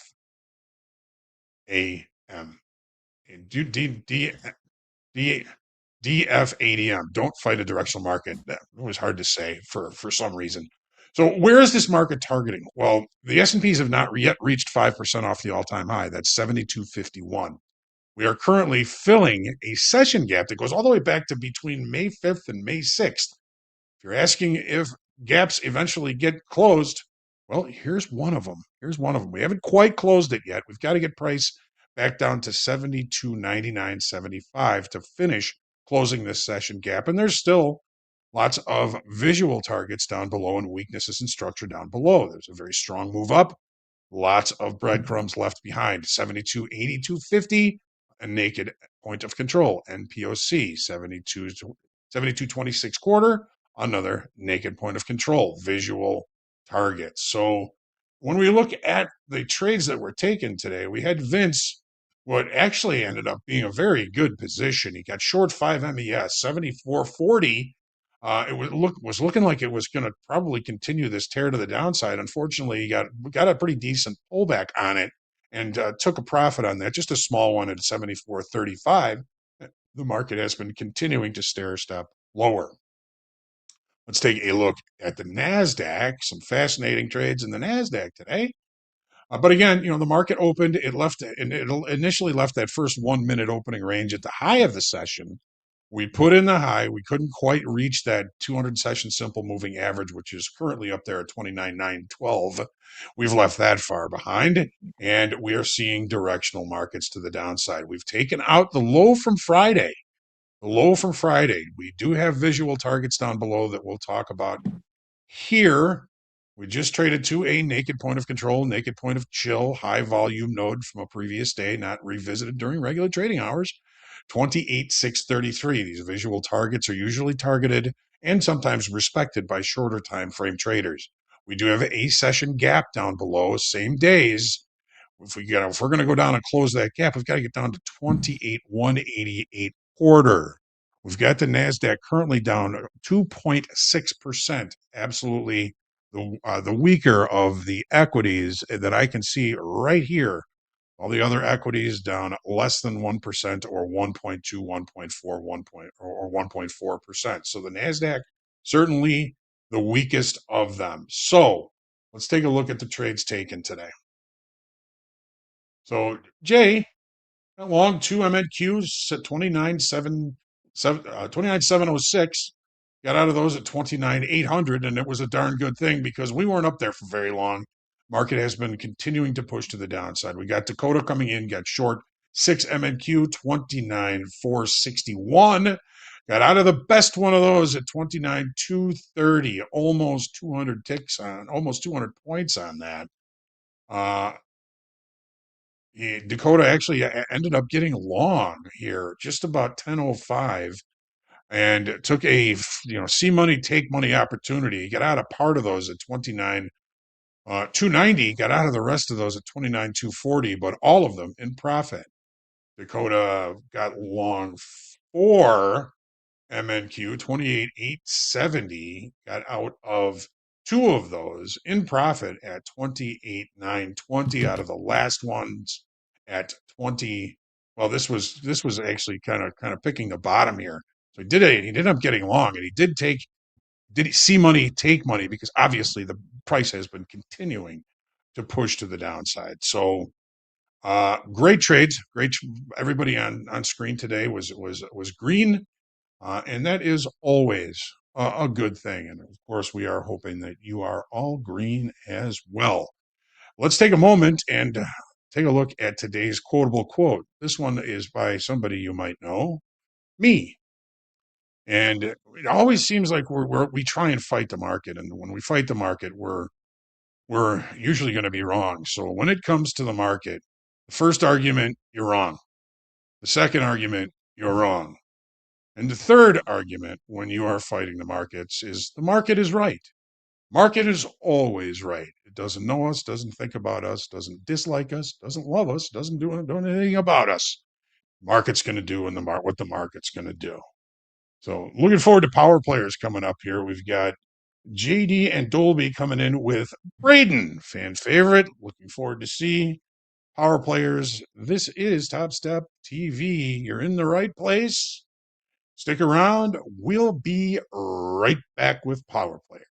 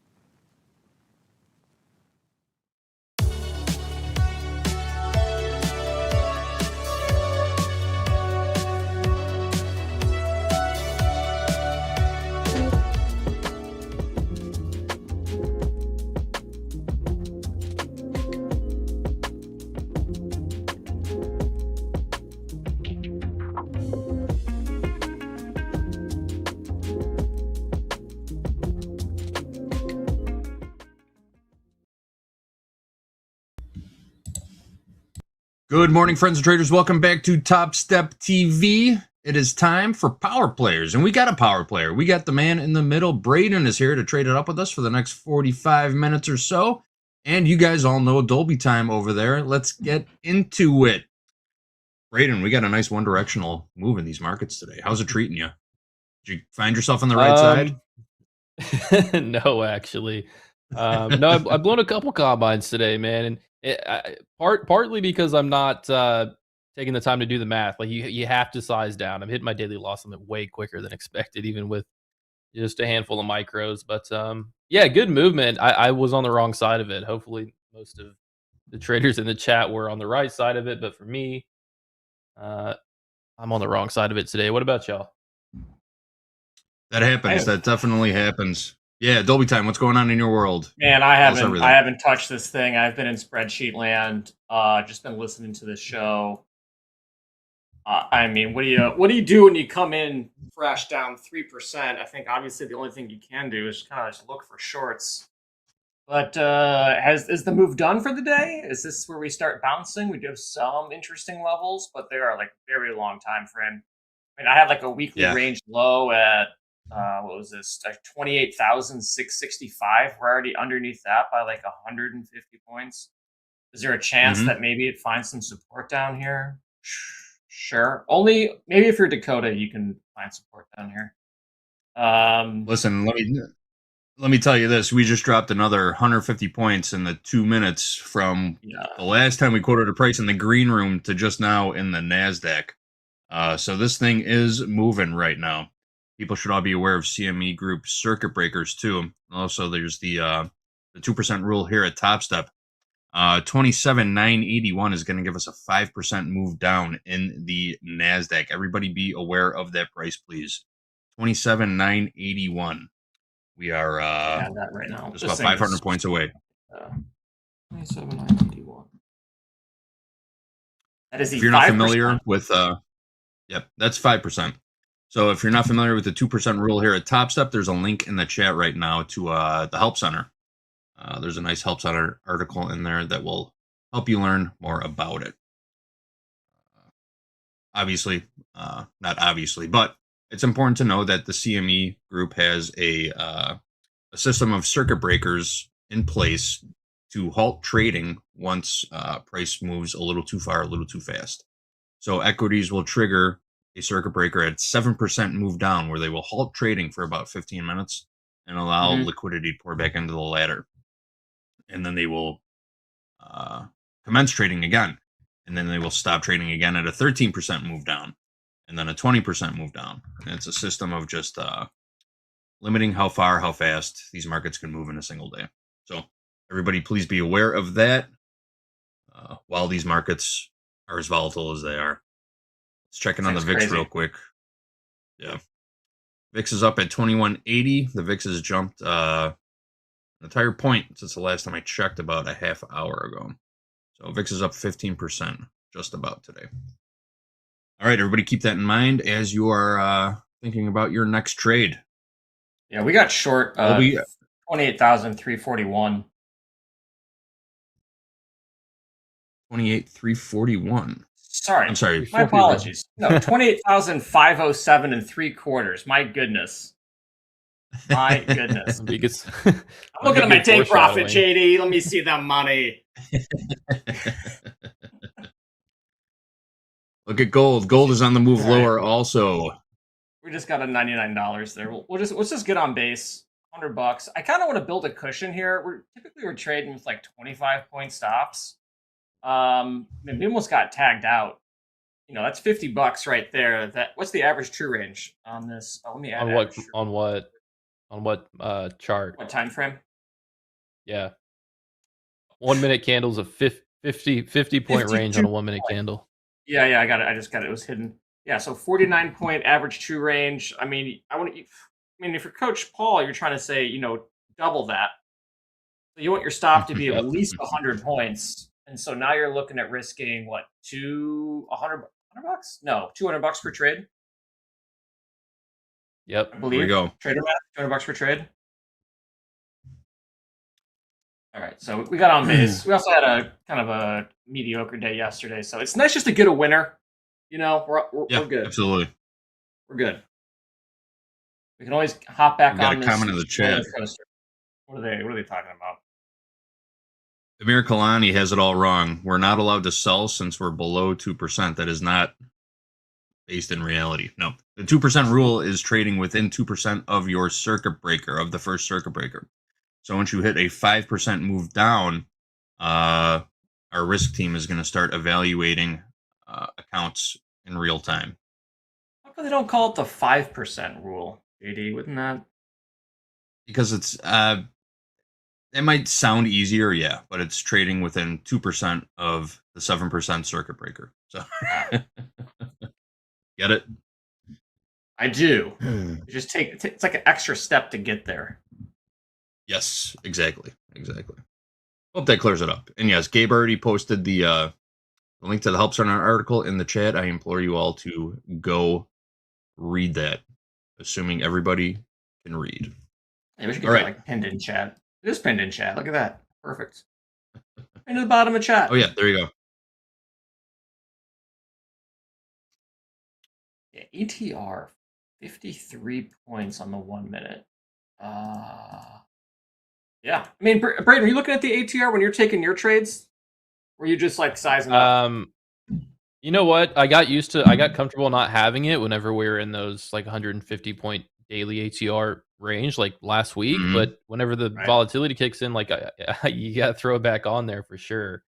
And because everything changes, your entire system will not work if like you're used to risking whatever it is. Suddenly you have to widen your stops by you size down and widen your stops by like 3 or 5 times the amount. Yeah. Because the ranges are expanding so much. So I didn't do a good job as much adjusting and throwing it on there. But when volatility kicks in like this, it's important you go do that. I don't always have it though. It's seasonal. Yeah. No, 100% is. Big and since the summer doldrums we were talking about, I don't think so.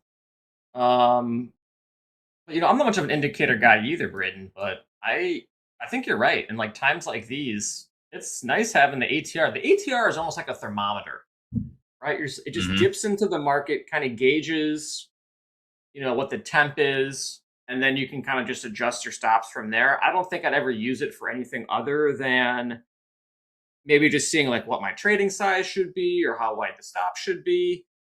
But when you're in like these volatile markets and you find yourself just getting stopped out within, 2, 3, 4 seconds and you think you're in a good spot, and then that's like, oh, the ATR is, my stop is half or a quarter of what the ATR is. So yeah, clearly I'm going to get rocked. Right. Absolutely rocked. Yeah. Dakota was talking about, I think whenever he took that short, he was like kind of looking for kind of measured moves or average moves. You could use the ATR to kind of gauge it like that. Kind of, okay, if we're about to take a breakdown trade through this level, how far on average can I expect it to move? So you can use the ATR for that. I don't know if you guys tuned into any of the segments of it. I've been talking about the automated trading bot I've been building. And Did you name it yet? It's using No, I haven't. It doesn't deserve a name yet. It hasn't been doing well. Because, well, the truth is, it's really like, I think I chose a bad time to test it. I'm not trying to get discouraged because the last 2 days have been super abnormal, not normal conditions. So it hasn't been doing well, but it makes sense because it's kind of like a mean reversion looking for pivots in the market. And when this market's just ripping like this, it's not going to do too hot. So Understood. Yeah. Not the best conditions to be testing strategies when you have these giant one-directional move days. Well, maybe a little bit of vitality here in the NASDAQ. Yeah, there's been a couple of pullbacks. Actually, if you were watching Fast Markets, Dakota, he was on the long side the whole time, and he made money. He was just waiting for the break, and he let a break finish and buy a pullback, and then get out before it broke again. He made all his money. I wouldn't say he made all his money. He made quite a bit of money on the long side today. It's a nice reversal. It is. I'm seeing that.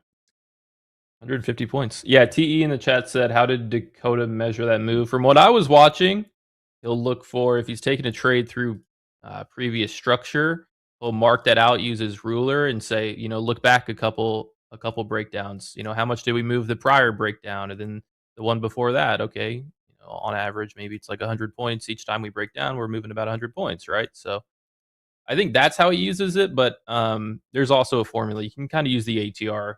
You'll kind of end up with the same answer. I guess that's the easier fast track way to measure kind of expected moves, but it's usually that, and because it's that, it's like an ATR multiple of like 2 or 3 in a certain situation. It's always different, but that's how he does it, and that's probably the easier way to do it. Yeah. At what point do you throw the ATR out the window for the day? Oh, it's at like 5 or 10, 20, something super low. You don't have to glance at it. Yeah, I didn't have it up when we were trading those tight ranges on the daily. Just it's not really, because you kind of get used to it, It's true. And then it just stops working, or it stops making sense. Just like the talking heads. Let's check in. One of my favorites. Check in on the tilt, see what our Topstep traders are up to. We got 57% long in the S&P, 62% long in the NASDAQ, 54% long in crude, and 56% long in gold. Everybody is on the long side. Not very heavy, though. Really? But on the long side of these down moves. What does that mean? I'm about to get long here at 488 on this pullback. All right. And, I didn't get picked up yet. At low 480s, try to fish for this entry long and look to see if we get a retest of the 580s. I like these 460s. Might be a potential reversal spot, although that just sounds such like a silly thing to say. Down 3.2%.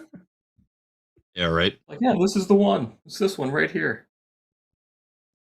The NASDAQ, I look at I've got a 9-period EMA on a 5-minute chart in the NASDAQ, and it's just been following it almost to the tick all the way down. Yeah.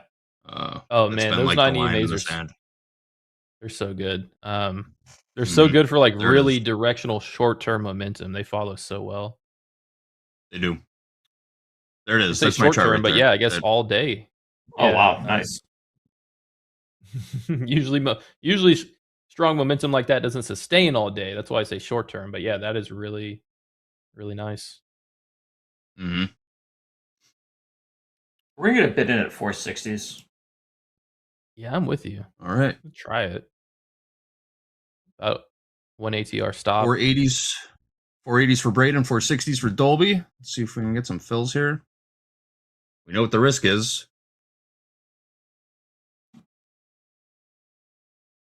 I like that we formed a little range over like these 2 high volume red candlesticks, and we've not gotten back into the lowest candle.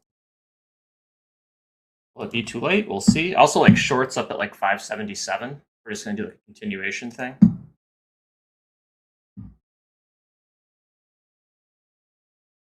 Very good. Very good. Once again, the price limits blog is posted in the chat. It's pinned to the chat right now if you are curious about it. We're going to offer 570. Playing both sides. Let's see what we get. Will you still cover at the 460s? Do you like that area to buy? If you were short going down there, would you reverse? Like if we got short 570s, it'd be an area of interest for sure. For sure. Bottom of the hour and 15 seconds. Maybe a little something happens here. All right. It's also be pretty fun to scalp too. I mean, you can see opportunities so fast. Quick enough, you can get a couple tickies. And of course, vice versa. It will take a couple tickies away from you as well. Absolutely. Yep. Has been known. The first trade you put on. Go ahead, I got that bid in too at 467, trying to get in there. Just get. Just looking for a little bounce. A lot of, I'm not looking for a reversal by any means. Probably look for like 50, 60 points. You know what I noticed a lot? I don't know what I think a lot whenever the tariffs, I got filled there. Whenever that the tariffs were like the main thing, I noticed that this market likes to kind of reverse right before that 5% limit. That's of course not a foolproof strategy, but I have noticed that like once we get close to it, it did it a couple times. Let me get that camera back on. I'm gonna mark a line on my chart right now.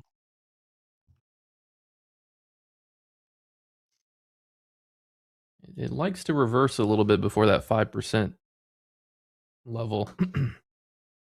Not a lot of volume. I'm gonna mark it on my chart right now.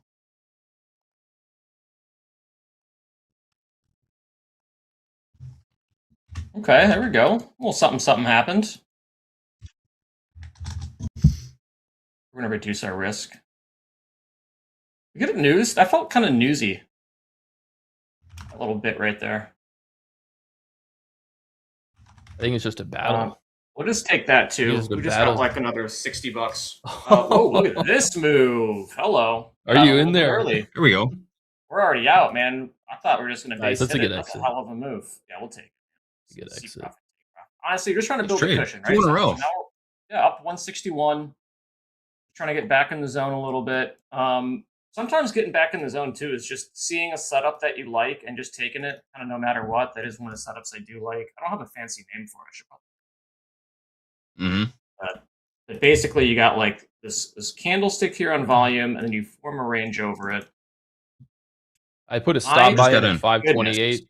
Yeah. Look I put a at stop buy at this. 528, expecting some momentum on the break of the structure here. So I'm in 5 now.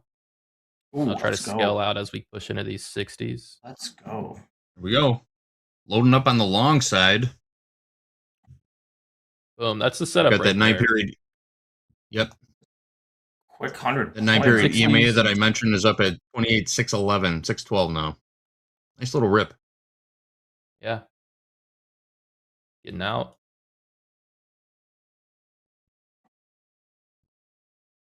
Nice trade. Nice trade. Braden and Dolby Time both making money on the long side of this move. I'm gonna put another stop buy in at 572 because I think we're gonna flash a little bit through. That's what I like about the volatility. Like you can expect this momentum. Yeah. I'm either getting stopped out break even on a retest. Yep.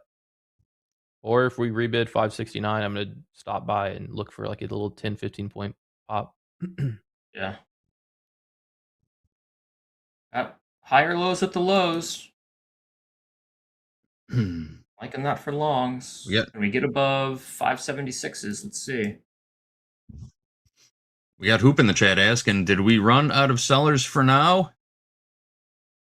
Quite possible. But we're also almost 4% down on the day. All right. I didn't stay in, but up 600 on what I took out of it. Nice, man. Good stuff. Very nice. Very nice. Nice counter trend trade. Can't fall in love with those types of trades. See money, take money, trail the stop. Great execution. Nice trade, Braden. Thank you.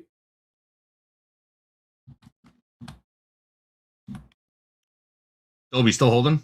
You're flat, right? No, we're flat. We're flat. We're just kind of, it's just some little scalpies right there. That was like a Mandy trade. I don't think we're even in that for longer than like maybe 15, 20 seconds. Are those just single contracts you're trading? Yeah. Are you trading single contracts in the micros? 100%. 100%. You know, like normally I kind of like stacking them up, but you know, with this volatility and ATR of like 55 on the 1 minute, you're probably looking at a couple $100 like per trade. That's pretty rich. And right back down again. God, I had that purple box drawn. Didn't take a single trade in there. Bob Vance in the chat is blaming the existing home sale numbers on this break today. What were those existing home sale numbers? I got the report right here. I mean, is it like the war drums? Is that what's going on? those things just feel like they're beating louder and louder. Is it Strait of Hormuz? But every day, yeah. Oil's at 86.39. I mean, it's getting crushed, down 5.3%. So, I mean, you'd think that, because it was China, right? China released more oil into the system. And even still, man, that's a great short, too. Mm-hmm. Oh, wow. Existing home sales ticked up a little bit, 4.17 million. Okay, still higher lows at the lows. Yep. People are saying liquidation to buy SpaceX in a few days. And all those new rules got me nervous, JD. Like, they changed the pattern day trading, changed a couple other ones too, making it easier for investors to get into some of this stuff. It's like, what are you guys up to? You guys don't change rules if you don't have a good reason for it. Typically, it's to make more money. Now, what's your game plan? More money for all the wrong people, right? Yeah, like they need it anymore. Need a fifth. You have to be a qualified investor. Yeah, you got to be a qualified investor to get in this IPO too. Minimum.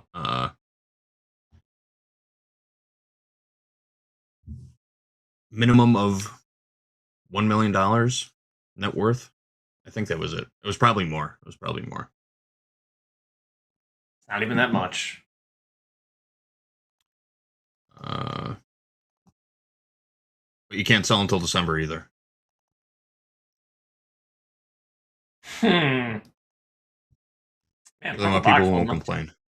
Yeah, right. I'm gonna get a short in here at 559. I'm not sure if we're gonna get filled. Let's do 519s. That's not the best. 568s. That's what we're looking for. Sodbuster. Yeah, Fidelity let you in with 2,000. Oh, they'll let you into the SpaceX IPO with $2,000. I don't know.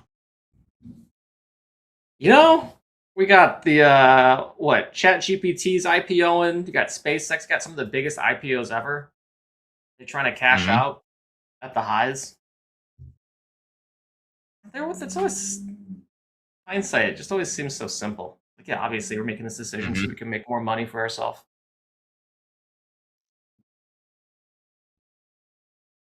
All right, we got an offer in 5. Here we go. A little more selling coming in here. Oh, We're dumping. Look at this. It's a puke. That's news, definitely, right? Get your barf bag, chat. Whoa. We got to move here. Oh, NASDAQ, micro NASDAQ ladder is just obliterated. There's nothing. Yeah, this absolutely nothing. Now what do we got? Axios, where you at? The ES ladder. We need the Topstep X feature where you can put 0 contracts on your ladder so you don't accidentally hit a market button while you're recentering. I'm going to save that one for later. We put in a low in the NQ at 28,284.75. Again, our 5% lower move is 27,981.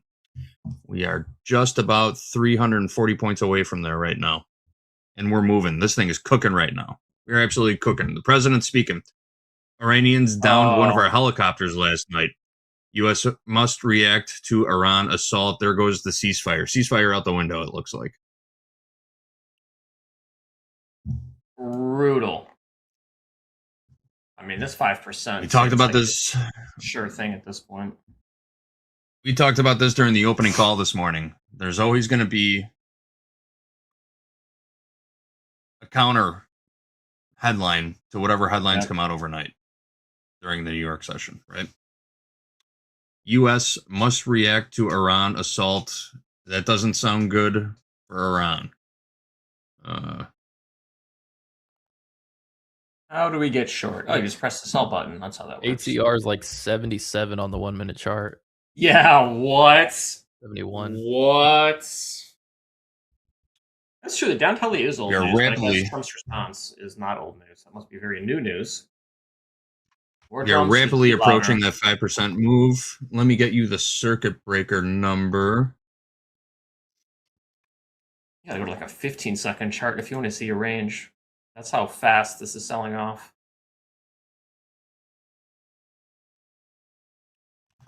%7 move down in the NQ would be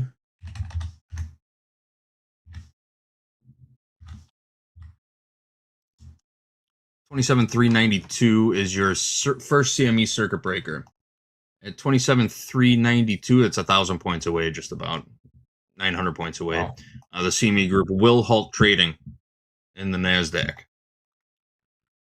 27,392, your 5% move down, 27,981, rapidly approaching. Top step rule for circuit breakers: we do not allow trading within 2% of circuit breaker, of the 7% circuit breaker. There's a article pinned to the chat right now that goes into great detail on how that 2% rule works. Mark this down. 27,392 is 7% down. Mark those numbers. And a little bounce here.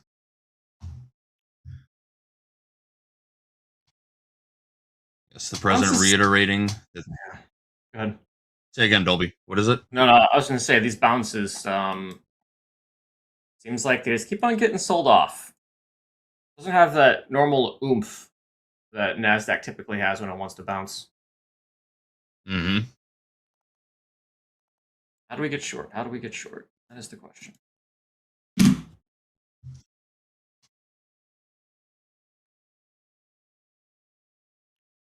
Your 5% move in the S&P is 7,045, 70.45. I have it marked on my chart. All right.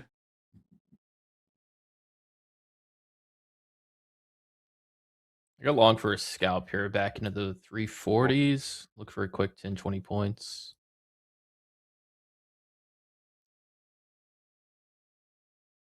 We're getting in on the long side. Dolby looking for a spot to get short.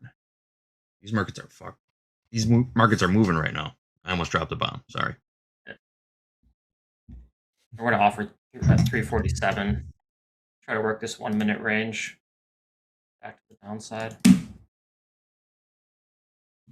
Here for a short time, not a long time. Let's just see if we can get some scalpies. Yeah, if Nasdaq's down 3%, I'll get an F bomb. I think that's only fair. I didn't go full way. That's true. I stopped myself. All right. It was one. Total reaction to these markets moving. Got 20 points with like 5 micros there. Nice.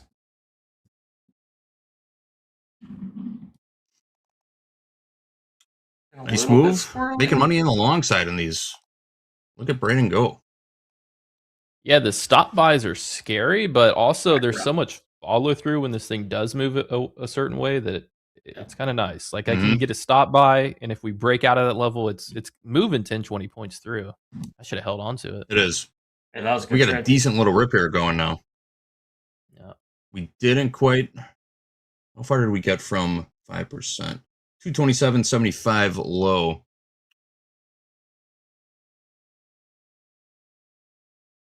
Let's see where it goes now.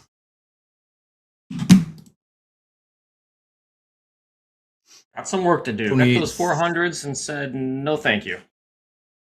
Yep. What was your short price? Where'd you want to get in, Dolby? We got in and out already. It was like 347s. We got tagged. Would have been better for closer to the 400s. Still watching the news for more headlines. Last headline out was U.S. must react to the Iran assault. Again, Iranians downed one of our helicopters last night. U.S. must react to Iran assault. That was the president speaking on Truth Social just a few moments ago.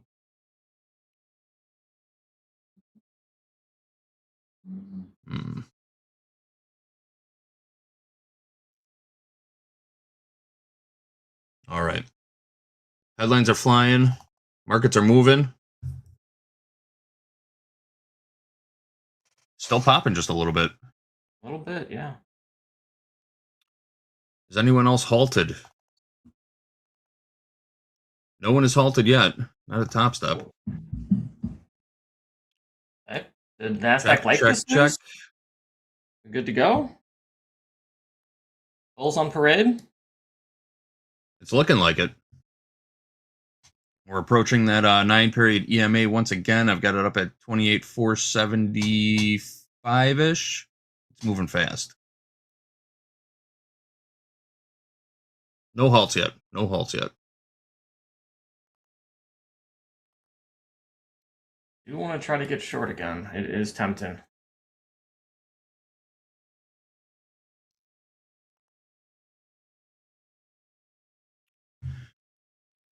It's moving too fast. It's moving too fast. Yeah, this is when you need the vertical screen, right?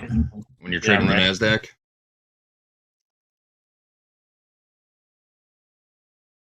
Yeah, 400s would have been a good one. Tandra, I wasn't ready for this day. Yeah, that's trading for you. You just don't get to pick. Gotta prepare for everything.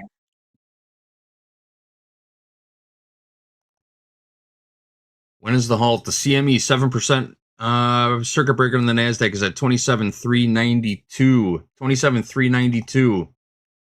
That is the very first CME circuit breaker. The CME group of the exchange will halt trading at about, let's call it 27,390. 390. Nearly 1,000 points away still. I'm in a long trying to build a long position as we attempt to develop a bit of maybe a retracement off the lows. So I'm in at 28,328, 2 micros. All right. Taking a shot on the long side. It's worked before. We're going to see if we can get short 362s. Man, with how volatile it is, you can pretty much make money either way on this very quickly. Yeah, just be quick about it, Yeah, just be quick. Mm-hmm. No need to dally. Can we elaborate on staying out of 2% move? We talked about this. There's an article pinned in the chat right now, but basically what we're saying is you get within 2% of that 5% circuit breaker. I've got that price marked on my chart right now, 27,981. The risk team is going to step in and start evaluating positions, starting with the live funded accounts. So live funded accounts will be looked at first. Nice timing on that one. Very nice timing. Our risk team does not want anybody caught in a locked. Our risk team does not want anybody to get caught in a locked down limit move on the wrong side of the market.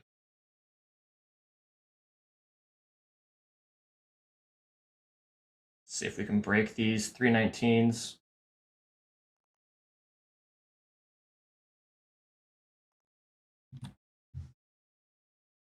Oof. Breaking a little more. Here we go. Here we go. On the move. 28,341 last trade. S&P 72.67 last trade. 768. It didn't have a ton of volume behind it, but it did move quickly. It did. We're gonna get sellers are just relentless. Who's got a pulse on Delta? Hoopy in the chat. Even here. What's Delta looking like?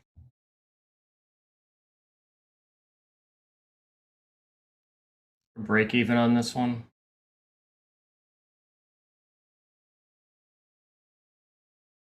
New lows, maybe? I don't know. I'm reading the president's post on Truth Social right now. He is just reiterating, confirming what happened overnight in Iran, downing an Apache helicopter while patrolling over the Strait of Hormuz. No injuries. Both pilots are safe. All right, we're out. I'll channel my inner Eddie. Apaches are pretty badass. That's a cool helicopter. Never been in one. Neither have I. We're flat. We're just done. We're done with this. We'll take some trades during power hour. We got our cushion for $110. This is just out of control. Ooh, we got positive delta on the S&P. That's wild. Negative delta in the NQ. Really? That's interesting. ES delta positive 1,800. NASDAQ delta negative 13,700. So this is aggressive selling in the NASDAQ and buying the dip in the S&P. What is that telling us? I mean,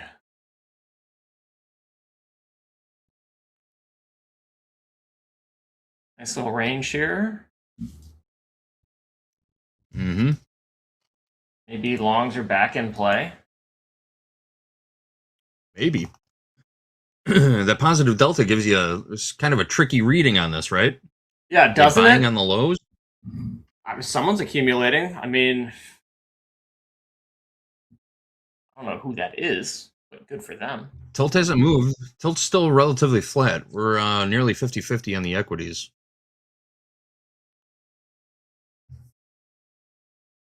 But yeah, positive delta on a move like this, we're almost 4% down. More market order buys than market order sells in the S&P. That's what that means. Someone's trying to call the bottom, I guess, right? You first. Could be. Or someone's tried to call the bottom a couple of times and they're not giving up. Alonzo, lock myself out. It's scaring me. Honestly, that's smart. Mm-hmm. That's smart. Yeah. If this is your first time trading in high volatility, it can be frightening. Best bet is to scale down and widen. Scale down and widen your stops. That's how you trade it, so you don't get out too quick. Scale down your size and widen the stop. You're taking the same amount of risk, just with fewer contracts. But the way that the market moves, you could still make decent money if you find yourself on the right side of a move. Yep. ATR is still 64, 65. Just beastly. Well, we got a nice little 1 minute range here. How big is this range? 380 down to 320. 60 points. Back and forth. Two longs, two bulls hop in right now. Bid this back up for 60 points. Huge Tempting. range. It is the range. I mean, the risk reward tells you. I mean, but you still fight the trend, though. You are, yeah. Mm-hmm. Ooh, ATR on the 2 minute is 85. That's from FOMC Fight Club. 2 minute ATR, 85 points. Long? Braden? What'd you do? Yeah, I'm gonna see if that range. I'm gonna see if we just poke under and then kind of fill that range in again. 1 micro, really small, but I want to see if I can get those 60 points you're talking about. Okay. Come on. Come on. Let's go. Should just taking profit. It's good enough to move a stop. It's good enough just to take profit.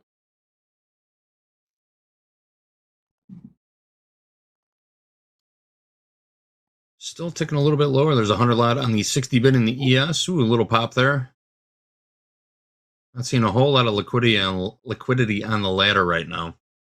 We got about 2 minutes left. This hour really went fast. When these markets move, I'm going to try to get in long with you. I like that little move right there. Let's see if we can even get filled, though. This might run without us.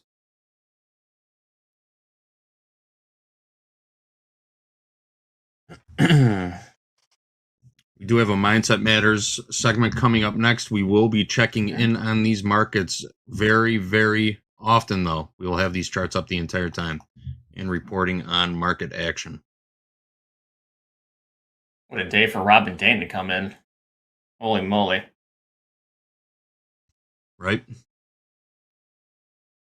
Let's see if we can get this. I'm time stopping this one. If we can't get this in like the next minute or two. Just flatten this bad boy. Mindset Matters is at 1 o'clock. Group coaching is at 12 o'clock. That's what I meant to say also. Azzy, you dog. All right, we're out. Yeah, it stopped out. We are out. I wonder if we took too many scalps in there. You know, we probably consolidated long enough that the trend continues at this point. Yeah. I'm thinking back now. I probably was that? I think we took. I took for sure 3 scalps in there. That's more than enough to wait for a new zone to develop. Probably 3 out of 4 ain't bad. That's a winning strategy right there. Still green. Sometimes, Still green. sometimes you do just fly a little too close to the sun, right? Definitely. Ooh, look at that. They changed up the shot on us. That means it's time for us to get out of here. Group coaching coming up next, guys. We are going to be hanging on to these markets because these markets are moving. We're going to have Hogue, Coach Emmanuel, and Hoop in here answering questions and trading up these markets. Markets always take precedence over everything else, so we will be watching everything and reporting on all the news coming out. Braden, thanks for coming in. Great display of how to manage risk and taking counter trend trades. That was awesome. That was textbook. That was a clinic. Dolby Time did the same thing. Appreciate you both. We will catch you back very, very soon. Group coaching coming up next. We're going to take a short break. Topstep TV. Let's go.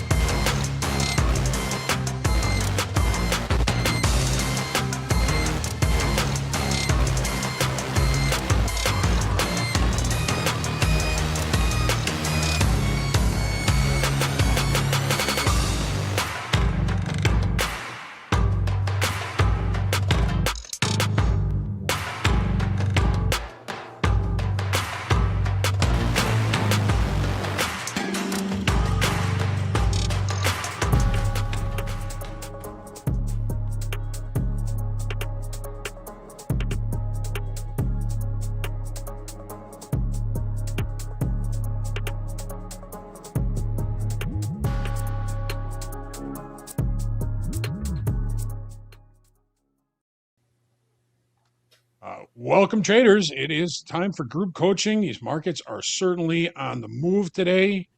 I'm Hogue. In the middle, we have Coach Emmanuel and Coach Hoop on the other end. Anybody got a position on right now? Oh, my hands are just like this, Hogue. Yeah. Sold. Nope. Sold. Nothing. Sold. Well, Nothing, it certainly seems that way. We are seeing a little potential reversal pattern here in the S&Ps and in the NASDAQ. We just put in a higher low, putting in a higher high, seeing some buyers coming into this market. This 5% line right here on my charts is not the 5% we have to worry about. This is 5% off the all-time high in the S&Ps. We're not the only ones looking at those. And look what just put in our bottom, at least for now. At least for now. I'm actually thinking about looking for a place to try and get in long. I know it's crazy to say. We've seen some really good price action to the downside, but we're going to see if that changes. Taking a look at the NASDAQ, which is currently down just under 3%. So we're seeing buying coming in these markets. 5% off the all-time high in the NASDAQ is up here at 29,266. The 5% breaker that we're talking about, where we'd want everybody to flatten up, is down at 72,981. We're not there yet. Maybe starting to see a little bit of reversal here. We're going to see how this plays. I might be looking for a place to, I know it's hard to say, to try and get long, but we do see a pretty decent, probably our best reversal all day so far. We did see, when that news came out, crude oil really ripped to the upside, took us right to the initial balance high, and has kind of settled down just a little bit. And gold continuing just to drag along the bottoms. So, Emmanuel, did you catch any of this move today? Yes, I actually traded early morning here. I tried to short the market, and I also tried to long the market, but I shorted here for some good profits, almost off of open, and then I ended up catching a nice move down after the first initial move, and I called it there for sure. So after 10:30 a.m., well, 9:30 a.m. Central, I was out and just watching. Is that something kind of typical for you? You just kind of trade the mornings and then Yes. kind of watch? Usually we're not this lucky with volatility. And if you can manage size, volatility is definitely your friend. But, something like this is very rare. So usually 10:30, 9:30, 10:30 Central, I'm out of the market and done for the day. Well, it looks like you had a good day. That's always a good thing. Did you lock yourself out, or do you trust yourself not to touch it again? No, I trust myself. I trust myself. If it was a couple years back and I had this feature to lock myself out, I definitely would. Yes, you've developed the discipline. Yes, it's taken me a very long time, but it's there now. It's there these days. All right. Good to hear. Hoop, how did you do today? Did you catch any of this? I did. I'm, a fade the extremer. So, when NASDAQ was cooking and I was trading MNQ, no NQs, I said anymore. Took a short up and through there, caught a nice piece. We lost VWAP. I probably got out too soon, but caught a decent one there. And I actually caught a decent short in gold. That market can't really seem to find any buyers, and we've been saying that for the last couple of days, right, Hogue? Yep. And when it starts to pick up to the sell side, there's just no buyers. It's not that there's huge sell orders; it's just nobody wants to buy it. So, and I did see some traders go, "Man, I missed on this today." I think this is why, Hogue, you walk into a day, and I always say be nimble or be ready, and we say those things because what the market looked like on the initial open, and we had that just face-ripping pop and then just move down. That's why we say, right, Hope? Because when you think you haven't seen anything and you see 1,200-point moves in the NASDAQ again, this is why we say be nimble. So. And DFADM, don't fight a directional market.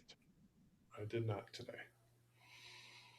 All right, we're going to check and see how some of our live leaders traded so far today.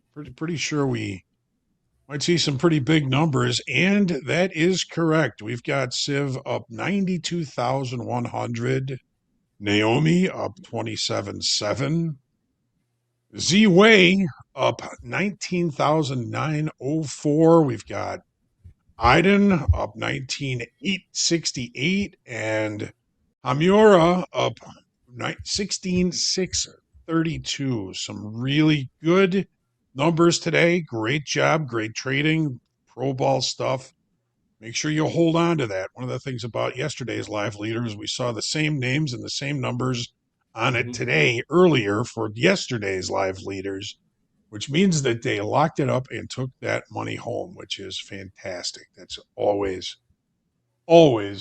great stuff and great trading today for those traders. These days they can be pretty polarizing. You get you get a lot of traders that have really good days and some traders that don't have such good days. But thank goodness for the loss limits. Thank goodness for the loss limits. And hopefully you have your daily loss limit. And if you hit it, it's okay.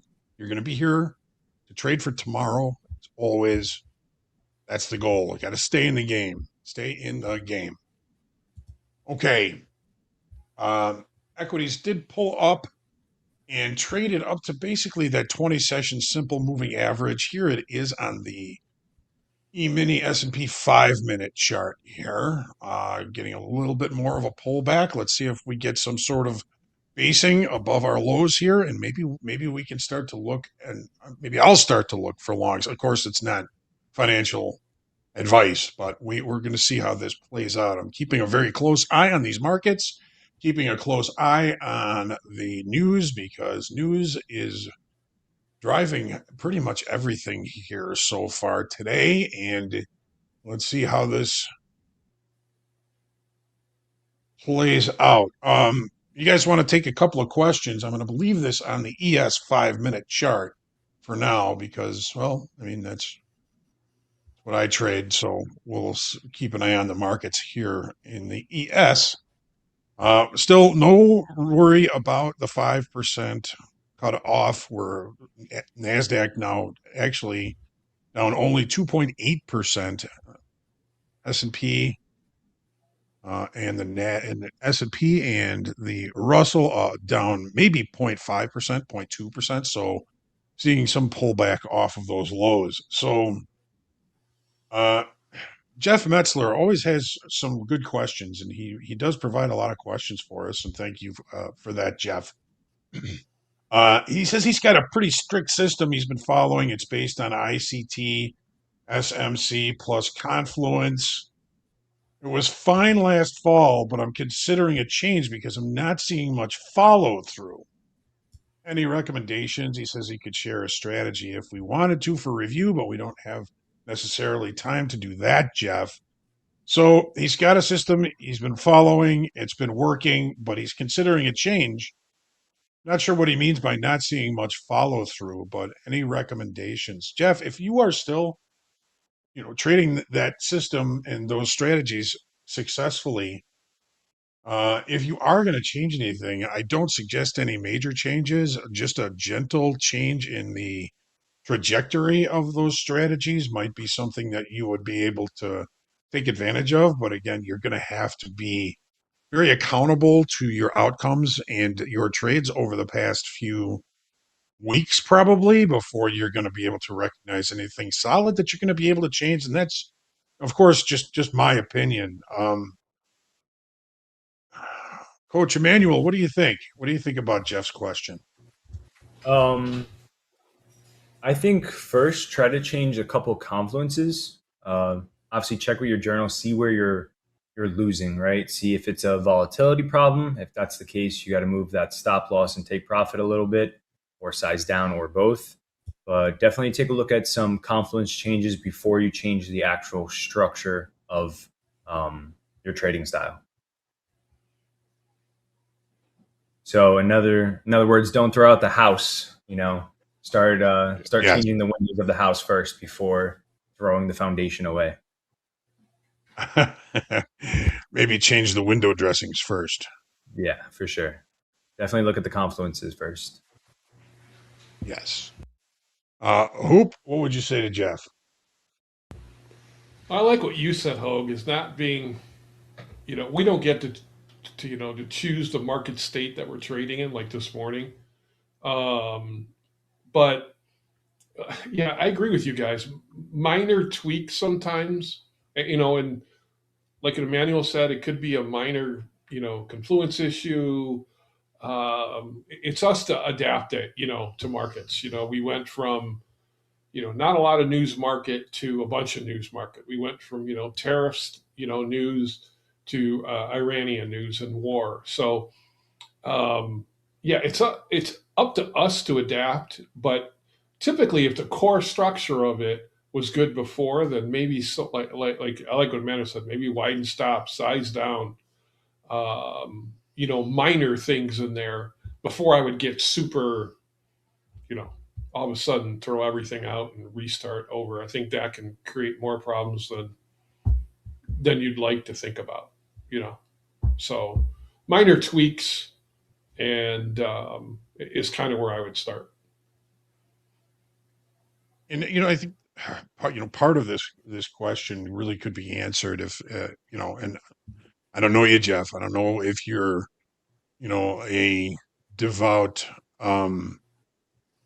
journaler, if you will, but if you're keeping a journal and you're reviewing those trades and you have the ability to go back and take a look at that journal and see how those trades have played out, in history, of course, we never can tell the future, of course, from that, but you'd probably have a better opportunity to check and see if you have any usable data according to when you've seen market states change before, to what you did then, to what worked, to what didn't work. Whenever I see these questions, my first question is, what do you have in your trading history, in your trade reports, in your journaling that might be holding the answer to that question for you? So just another shout out to everybody. If you're not really doing a good journal, try and get back to it. Try it for the first time, whatever it is. The questions you seek quite often, if you are a good journaler, is in that journal. So definitely think about that, Jeff. This is a tough question, largely because I feel for Joe. And I know a lot of us feel for Joe, because Joe's question is really quite simple. How do I start trading again after blowing 100 combines? And please tell me you haven't just blown 100 combines. Tell me you've learned something. What would you tell Joe? I mean, you're blowing combine after combine, account after account. What is Joe to do? Man, that's a big one. Where do you start? It could cover, right? There's so many. Is it strategy? Is it mindset? Is it time of day when you trade? There's a lot of variables in there. Am I stops too wide? Am I over leveraging? There's a big thing, that encompasses all that, right? So I think, we always say it as coaches, just to go back to basics, small. And, once again, this is why you said journal, right, Hogue? Because if you journal and you go back and look and you see a pattern, or like, hey, I went on tilt today, I shouldn't have been trading the overnight. And I used to have that was one of mine early. was, always wanting to be in the market. So you're going to have to dig, and that's what the journal's there for, right? Is to kind of dig through patterns, or like I said, is it strategy? Is it time of day? We talk about it being a level. Am I trading at the wrong time for my strategy? So I'd love to just say there's one thing to do, but that's what the journal helps with. I would say you'd have to start there. It can be extremely deflating. Parameters over the years have gotten loose. To be honest with you, for traders, there were a lot more than one step, one rule, right, Hogue? I mean, Yes. you had to go prove it again and again and again. So, that's what the combine's for. Just imagine if you had taken 10 grand of your own money, thrown into, an account, and you blew through it. And then you reloaded and you blew through it. So that's so as hard as you are on yourself, remember those reps you're getting in the combine, hopefully when you get to the XFA or the live, it's created good habits that you can get you to sustain, as opposed to going to get I'm going to date myself, my checkbook, and write a check for when I'm in a bad pattern of trading. So yeah, be easy on yourself, but go back to your journal, like Hogue is saying, and go dig at what, trying to figure out what the core root of why I'm not having success. Am I trading my P&L? It's such a big thing, Hogue. I'd love to just tell you it was one thing. Manuel, I know you've got something to tell Joe. What would you tell him? Yeah, it's the same thing that I say over and over again. You make sure you size down. Make sure you're trading micros. I mean, blowing 100 of accounts, you're blowing them too quick. Like that's probably one of the biggest things too. So it's either over trading or over leveraging or both. So definitely look at your strategy, like Hoop said, see what's going on. But just for a safe baseline, start going to micros, or if you're already in micros, 1 to 2 micros, and then cap your trades. A lot of traders will be trading micros, yes, but they'll also take 20, 30, 40 trades and just always try to be in the market. Just size down and don't overtrade, don't over leverage, don't overtrade. And that's definitely the first step without knowing any other detail besides blowing the hundreds of accounts.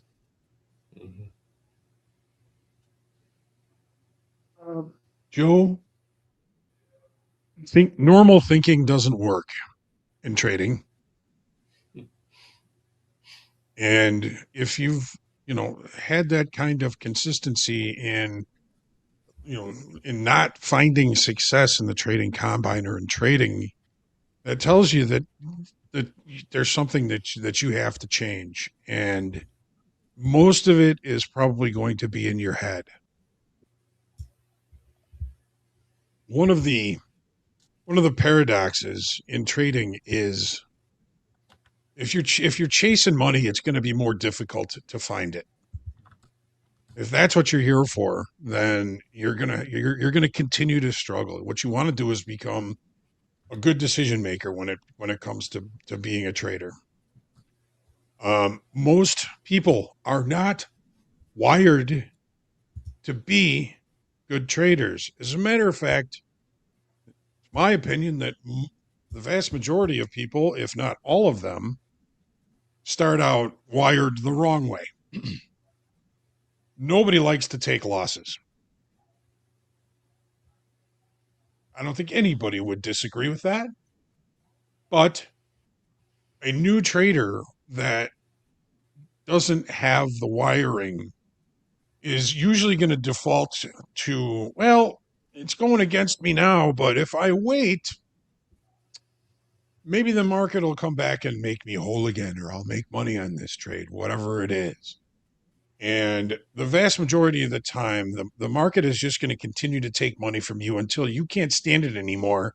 And you finally have to cut the loss. And you cut big losses.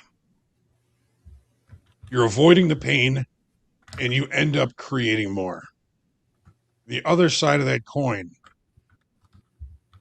especially after having a couple of losses and feeling that pain and having those scars in your brain, the first time you put a trade on that's a winner, your thought process goes from hopeful that it'll make me money to fearful that it'll take this money away now. So we end up cutting winners for fear that any of the realized gains may get taken away. So we end up with $50 wins and $500 losses. Now, Joe, I don't know if this is you, but I've talked to thousands of traders, and this is one of the things that new traders do. Sometimes even old traders, you just can't admit you're wrong. You can't take the loss, so you don't take it and hope that it goes your way. And then the other side again is you start making money and you're fearful that it's going to go away. You want to flip that. You want to feel fear when you're in losses, and you want to cut those losses quickly. And there's logic to where a trade becomes invalid, and those are always things that we're continually working on and tweaking. And there's also the hope that the market is going to continue to pay you. And once you can change that wiring from I don't like taking losses, so I'm not going to take it till I have to when I'm taking losses, I would need to know where I'm wrong and I'm out. I'm not going to be hoping these markets back. I know where the market is telling me that this trade is wrong, and I'm going to get out there. And then you work on those muscles to say, okay, this market is going my way. I'm going to be hopeful. I'm not going to freak out if I see a little bit of a pullback. Right now the trade is still valid, so I'm going to stay in this trade, and I'm going to see what I can get out of it. And depending on market state, you may or may not have a profit target on it. I mean, if in the equities today, you thought that this market was going to trend to the downside, a profit target would have cut your profits. You don't know how far the market's going to go, but in a range bound, then you've got a pretty good idea of where a reasonable and probable profit target should be on that. So, Joe, this is not easy, and we know that. And I saw, a lot of folks having some, good suggestions, position sizing, patience, trade small, take some of that emotion out, meditation. There you go. Don't force trades. I mean, there's a lot of folks in the chat that are talking about some really good ideas, about this. But it is, something that we all deal with, right? And I've written this question down because I think this might be a good one if we get to it for when Robin is here. And Joe, if you're here, great, fantastic. If not, you can always go back and watch the segment on YouTube. But I'm going to see if we can't squeeze that one in because this is not easy. Of course, we all know that. But do the right things and work towards improving every day. And, hopefully we'll see you succeed in the trading combine and get into the XFA and hopefully, succeed in the XFA and keep moving forward because Joe, this is a very hard thing to do. Not everybody can do it. Not everybody will do it. I believe more people would be able to have, some degree of success in trading, not saying that everybody's going to become a millionaire, but you can be a consistent and profitable trader and profit from trading. And it's a wonderful thing to do. And, it can change your life, but it's 100%, Joe, up to you. It's up to you to make those changes, to make this something that you're going to be able to find repeatable opportunities to profit from. Cut your losses when the market is telling you that the trade is no longer valid, and keep working on finding that profitability because Joe, I believe you can do it. I believe most people can if they just give themselves the chance. And sometimes the chance requires a little bit of hard work and rewiring of that brain. We are all big messes of noodles up in our brains, up in our heads. Teaching our brain to think the right way is going to be vital for continued success. And speaking of, don't forget to stick around. We got Rob and Dayne coming up next. And again, I've written down that question to see if we get the chance to have Robin answer that. So, taking a quick look at the markets again, we are seeing some recovery in the equities. Didn't get the pullback that I was kind of looking for to see if we could find some longs here. Now we're getting to a place where I'm really nervous about looking for longs. So, I'm going to hold off for now. Crude oil has turned back to the downside here. We're currently trading 87.30. S&P is trading 73.27. NASDAQ trading 28.735. And gold finding a little bit of buying off those lows down there. Currently trading 42.90. Let's take a look back at the S&P chart here. All right. So,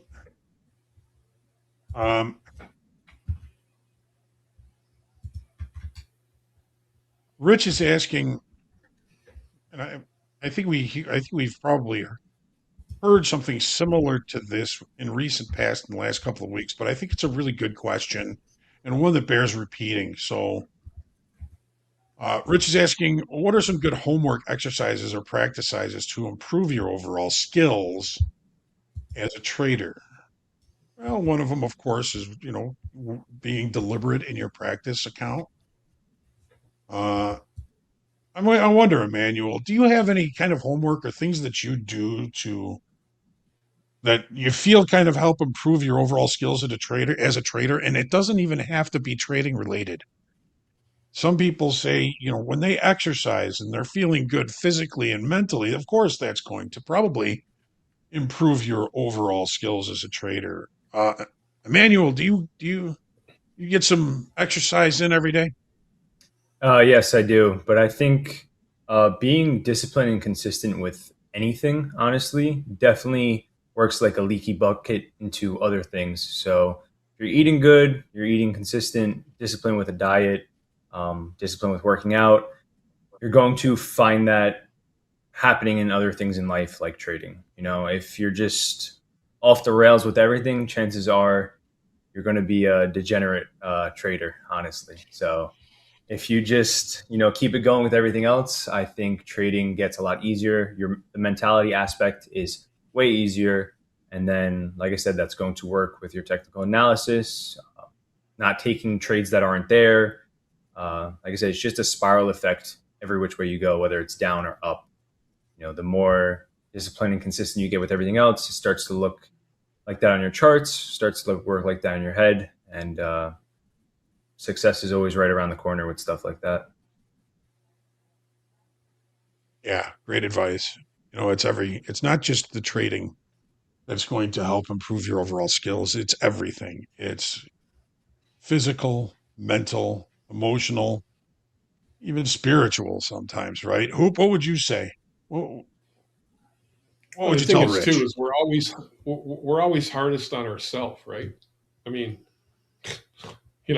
at least for me, especially for being around, the markets and seeing this, and Hogan been around a long time, and we always joke around. We've seen a thing or two.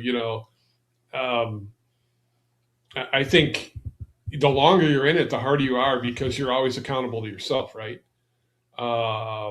So, I can be my worst critic. So if I go back and I look at a day, and I'll go look at, one of the guys that I've traded with for a long time says, look left to trade the right, So I do some things like literally just take my screen, roll it all the way to the left, and I'll just slowly drag it. And once again, a lot of people do back testing, and a lot of platforms allow you to go back and look at a day, but I'll just do it sometimes of, drag a chart from left to right and see how a day played out. So, but yeah, I mean, like I said, when you've been around as long and you make and you go back and look at where your entries were, once again, Hope, you and I, we said trade location, the patience to wait for good trade location in your setups is, once again, if that's off, then it messes with your stop and how much you manage the risk. And this is why, Hope, you always say demand great trade location, because it can pay off. Just shorted 3 minis. I meant to put micros in there. Oh boy. Oh, we'll see how this plays. I'd be standing next to you to pick. I'll take one of those. Yep. Yeah. Right. Yeah. It's funny. I had some shorts working up there at 40. Get out of this one pretty quick here. It looks like.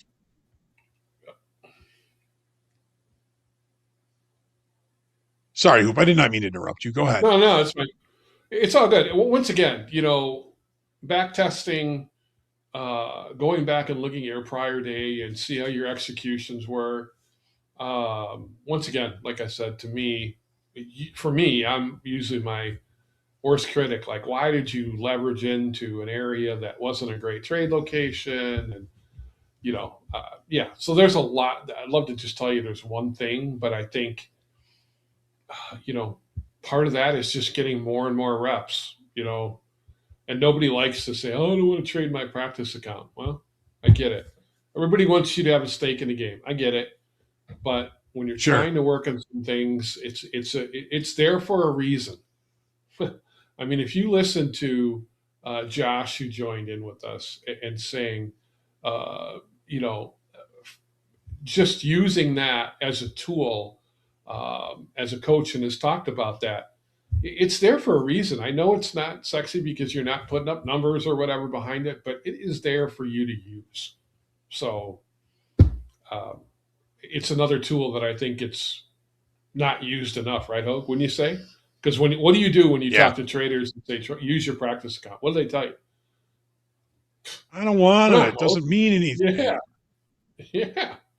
Right. 100%. All right. Well, that was a quick loss.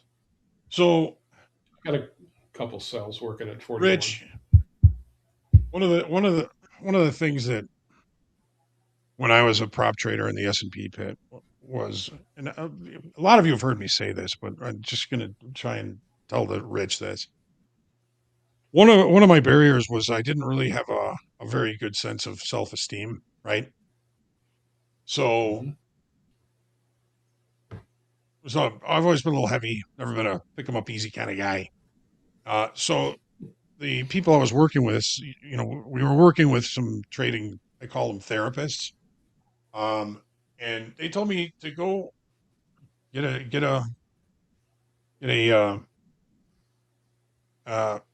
go to the World Gym across the street every day for 2 hours every day, 5 days a week. They wanted me there and get yourself in good shape. So I did that. I got myself in good shape. They even had spies there where if I didn't show up one day, they said they'd know. And it was probably 3 or 4 months into it, I took a day off, and they knew it. They had the spy there, and he knew it. But as I got in better and better shape, my ability to, I mean, it just kind of like Emmanuel says, one bucket falls into another and into another. And the better I felt about me, the better I felt about myself physically. It was mental. It was emotional. Everything felt better about me, and everything felt better about my trading. So, there's probably lots more homework we can talk about in actual trading, but I think maybe one of the things, Rich, that you may be dealing with is things outside of trading. Things outside of trading.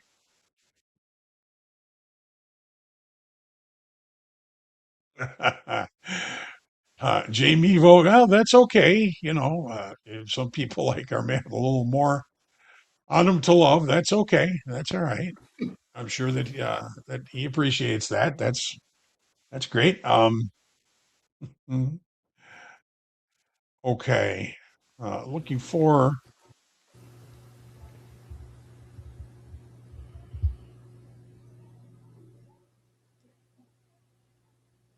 okay. Um Oh, yeah, let's do that. We've got a little bit of a news break to come in here now. Looks like shoppers are wondering what the return of the screwworm could mean for their grocery bills. Oop, this is right up your alley. Yes, I did choose this one for Hoop. The USDA has confirmed at least 3 cases of the flesh-eating parasite in Texas cattle this week. Experts say that's unlikely to cause beef prices to rise right away, though. But if these screwworm cases turn into a full-blown outbreak, that's when shoppers could face steady price hikes. Beef prices are already at record highs right now because of smaller herds. The screwworm is making its way to the U.S. It's getting everybody. Goodness. Yep. That was the fair, right, guys? I'm short 3 micro ES up here, by the way. All right. I'm joining you up here at 40. Trying to stay with the direction of the market. We're kind of up against some resistance from earlier. Tried to wait for trade location. I was very close to hitting the at the market button, but we'll see. Not risking a lot up in here. Like you said, Hogue, might be a quick one. Yep. Well, I mean, we were coming in to group coaching, and I said, well, yeah, I think we got to start looking for a place to look for longs. And boy, should have just hit the buy button. Oh, that's the way the ball bounces, right? All right. Okay.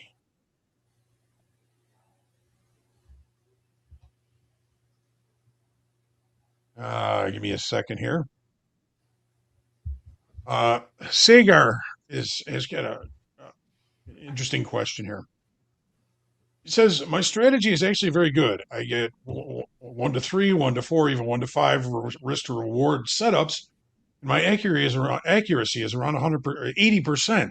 My biggest problem is emotions. Whenever I see red, I keep averaging into losing trades instead of accepting the loss. And whenever I see green, I exit too early because I'm scared profits will disappear. We just talked about that, Sagar. Yeah. Because of this, I'm even with a good strategy, my execution has become bad. How do you personally control these emotions while trading live? And how can someone build a discipline to trust their strategy and follow the original plan without reacting emotionally? Emmanuel, I feel like you're really good at this. I feel like you're pretty mechanical in your executions and in your trade. And we've talked a little bit about this, but you do get affected by emotion. But I mean, we kind of just talked about whenever you see red, you don't want to take the loss. Whenever you see green, you're thinking, oh, I better take it now. What would you tell Sagar, Emmanuel? Like I said, it's the same thing almost 80 to 90% around when struggling with emotions or a trader's mentality. Make sure you size down. If you're keep on adding, hoping the market's going to come back, you're just too emotional to the money and it's too much money. Same thing if you're a little bit in the green and you're afraid of everything, you're getting PTSD of previous trades that worked against you. You're still too emotional to the money. Chop those contracts in half. Make it almost like you're trading like a robot, right? If emotions are the downfall of your trading, you have to try to cut them somehow, and sizing down is definitely going to be the easiest quick fix that you can find. Everything else that we mentioned in the past, 25, 30 minutes of what else to do outside of trading and also with your trading will help. But if you're looking for the quickest possible fix to guide you in the right direction, is definitely sizing down. Awesome. Yeah, sizing down, if you are trading too big, that's of course going to affect your emotions. And I mean, do you feel like even if you're just trading one micro, there is a degree of emotion, and do you feel like that's like attachment to who you are as a person? Like if I don't make money at trading, I'm no good, or I'm not good enough, or something like that, what would you tell Sagar to kind of reassure him that there's nothing about trading that has anything to do with who he is as a person? Yeah, I mean, some of us are competitive, right? So we hate to take a loss. That tends to be it more than, I think at first I used to say I didn't want to be wrong. I think now it's, those have tended to fade away. And I think as you get more reps, that tends to happen. But yeah, once again, some people say, this isn't personal. The market, Hogue, I've heard you say it for years. The market does not know you. It doesn't. It doesn't give two crap about you. We let it get in our kitchen, right? So that's on us of how we deal with that emotion. If we were wrong or bad trade locate, that's on us. So right there, I'm stopped up. So once again, I manage the risk, and if I'm wrong, I'm wrong. Wrong. So, and once again, as a scalper, I better be right a little bit more than I'm wrong. So, I can afford, taking paper cuts. But once again, this isn't personal. As much as it feels like it is, and it knows what you're doing and where you're going and what you're doing. And sometimes all of us feel that, right? Like it knows exactly what your stops is. It reverses. It misses you by a tick on the bottom. Yeah, all those we all go through. So sometimes it feels that way, right? How we manage it. Yeah, and you know what? The person that's coming on next, talk to her, because Robin will give you, and she's worked with thousands of traders, but I love her insight. So listen, because once again, she doesn't mess around, Hogue. So yeah, I think coaches like that. She's the boss. Oh yeah, 100%. She's the boss. All right, we got time for one. Man caves. Sorry, man caves. This is a couple of days ago, and I'm sorry we didn't get to it at the time. I'm hoping that you're here. He said he's going away off grid on the RV for 2 months for the first time, taking Starlink laptop and one screen. Any recommendations on mindset when trading away from your environment?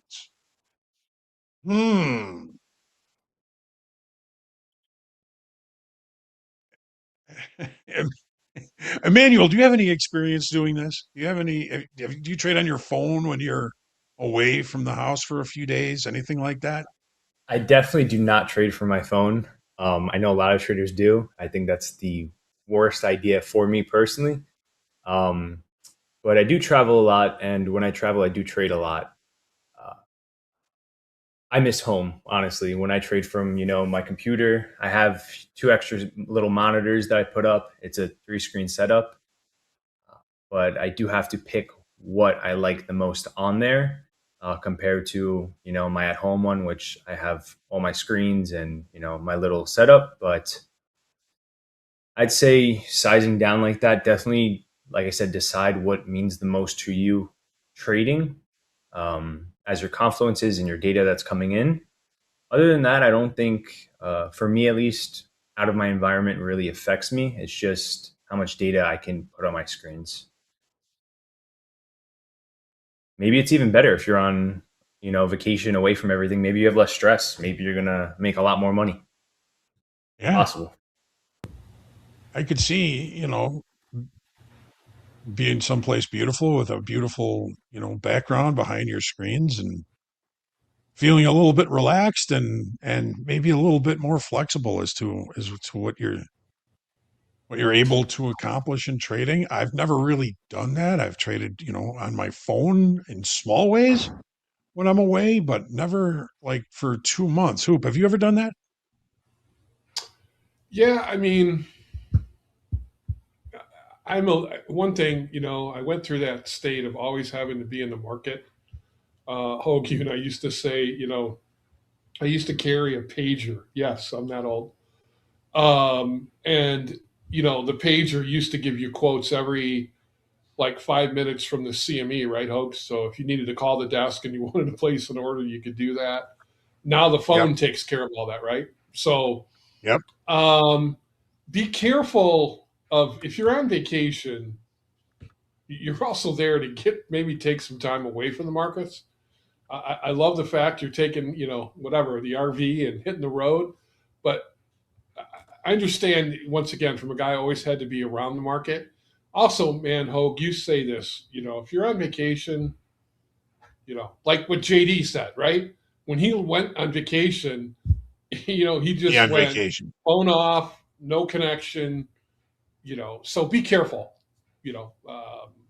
There's a delicate balance there to taking away sometimes some trading or bringing your stuff with you when you're out on vacation. So, boy, I just had bad trade location on that, Hogue, because we just rejected the crap out of a little bit higher of my stop was a better, that stupid saying that Always is so true sometimes, right? My stop was a better entry. So, never wrong, just early. Man caves. If you're on vacation, just be careful you don't ruin your vacation. Yeah. Nothing worse than like taking a bunch of losses when you're supposed to be enjoying yourself. So I would certainly, limit the size, limit the number of trades, limit the number of trading days. Keep track of what's going on in the markets. And if something really speaks to you, then of course, you want to be able to take it, but don't ruin your vacation. Right? Agreed. Nerdmaster says a vacation's only a vacation if you're not working. So, Man Caves, hopefully you were here. He's here a lot. Yeah. He's bell to beller. So, Orchid has a question, and again, this is from a couple of days ago, trying to answer some of the questions. And again, hopefully, Orchid, you are here. Orchid is a new trader here and wants to know the difference between a scalper and a momentum trader. What would you tell Orchid?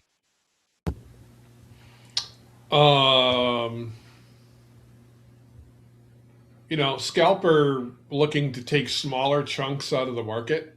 I don't know, a momentum trader, you watch Dakota trade, it can kind of go hand in hand, right? A scalper looks for maybe a quick breakout. You see Dakota do it a lot. And then if it starts to go against him, he'll just cut the trade. It's typically smaller time frame or, looking more at a range chart and taking more micro moves out of it. You do, from a guy who does it, you will burn through mental capital a lot quicker than maybe looking at something in a like more of what Emmanuel looks at, where maybe he takes less trades, looks at, maybe widens the lens a little more than I do. So it depends on your personality. We always say that, try and find a strategy that kind of fits your personality. I just started in the markets in the most scalpy pit on the floor. So, I spent a good chunk of my early career watching, pork bellies trade left and right. So, I would say the biggest thing is just your strategy. If you're a scalper, make sure it fits it. And you're usually looking, smaller lens, shorter time frame. You started scalping in the bellies. Oop. Yeah, it was the first trade I took as a gold badge member was in the pork belly pit. Pork bellies. Snake pit. Yeah. What an environment to learn in, Hogue, right? Just a bunch of nice guys. What a bunch of nice guys that would put their arm around you and say, "Welcome to the pit." let me help you. Let me show you what's going on, right? Yeah. Yes. Right. 100%. Yep. Manual, there's different time frames for scalpers, and there's probably different time frames for momentum traders. And a momentum trader can actually be a scalper, I guess, depending on their time frame. How would you answer this question? I think they correlate a lot, especially in most times in the market, at least. Maybe not today, but the difference can't really tell you honestly. Momentum, you're going to find a lot more, a lot less trades. I think. Yes, you're following with the market, so on a trending day like this, you're going to end up taking less trades than a scalper, I guess. But for me, I started off scalping also, and I just found, following the flow of the market is just a lot easier, in my opinion. Like Hoop said, the mental capital is completely different, and I'd prefer to stay sane, honestly, because scalping drove me insane. I was just fried. Yeah, it'll fry you. It is pretty labor intensive, that is for sure. So, I mean, the definition of a scalper has certainly changed over the years. In the trading pit, the scalpers were the locals that were just standing in the pit, working the bid, working the offer at the same time. Sometimes they get hit on both at the same time, and you do that 200 times, and you're up 200 ticks by the end of the day. Of course, there's always the risk of losses, but if you got 200 good scalps, you were basically just making the market on the bid and the offer. Right now, if you were to try and do that, the HFTs and algos would chew you up. They're the ones that have kind of taken over that scalper market maker role, and they're much faster at it than we are as humans. So scalping is more of has I think expanded its time frame a little bit more. I think anybody from 30 seconds in a trade to 5 minutes in a trade is a scalper, and there's of course infinite different levels of that. And you may be in a trade for 30 seconds, the next one you may be in for 5 minutes. Who knows? To me, momentum traders are more looking at levels of inflection where you're looking for a change in the market state, and it's I think less of a scalper mentality and more of a breakout continuation type of situation. And of course, some of those momentum trades can be very short time frame trades. Some of them might be longer, but I think there's a pretty decent overlap between scalper and momentum, because there are momentum traders that are scalping and there are scalpers that are trading momentum. It really just depends. It's a really good question, and hopefully that helped, because if you're trying to pigeonhole one or the other, I think there's a lot of overlap between them. Would you guys agree with that? Emmanuel, would you agree? 100%. Yeah, 100%. I think the difference is really just in the day of the trending market. I think that's really the main difference going to be between them, for sure. Hoop, what do you think? You agree? Well, and I think sometimes, I've worked on it over the years, especially where if I catch a piece of a trend, is to try and sometimes just, that's why micros are great. Like what Emmanuel says, if you have a couple micros, and instead of just scalping out full position, I leave that runner. And, once again, if you read, Vessels or Wins, of trailing the market, letting a trade play out. So I've gotten better at that, where I'm not so micro scalpy. And once again, micros help a little bit with that. You can have that runner and feel like you still participate, in a trade, even if it is, part of a momentum or a scalp. All right. Well, time flies when you're having fun, guys. Emmanuel, Hoop, thank you very much for joining me today. And hopefully for all of you, there's something that you are able to take forward and use to your advantage. Really always look forward to seeing my next friend, my good friend, next here on Topstep TV. Robin Dayne is coming up next for Mindset Matters. Once again, gentlemen, thank you very much. This is Top Step TV. We'll be right back with Rob and Dayne.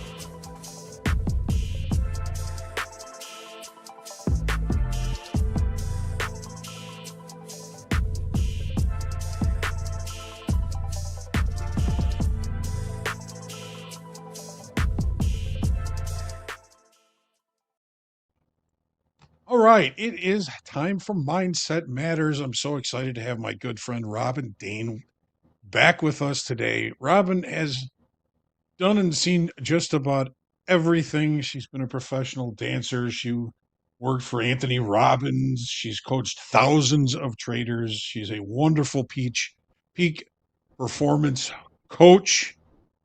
Robin, it's a great pleasure to have you back with us. How are you today? Oh, I've missed you guys so much. We haven't talked for such a long time. It's great to be back. And these markets are certainly crazy, so we should have a lot to talk about today.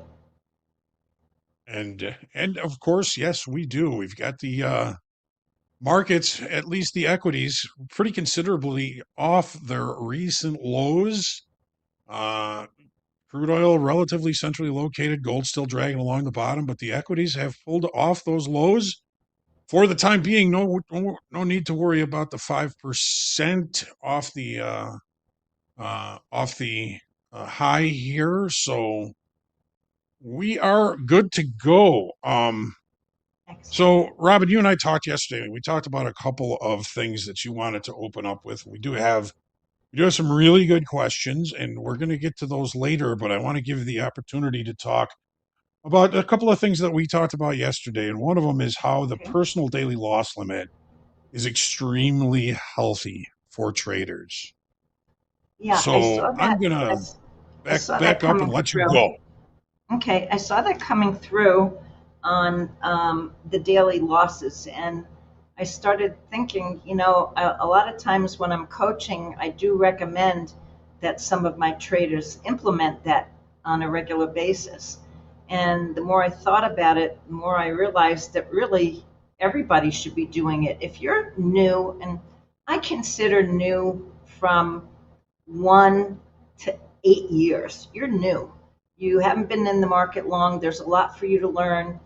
A lot of traders come in very quickly. They sell a business, or they are working 2 jobs. They're working this and they're trading, and they try to make money really quick, and then they win early on, which is really a challenge, because that's the thing that will hook you, because you'll have a win and you go, oh my gosh, this is easy. I can do this all day long. And then you find out it's not that easy, and you start to blow accounts. Well, that's when you start to really realize that having that stop in place, that hard stop for the daily loss, can save you. And so there's 2 topics here. The daily loss emotionally will take you out of the emotional equation. If your money is not on the line, your emotions do not kick in. As soon as you're trading live, your emotions are kicking in. It's amazing the difference when you have it, when you're trading live or not trading live. And so when you have to stop and you're forced to go to sim, you may feel bad about that, but that's really the best time you have to learn, because your mind slows down, you don't have the pressure of the dollars, and you can really watch what's happening around the screen. And I can't, the best learning curve I had in the beginning was when they told me, you can't trade live for 30 days. I went, how am I going to make any money? They said, you cannot trade live for 30 days, because I had been losing as a beginner. So Sure. I didn't trade for 30 days. The first couple days I was really pissed off and just angry. And then when I finally let go of that, I finally started to watch the screens, and I went, oh, look at that. I never saw that before. Look at that. I never noticed that before. And before you knew it, I had a whole list on my paper of all the things that I hadn't seen when I was trading live. So you have an emotional disconnect when you are not trading live and when you're trading live. So having that stop for the day and managing your cash, which is the other thing you have to do, is good to have that stop in place of how much you can lose in the day. I think it's very, very good for you. It's not bad for you. It's good for you. It creates discipline. It makes you calm down. It makes you read the screens. It allows you to find new things that you could add to your strategy. And you can go to sim. And that's the second part. everybody thinks when you go to sim, I'm a wuss. I'm a wuss, and oh, you're trading simulated. That doesn't mean anything. You got to trade live. I can't tell you how many high-end traders use sim. They have a new strategy. They're not going to put $100,000 on a trade when they don't know if the strategy works. So what do? They go into sim, they test it out, they back test it, and they see if it's going to work. And then they Okay, Robin, can I ask you a question on this for real just quickly? Mm-hmm. So we get a lot of folks that are trading into Trading Combine. There's a little skin in the game in there. They go into the XFA. Hopefully, they'll move on to the funded account and be successful and profitable traders. But everybody seems to have the same problem you did going to sim or going to practice because it doesn't matter, and people have a hard time treating it like it's live. It has to be deliberate practice. They say 10,000 hours makes you an expert in anything, but I believe that you can stare at charts for 10,000 hours and learn next to nothing unless you're doing what you did, and that is treating it deliberately, looking for opportunities, noticing things you hadn't seen before, writing these things down, and preparing yourself for going back into an at-risk situation. Mm-hmm. Yeah, I mean, you have to pretend it's live. In fact, the best way to do sim is to pretend it is live. Just absolutely believe it's live. You shouldn't have an emotional transition going from sim to live or live to sim. It should be flat. And so the more you can make it feel real and, do it as I like to create games when I'm trading my own stuff, little games that I play. And I say, well, okay, my goal in sim is to make X, like I'm working on now, I'm working on contracts. I'm working on adjusting 4 contracts at a time. Do I go in with all 4, out with all 4? Do I add, reduce, reduce, reduce, reduce? Do I go 2 in, 2 more in, 2 out, 2 out? So I'm practicing where I'm getting the most or the easiest trade out of 4 contracts. So I'm trying all different kinds of combinations, but I'm doing it in sim. And so I'm writing down my notes. How much can I make in the trade with my criteria on 4 contracts, trading it different ways? And so I write down my results at the end, and I say, oh, look at that. I'm actually making more going all in, which I think was the thing.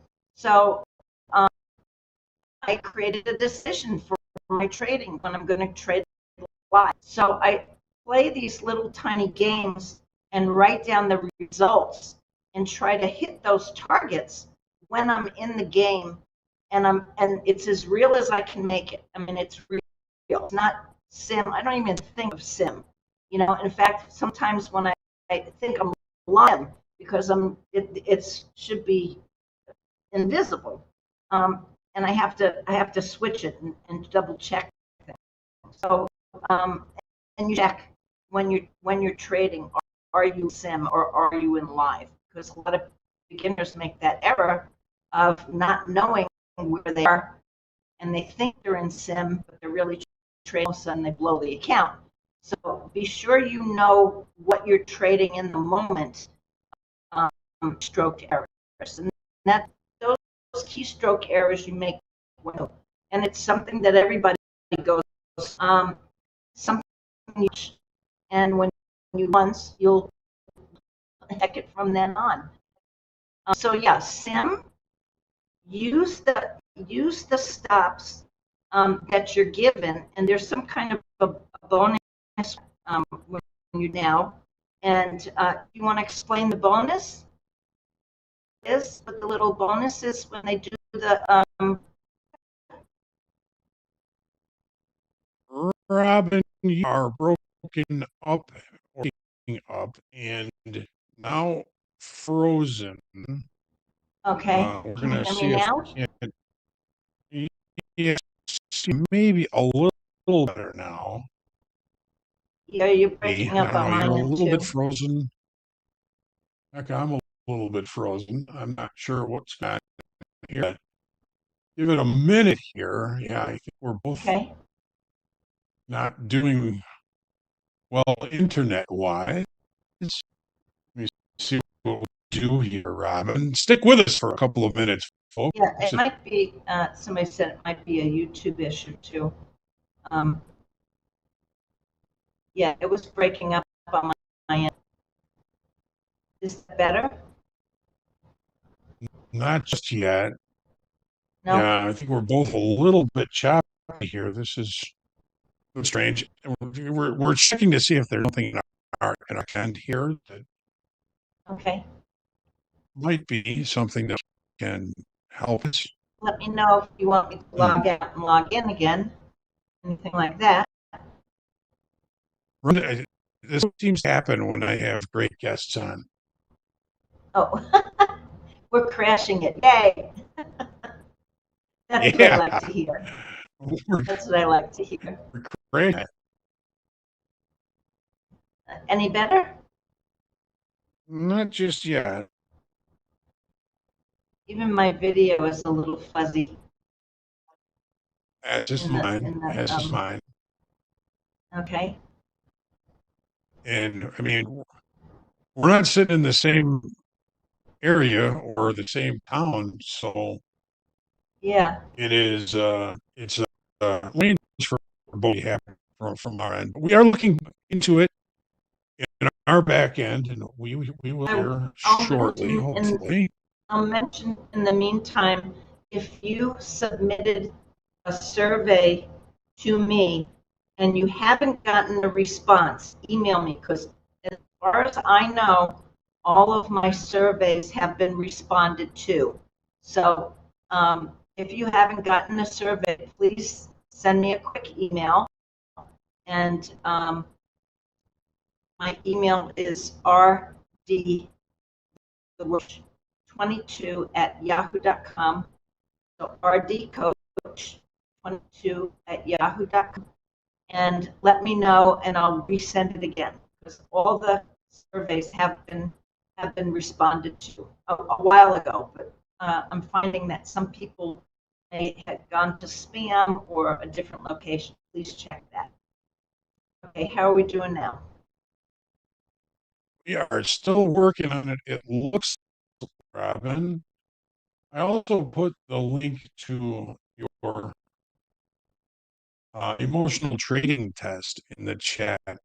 Well, and survey that you're talking about for anybody who wants to send one in.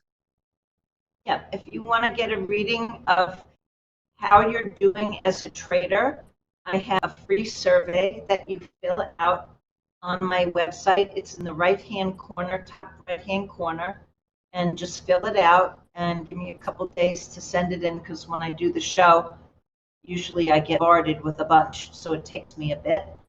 I will get to you either in a visual and give you your feedback and see where you are.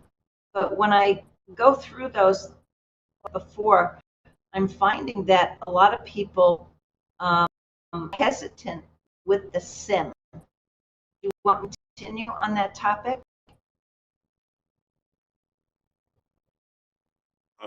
Robin, it looks like we do something that is going to stabilize things. We may disappear for a moment. We will see. Okay. So, You want me to stay right here? We're going to run this in back here, and we should be back very shortly. So, please, folks, stick around, hang out just for a moment, talk amongst yourselves, and we'll be back as soon as we can. Yourselves. I'll chat.